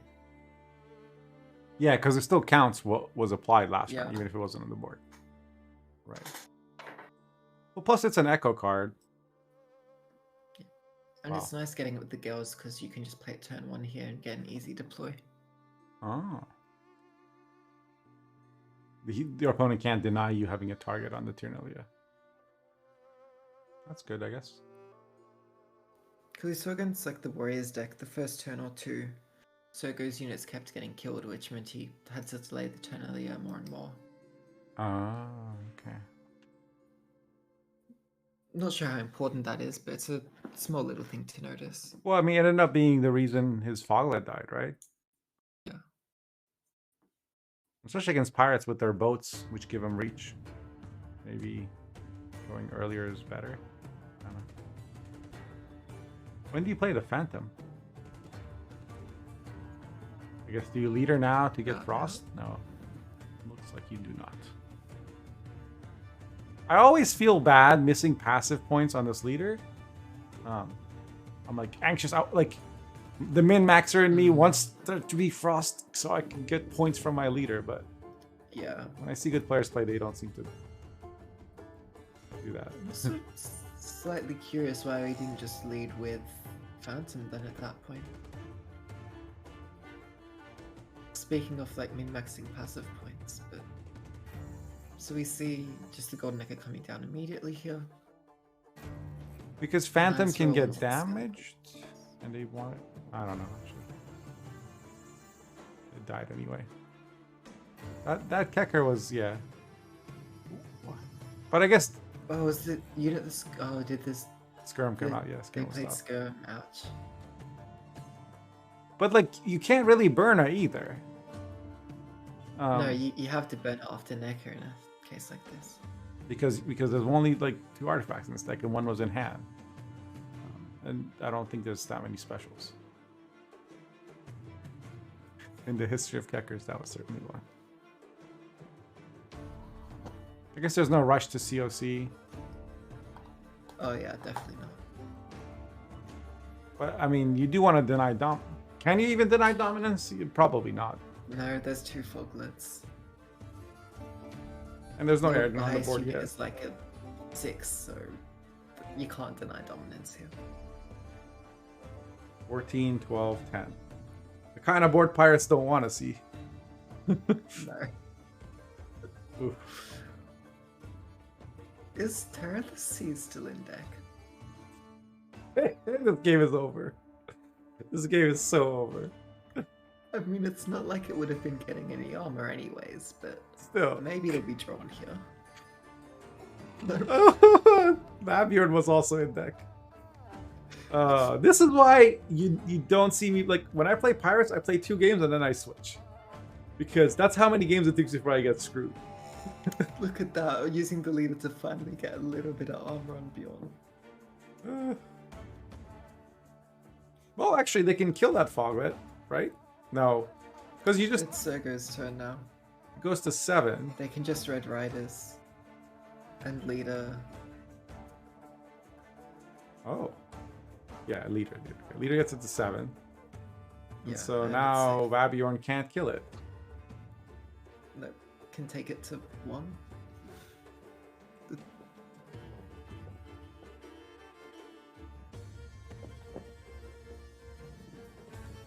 Can't kill the Eridan either because they don't have leader.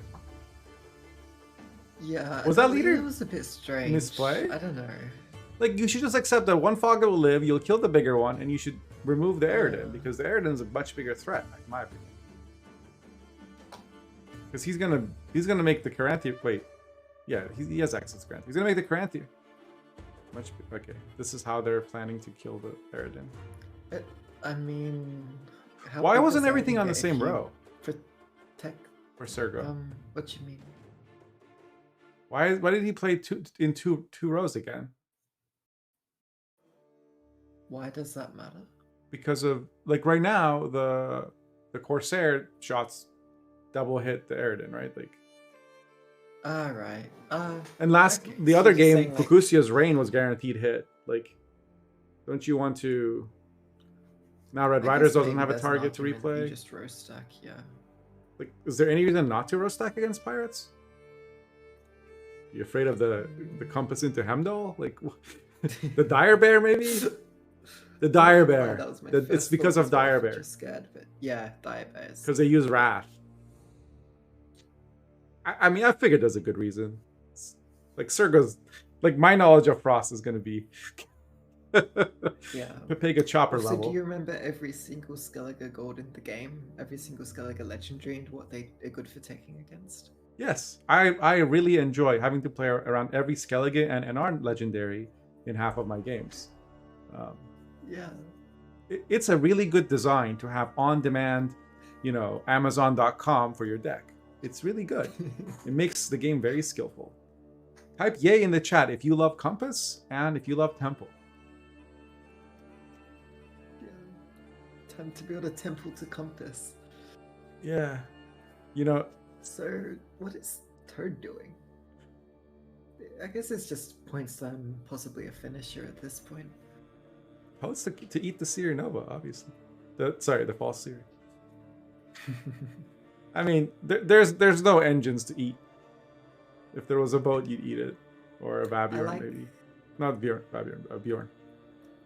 I like the 9-point bear, which you mentor with the armor as well. It's basically 10 points. Did Sergo just miss Caranthir this game? I guess that happened. No, he had Naglfar, but I guess he used it to play Eridan instead. Yeah. Which makes more sense.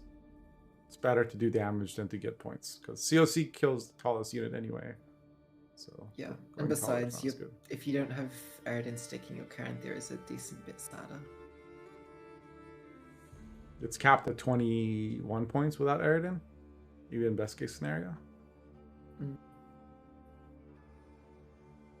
So if you have to choose between the two, and also he had 2 Foglets on the board, so Eridan played for 8 plus.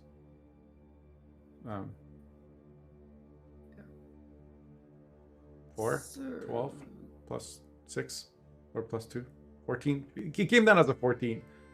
Yeah. So, yeah, this was the perfect amount of frost as well. It finishes just at the end of the round 2. Look at these points, man. 59 to 36 against COC and tier. Yeah. And that was also, that's without Caranthir. Imagine if we had a Caranthir there to finish instead of this, Conqueror. That would have been an extra, I don't know, 15 plus points. Yeah. Don't mind me, I'm just importing this Frost deck right now. Yeah, I think at the start of the round 3, Sergo was missing, Caranthir, Ternalia, and Eridan from hand.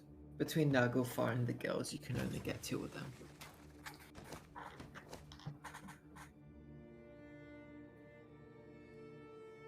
Okay. Done and done. Sorry.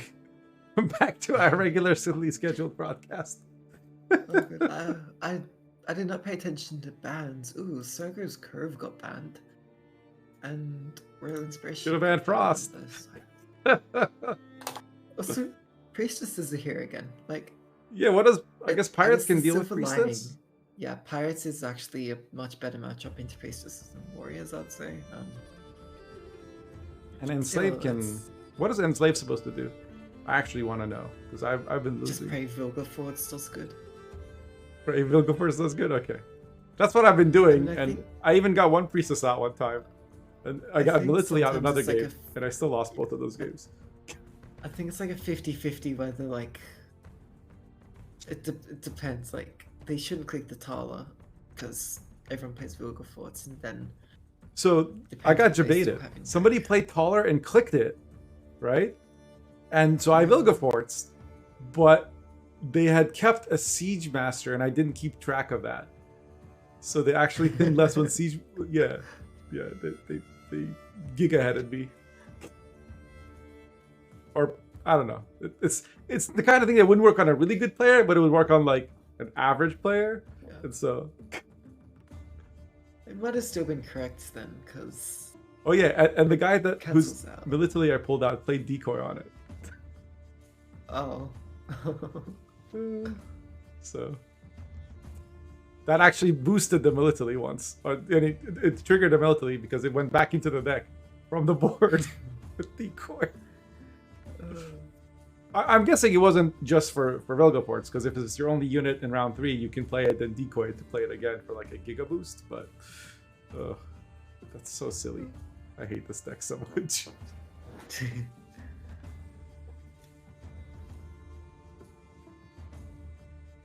So yeah, so we see Nick is being put back on the side of Sergo, comes out immediately. Quite the good boy. With the mutant generator coming down next turn, round control is always nice, and I don't know how much like. I mean, last say is nice to make it can be, for example, quite a bit less scary. True. Combi is overpowered, as chat knows. And there's the turn 2 Michi generator for the Priestess player. Pretty standard for what happens if they missed out on the Michi generator in hand turn 1. The deranged Corsair putting Cataclysm on the back row, you don't really care there's no units there right now, because Sergo has to play into that row to get the Michi generator value anyways. Yep. So unfortunately, goodbye Nick is not going to stay on the board here for very long. Sag for best boy. Sag indeed. And that ballista's gonna die too. Oh, maybe not. Possibly. Most likely. Wonder if we see a call come. Yep. Yep. Absolutely. You want to get rid of these siege engines, kick them out of the round. Yeah. Comes the skirm, I assume. Do you ever play Croc from Compass? I mean, at that point, I think you'd usually prefer to just play Scenario. Yeah. Or Arnigat. Like, yeah, well, from what I think, like, Scenario tends to just be a better Croc usually. I know that's not, they don't do the exact same, but if you're going for like a parity type extra damagey thing, you'd just go for Scenario. With the Bjorn's ship is able to help you secure a kill or two.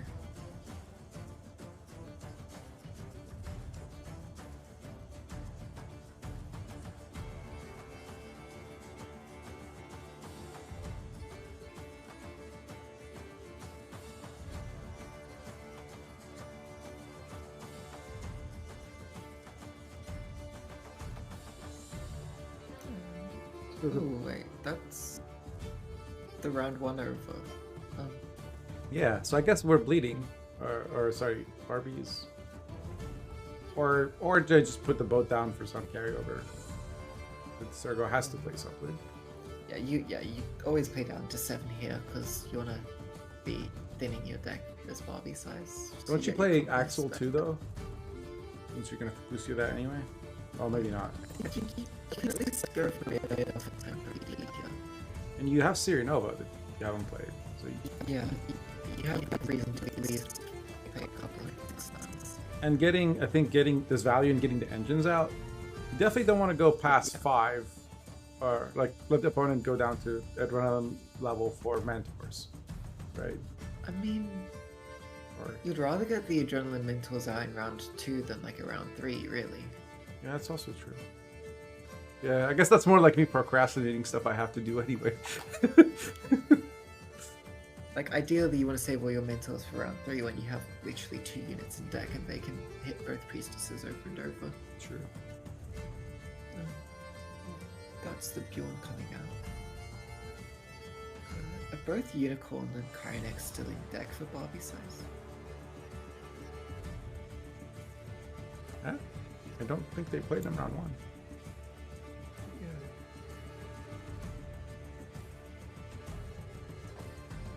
Like, yeah, on the side of Surgo, like the low commitment play would be something like, I guess, like this Lyrian Mansion. Higher, or like maybe this, Radovid. Could also see a Snowdrop coming out. Oh. Marguerite to lock We the go boat. for a lock. Okay, Which, yeah. makes sense. But that was our last leader. So, I guess maybe they Well- feel Radovid is more likely to live. I mean, Radovid at least gets you one more leader, and at this point, I think once you've gotten like the Istrid Mutual Generator, you just need to make sure you've thinned enough. You don't lead as the targeted tutoring isn't as important because mentors will still do fine.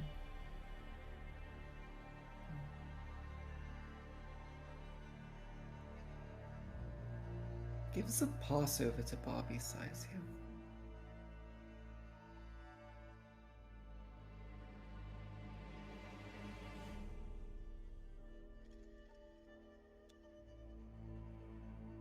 I guess the locations also carry over. Maybe. Yeah. Do you think Barbie's trying to get the sunset out? Ideally, but we'll see what comes out because like we probably just see like a snowdrop here on the side of Surgo. Yeah. They even have that priestess to mulligan, so. Here comes Axel.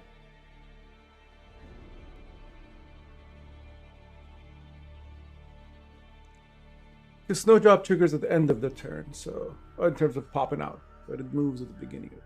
So, okay, Roche in hand is good. You don't want to mulligan Roche. Well, ideally. I mean, you kind of do, like, because here the Trident Roach, not playable this round, same as the Priestess. I just meant I'd rather because it keep the boosts it by Wanderers 1, right? 'cause- Oh no, Snowdrop right. doesn't, and there's no Istrid on board. Okay, Yeah. my bad.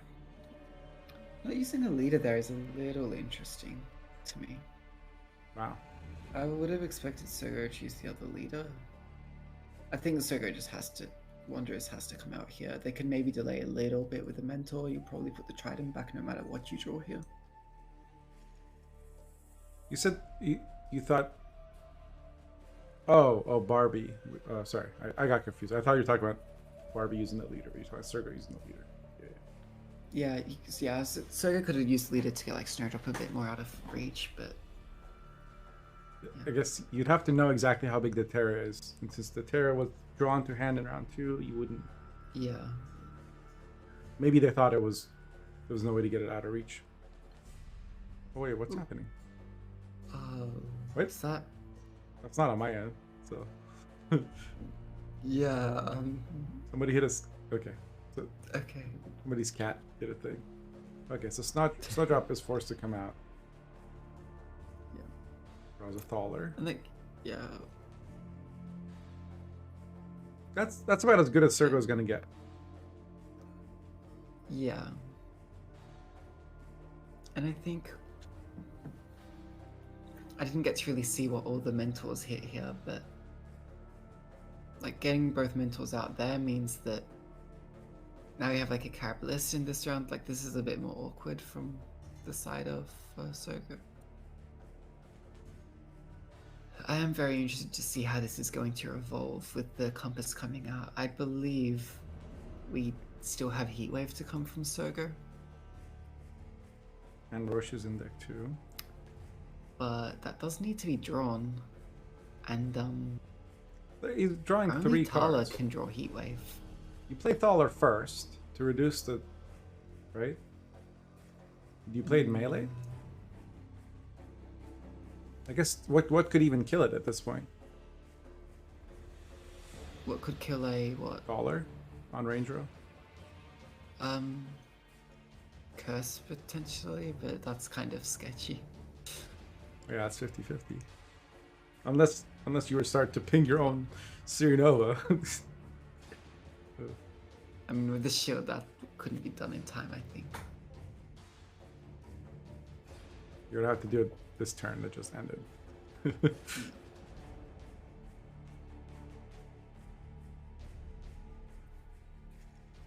You don't do that because you just assume they play Thaler on melee row. Yeah.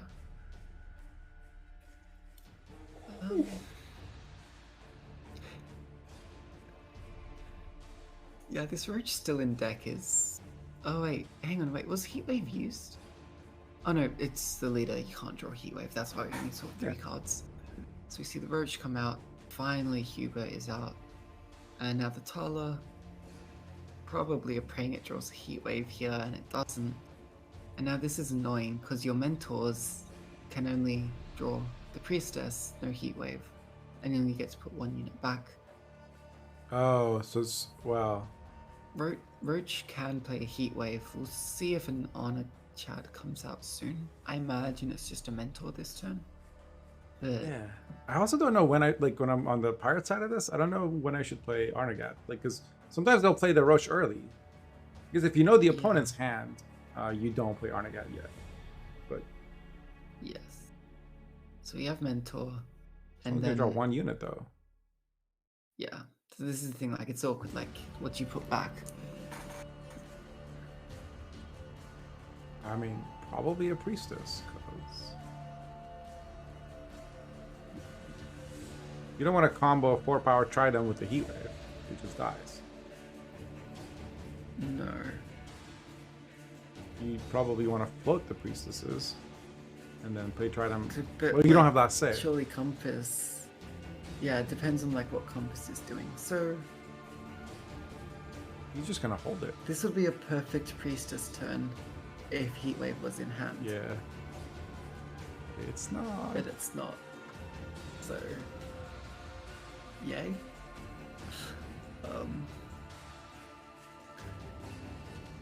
I mean, I don't know. I think you still have to play Roche here. Maybe I'm too scared of Arnagad. But your lock's gone, and Arnagad wrecks you.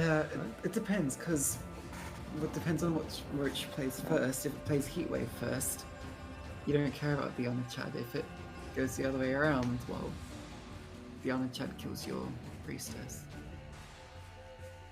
But if they were going to Onachad, I feel like they would have done that by now.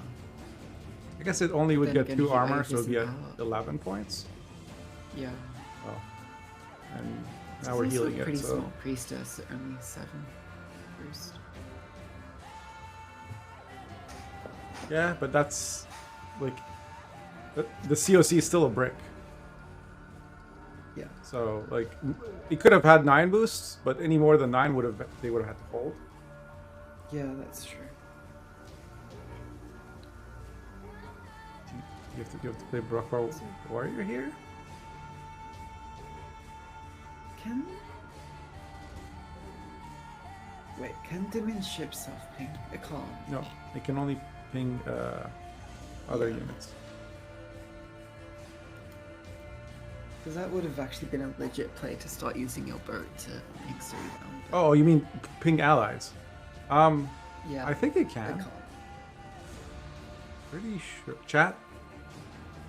It's an enemy unit by 1. Oh. So we just go for Kusha here. I guess because they're still scared of like it. They know that a Heatwave is still in deck for Sergo.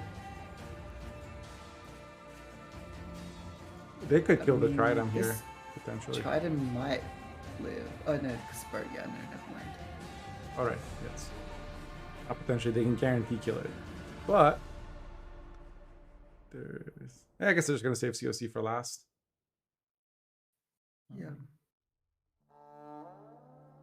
Hmm. It's looking like a win for Barbie size here. That heat wave never getting drawn is really unfortunate. It means it was like the Yeah. one of the bottom cards of the deck, or very close to the bottom.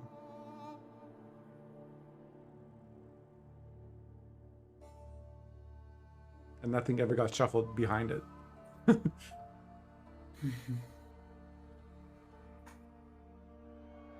Wait, what did they heat wave? They heat wave the boat. The 7-point bow, I think, because to play around this curse, which was the correct play, it's still slightly Not enough, short. yeah. So that's how you beat priestesses. Just pray they don't draw heat wave. Taking notes, chat? Just pray G. Sacrifice to Freya. Space Father would say. What a game. The Circle lost that one. Yes. Which I would probably say that's probably the worst matchup for a priestess player. Mm-hmm. Don't know how Pirates Cove is. Maybe you just get outpointed in a long round against Pirates Cove once they have everything set up and dealing with your stuff. Could be. I think if your Trident doesn't get answered, that's still a lot of points. Like the other game, it was 17 and 13 points. This game, it was like, what, 9 and 7? Sorry, charges. Like quite a difference. And also note that the difference was in that first game. The mentors were all used in the round 3 where they were hitting both priestesses. Mm-hmm. This game, they were forced to be used in like the round 2 where they didn't have as great targets, or in the case where the 3 mentor only had 1 target. The bleed, forcing out Sunset, and forcing out mentors, and not losing your card was huge. I don't know that like an enslaved deck can do the same thing. Oh. Yeah. Although we did see an enslaved deck to our pirates earlier, so maybe. Yeah, but a priestess deck is gonna fight a lot harder for round 1. Yeah. That was actually Barbie Girl, wasn't it? Barbie Size Girl, who did the 2-0 with Enslave, I think. Yeah, because we were all shocked about the early Stefan. But yeah, that was game 2, yeah.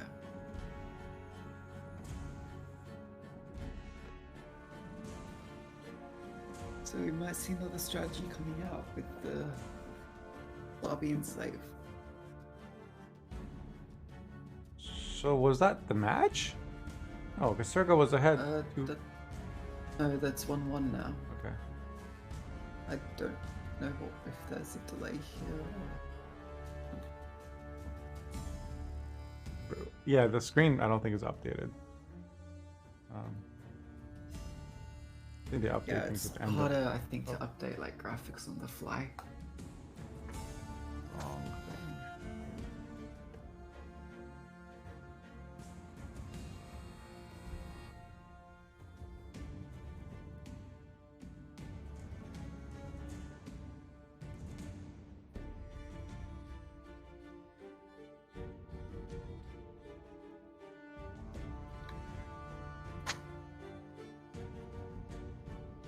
This is the last game of the day. I bet you're excited to get to bed. It is what, 2 a.m. your time? 3 a.m. your time? Yeah. Lemon's like dead. 2 a.m. I'm sorry. I feel like my energy has dipped as we've gone on. I mean, you're still doing much better than me, so. I'm not a false modest person, trust me. Chat will tell you. So, okay.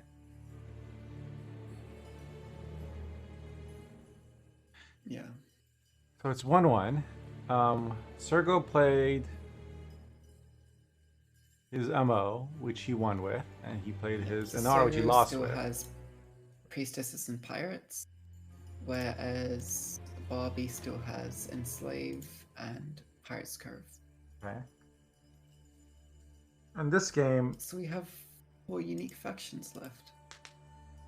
who was what coined this game? Who we just saw?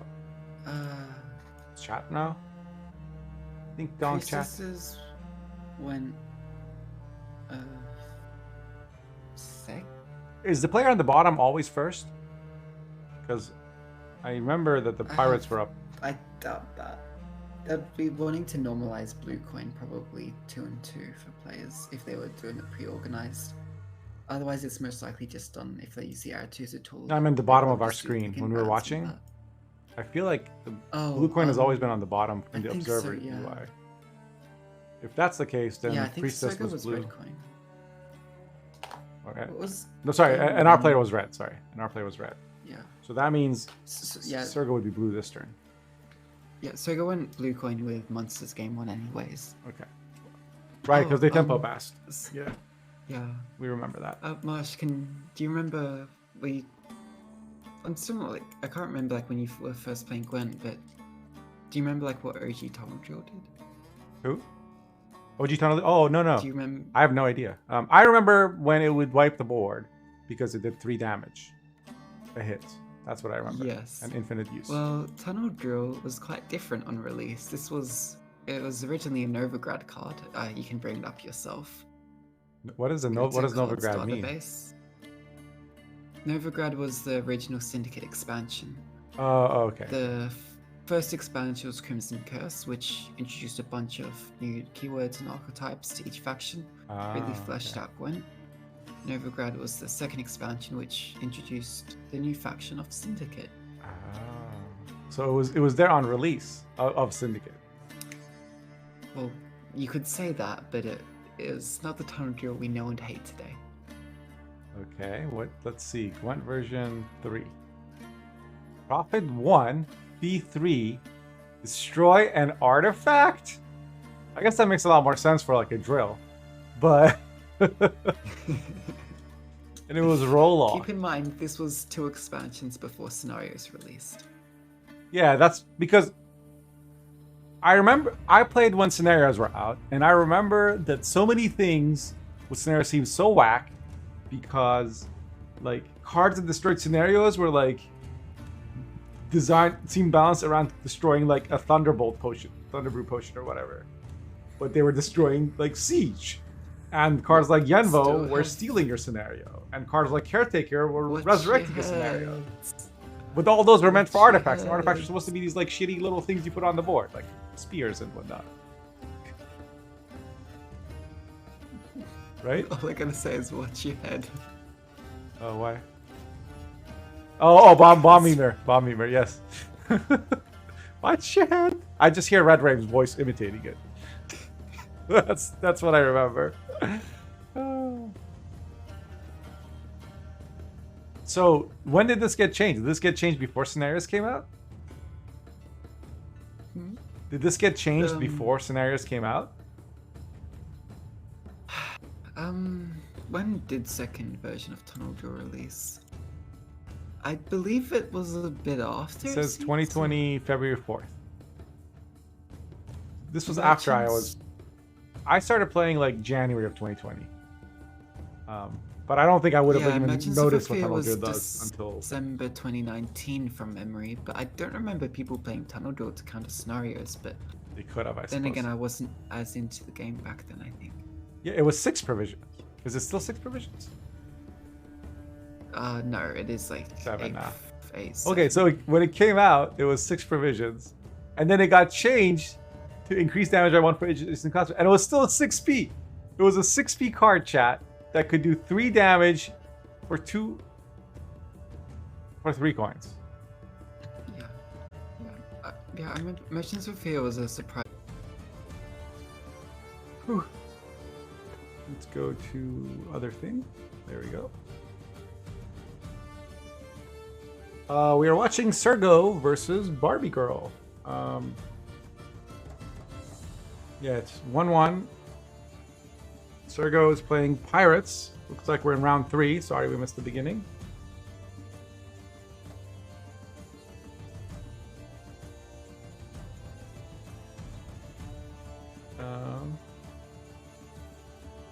Yeah.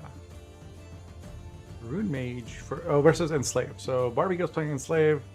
Don't know who is what coin.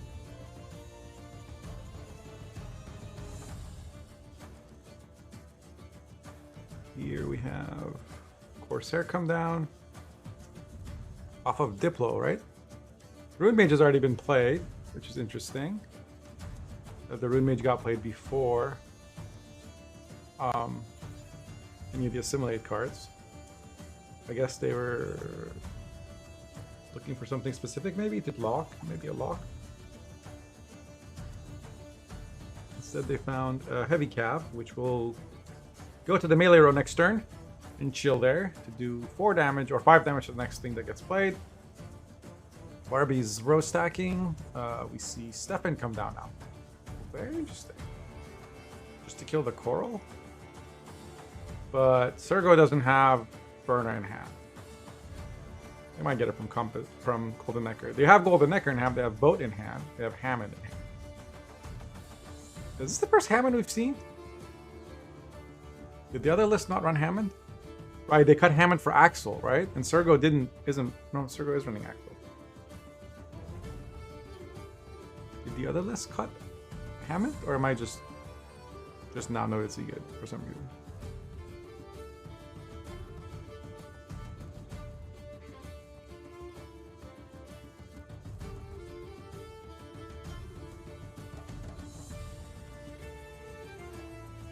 Oh, cut Hammond for unicorns. Right. He did not. Sergo did not cut Hammond for unicorns, it looks like. But I will go check on the other screen.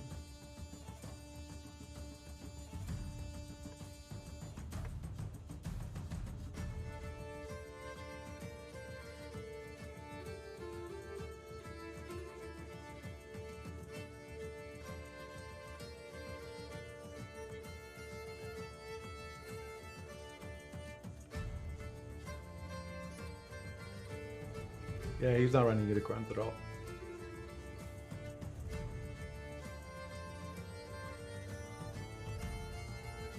Or Decree, for that matter. Which makes sense, because unicorns, you need a Decree to make sure if you have one, you can draw the other.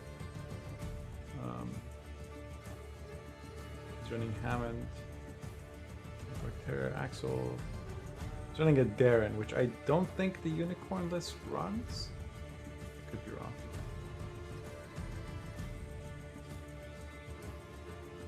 Yeah, because the unicorn list would have too much thinning with Darren.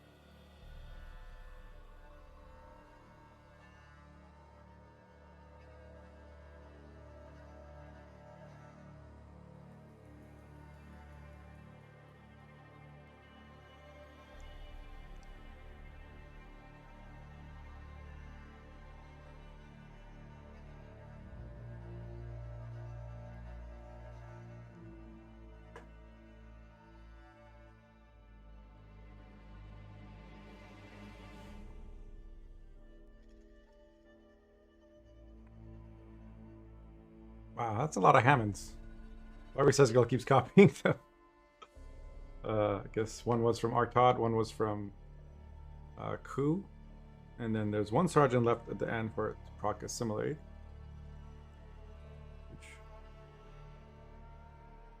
Oh, my bad.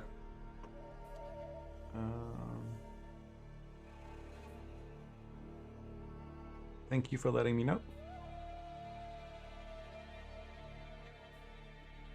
That used to be a lemon. Now it's nothing.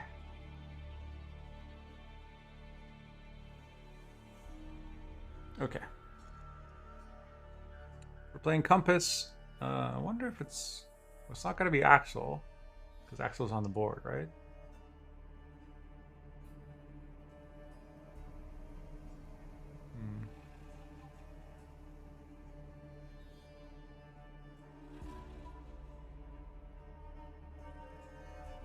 Odd boat, because there was 5 damage units. So the 10 plus 3 is like 13. 18 damage. Plus 4, 17. Yeah.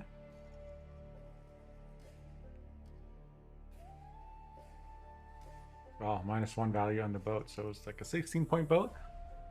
I guess Axel got Martyrdom, so that's what's gonna be Vilgefortz. Yeah, that's not nearly enough points. There's an 8-point Vilgefortz.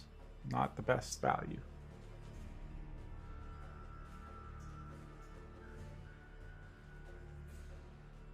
Oh, Sergo on Pirate. So that now it's 2-1. So it's going to be Sergo's Priestess against Barbie's either Enslave or Collusion. Pirate Scope deck. What would you guys play here if you are Barbie?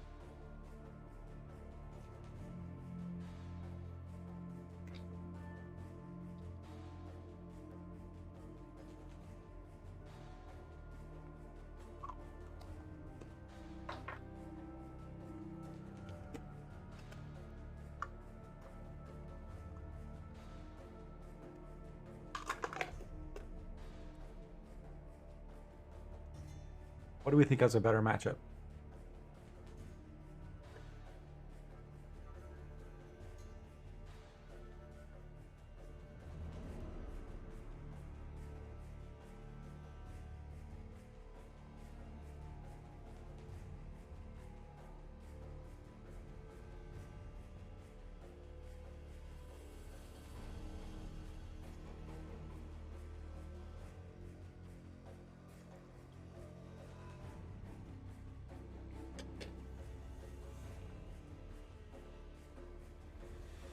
Looks like it's Syndicate.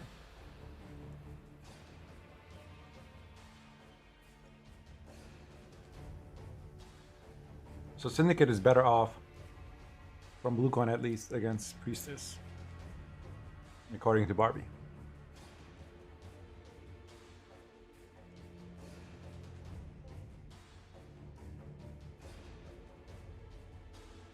Sergo kept the Roach and the Knickers. They don't really think they're going to need the extra tempo this round. They just want them for thinning.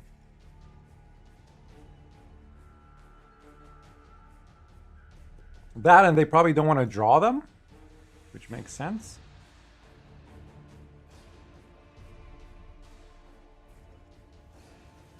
Channel Druid comes down, gets Crystal Skull. I imagine this kit will just get Heat Wave. Otherwise, it's going to be really annoying. All round long.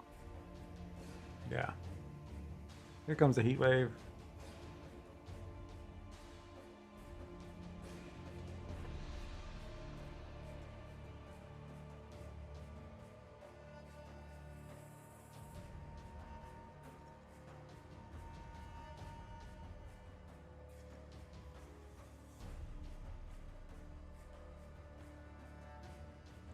Okay, Radovid comes down after Bloody Good Friends. Junior comes down to kill the Radovid.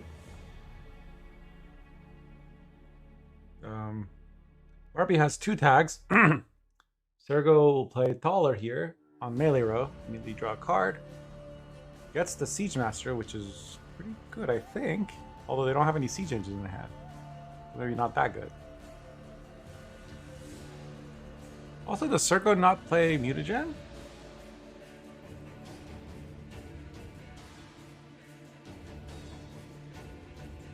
me check this Priestess thing.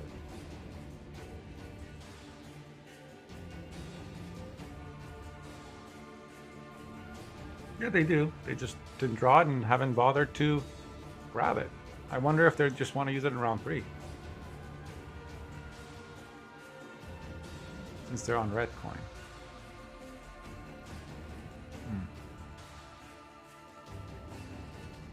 Morning, Ouija. We are watching the Sergo versus Barbie game, Group 1 of the Russian Championship Tournament. It's a lot of really good players. They were all in the top 10 of the ladder last season.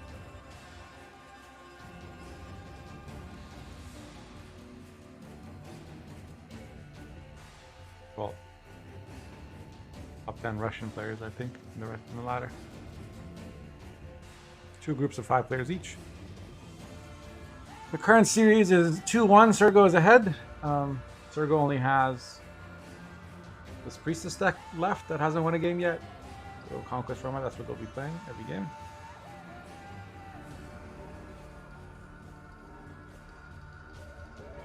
And Barbie has Syndicate and Enslaved left.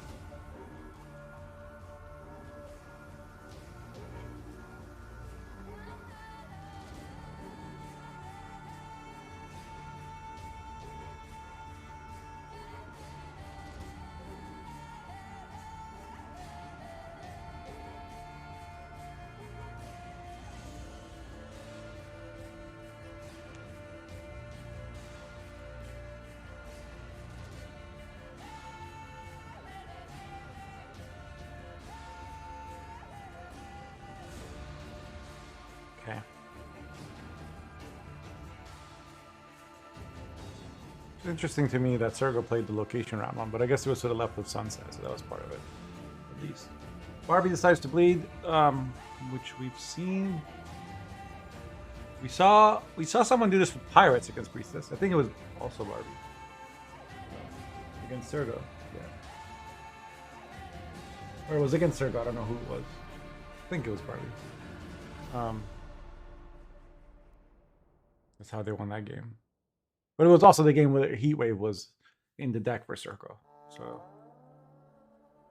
unsure what that represents. But yeah, Hamilfart into Senior. Alright, now we got Firesworn, Salamandra, and Cut-Ups on the board. That's 3 tags. Insert is used for mutagen. Interesting. So first they played the Ballista. Then once the Senior was played, then they played the mutagen. So is Hamilfart not as much of a commitment as Senior? I suppose that makes sense. Since Hamilfart's not the only way to get Firesworn to stick.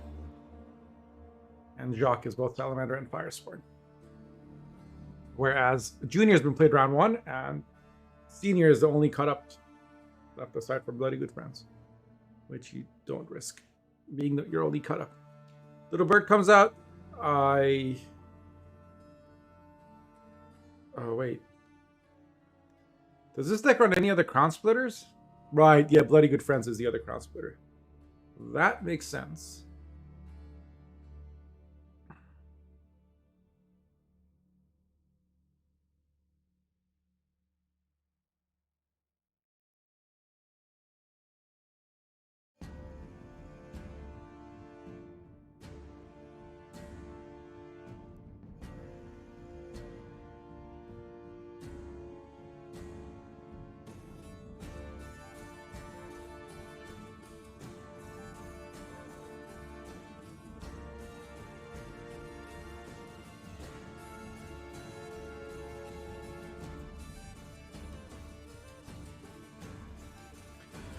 Market comes down to lock the Little Bird. Barbie can play a lot of Seas cards now.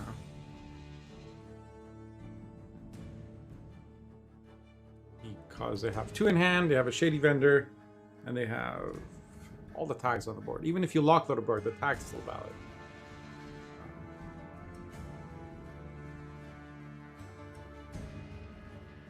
One Lackey's gone. How did that die? Did it just get like pinged down?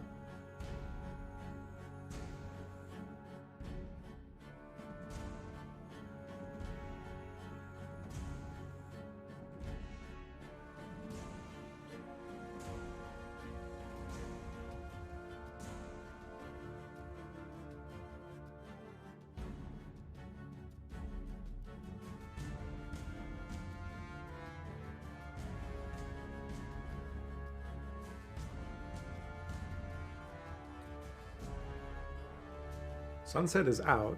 Mutagen's still gaining value. Another card gets drawn by the Siege Master. It's another Siege Engine. That'll be nice. Oh. Immediately seizing the Carabalista. Okay.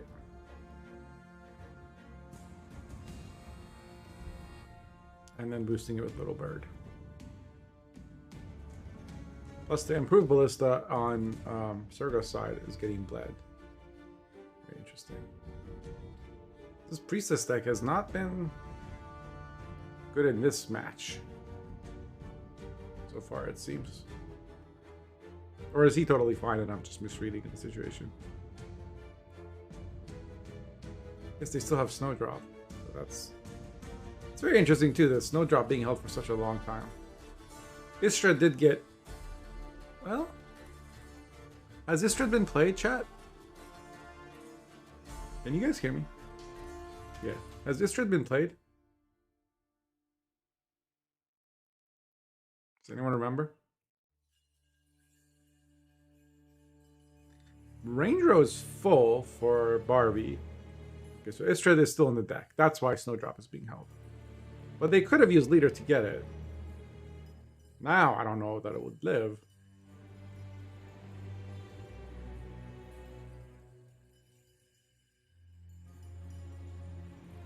That's like a 45-point gap they have to make up if Barbie were to pass. And Barbie can't play Shady Vendors on the Range Row anymore.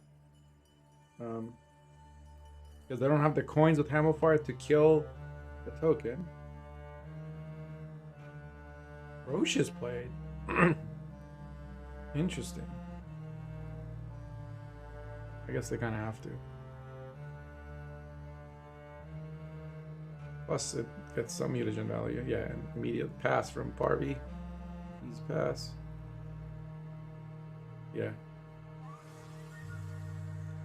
Lemon went to bed. It's like 3 a.m. their time. There was a 20-minute break, so I asked them. I said they should probably...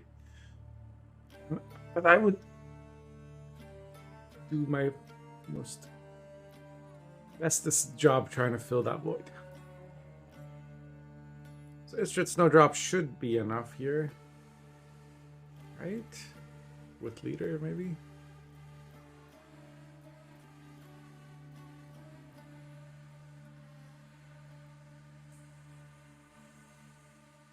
No. Have to play a Mentor as well. I mean, I don't think they have to 2-0 with the...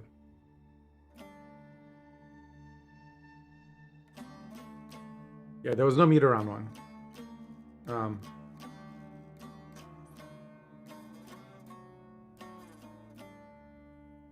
They just played like Thaler and Radovid round one. Junior was played round one.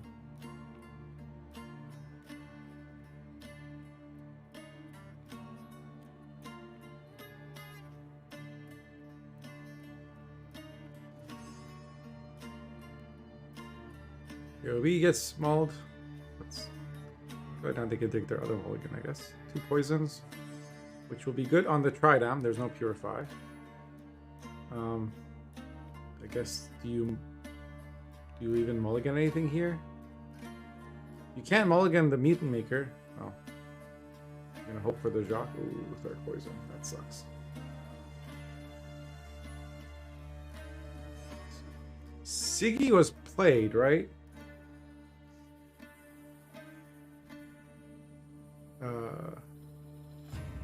Don't you want to...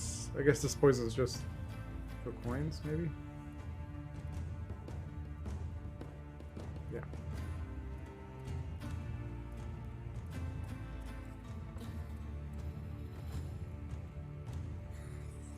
So the Shady Vendor is just going to go front? For money for Jackal, or what?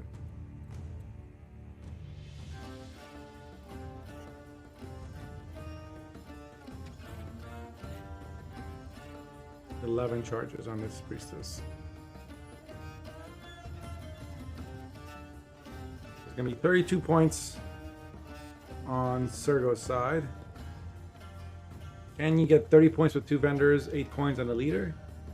I think you should be able to. Okay. There's 7.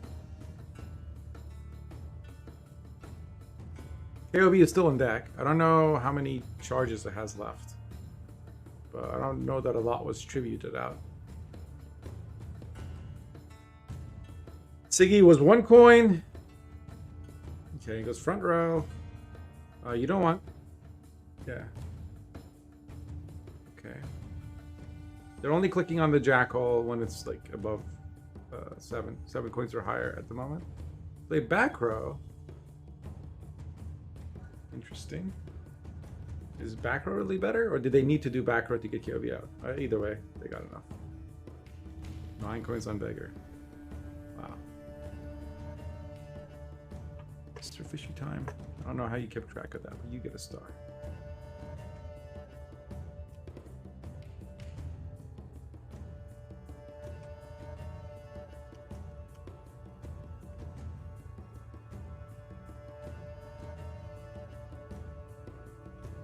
Wow. So now it's 2-2. Sergo versus Barbie.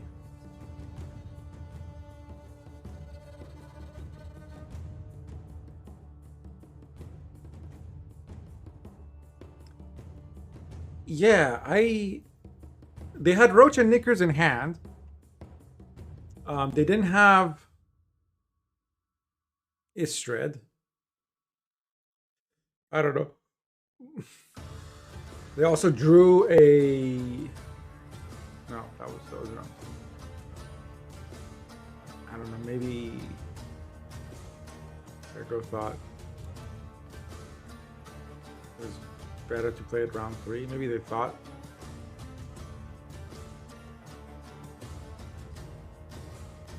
The German one.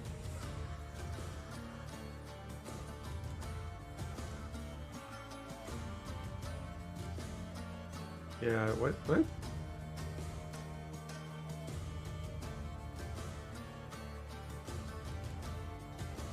Flather, yeah, twice. I got Knights have been banned, but this Priestess deck has lost twice now. In this match, both of them.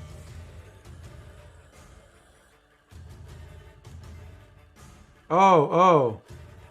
Kiss on your nuts? Fishy time, is that what you're talking about?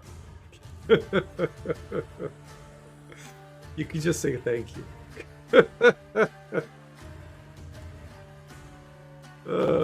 Yeah. Yeah, best to just... yeah, thanks. I'm glad chat is not visible. Oh, actually, I said it out loud, so it doesn't matter. By the way, say hi to YouTube and you won't be seen because there's no chat on screen. Debated. Okay, this time Sergo's playing the mutagen. And they have blue coin. And they're against Enslave. But Barbie does have both Scorpions.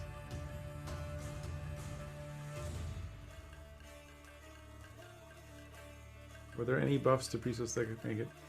Yeah, Mutant Maker got changed to draw 2 units instead of 1. So when it has Adrenaline. So yeah, got a tiny buff considering this deck plays like 3 Mutant Makers. Not Mutant Makers, 3 Group Pinwitcher Mentors. Whole time I'm talking about this unit, this Mentor.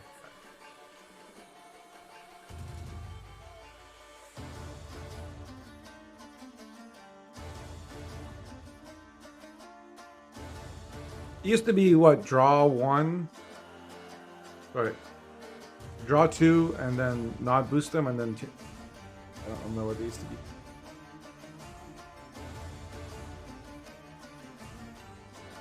Thought I knew, but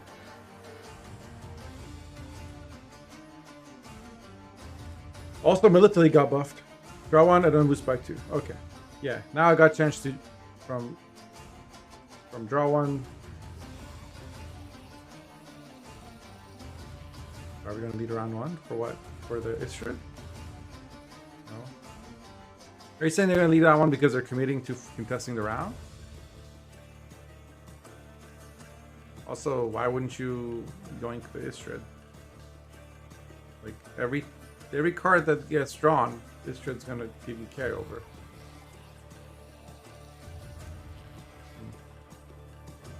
Yeah, they pass.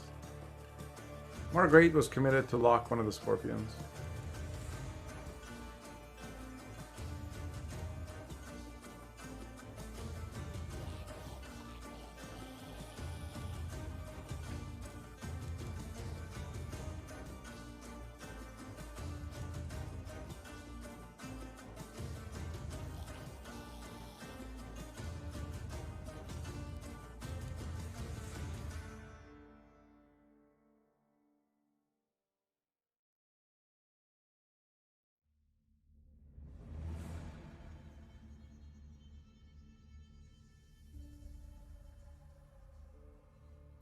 Here comes Radovid.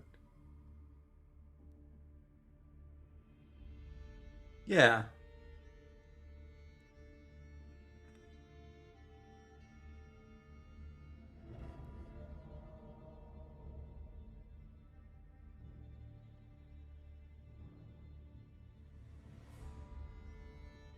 But you don't bleed. Oh, you do bleed as priestess. Okay. Against enslave, I guess you do.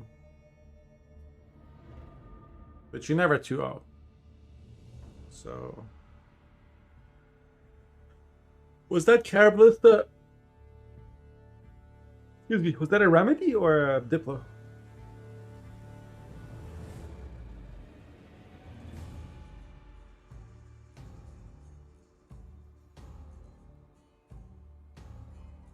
Remedy. Okay. What do you want to do here as Barbie? You have Sergeant. Easy lead defense. And it's a soldier.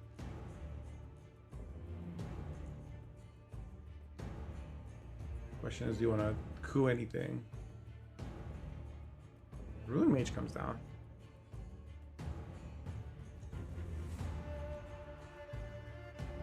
Goes for NR. Finds Mentor, but... Okay. Interesting. I guess you don't want to play on Mentor because you played Calvite.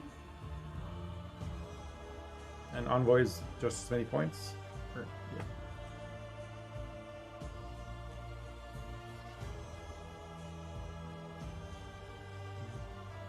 Everless is dying. Sergeant comes down now. Yeah. And the battle purpose is actually used on Carabalista. Even though it's 2 less points, it can protect an engine. Wonder what they want to put on top. I thought they might not click it, but do they have any way to draw anything? I guess War Council can play something. Here comes Caricern for Circle into Mentor, draws this Priestess, which will get shuffled, and also the Snowdrop. Snowdrop's nice because Sunset's was about to come out and they can delay that even further. I guess one of the key things will be when Barbie decides to use Logoports. I guess this is the moment you can decide if you want to Snowdrop or pass, right? I guess you can also Mentor. But I figure you want to Snowdrop before you Mentor. This time Circle actually draws the Heat Wave, which I'm sure they're relieved to see. The question is, what's the second mulligan going to be? Obviously Priestess will be one. Mentor has a lot of points with Snowdrop. I guess you mulligan the taller, or at least that's what I would do. I don't know if that's right. Small problem with Calvite, they can bleed the hell out of you if you don't. Yeah.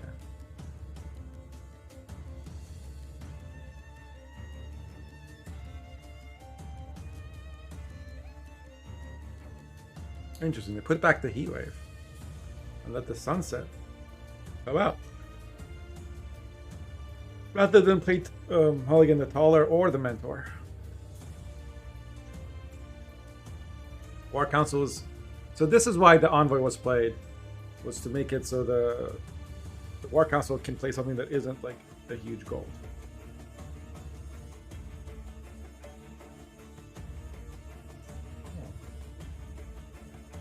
Vigo has such cute piggies.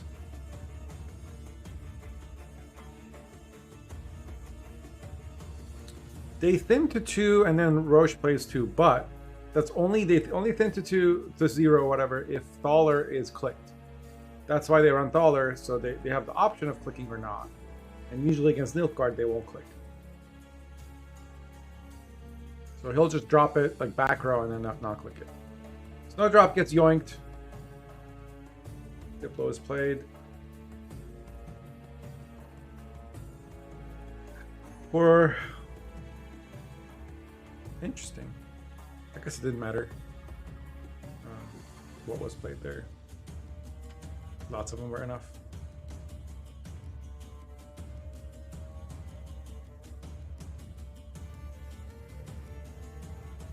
So yeah, there's 3 cards in the deck. Okay, Heatwave is drawn. So now there'll be 2 priestesses in the deck. Try them in hand. What's the last card in deck? 2 priestesses and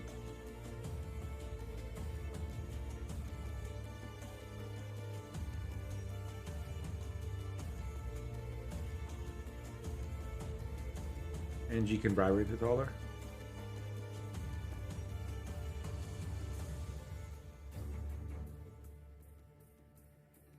You don't need to yoink the priestess because when the priestess pops out, it doesn't gain any charges. Priestess was, I think, changed to, or maybe it was like this from the start, gain charges on deploy.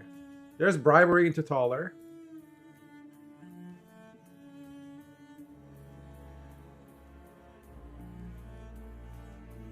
So now if the NG player clicks it, they can Vilgefort some, yeah, they can Vilgefort and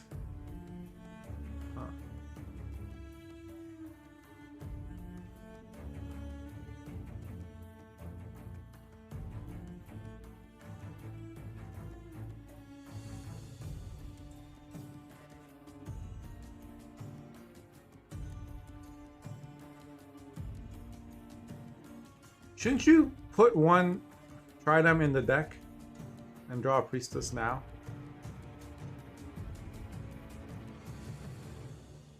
But also coup taller, yeah.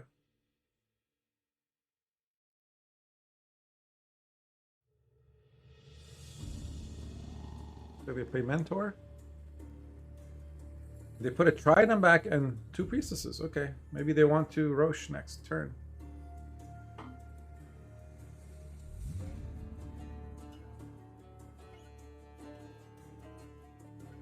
Well, they're basically saying that Vilgefort's worst case scenario gets a priestess, and then Roche will get the other 2. But taller plus Vilga could get 2 cards out. And then what do they do? Yeah, I'm not sure, Faith. Like, I would have thought you'd Roche there.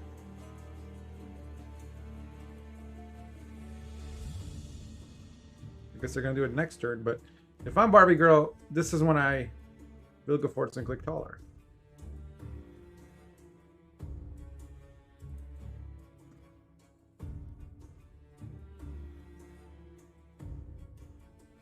Yeah, there it is. Vilgefort's.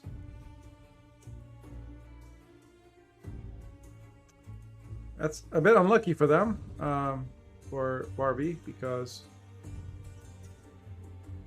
it wasn't a priestess, it was a Tridem. So now, Circle's just going to use leaders to get as many charges as possible from the priestess and then play Roche. So Roche is like only going to play 1 card, but it's still a pretty good card.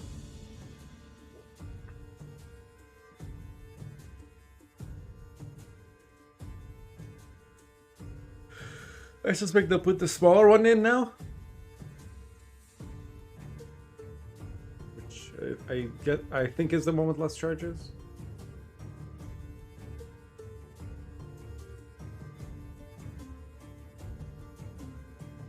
You keep Roche in deck.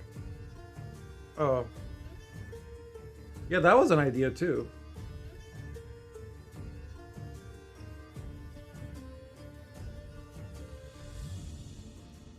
All right, like you just put Roche on deck now because you only have 1.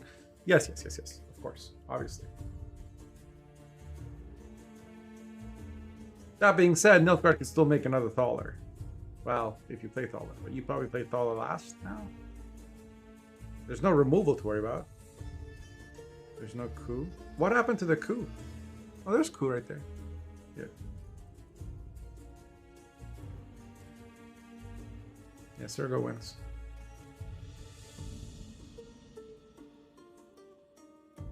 I mean, I think the hope there was to Vilgefortz to pull out a priestess, and it didn't.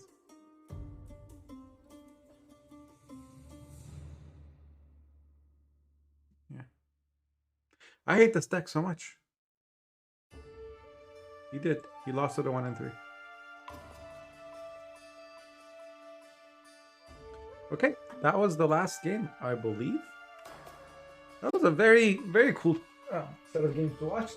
Tomorrow will be 5 more games. We will be casting those as well.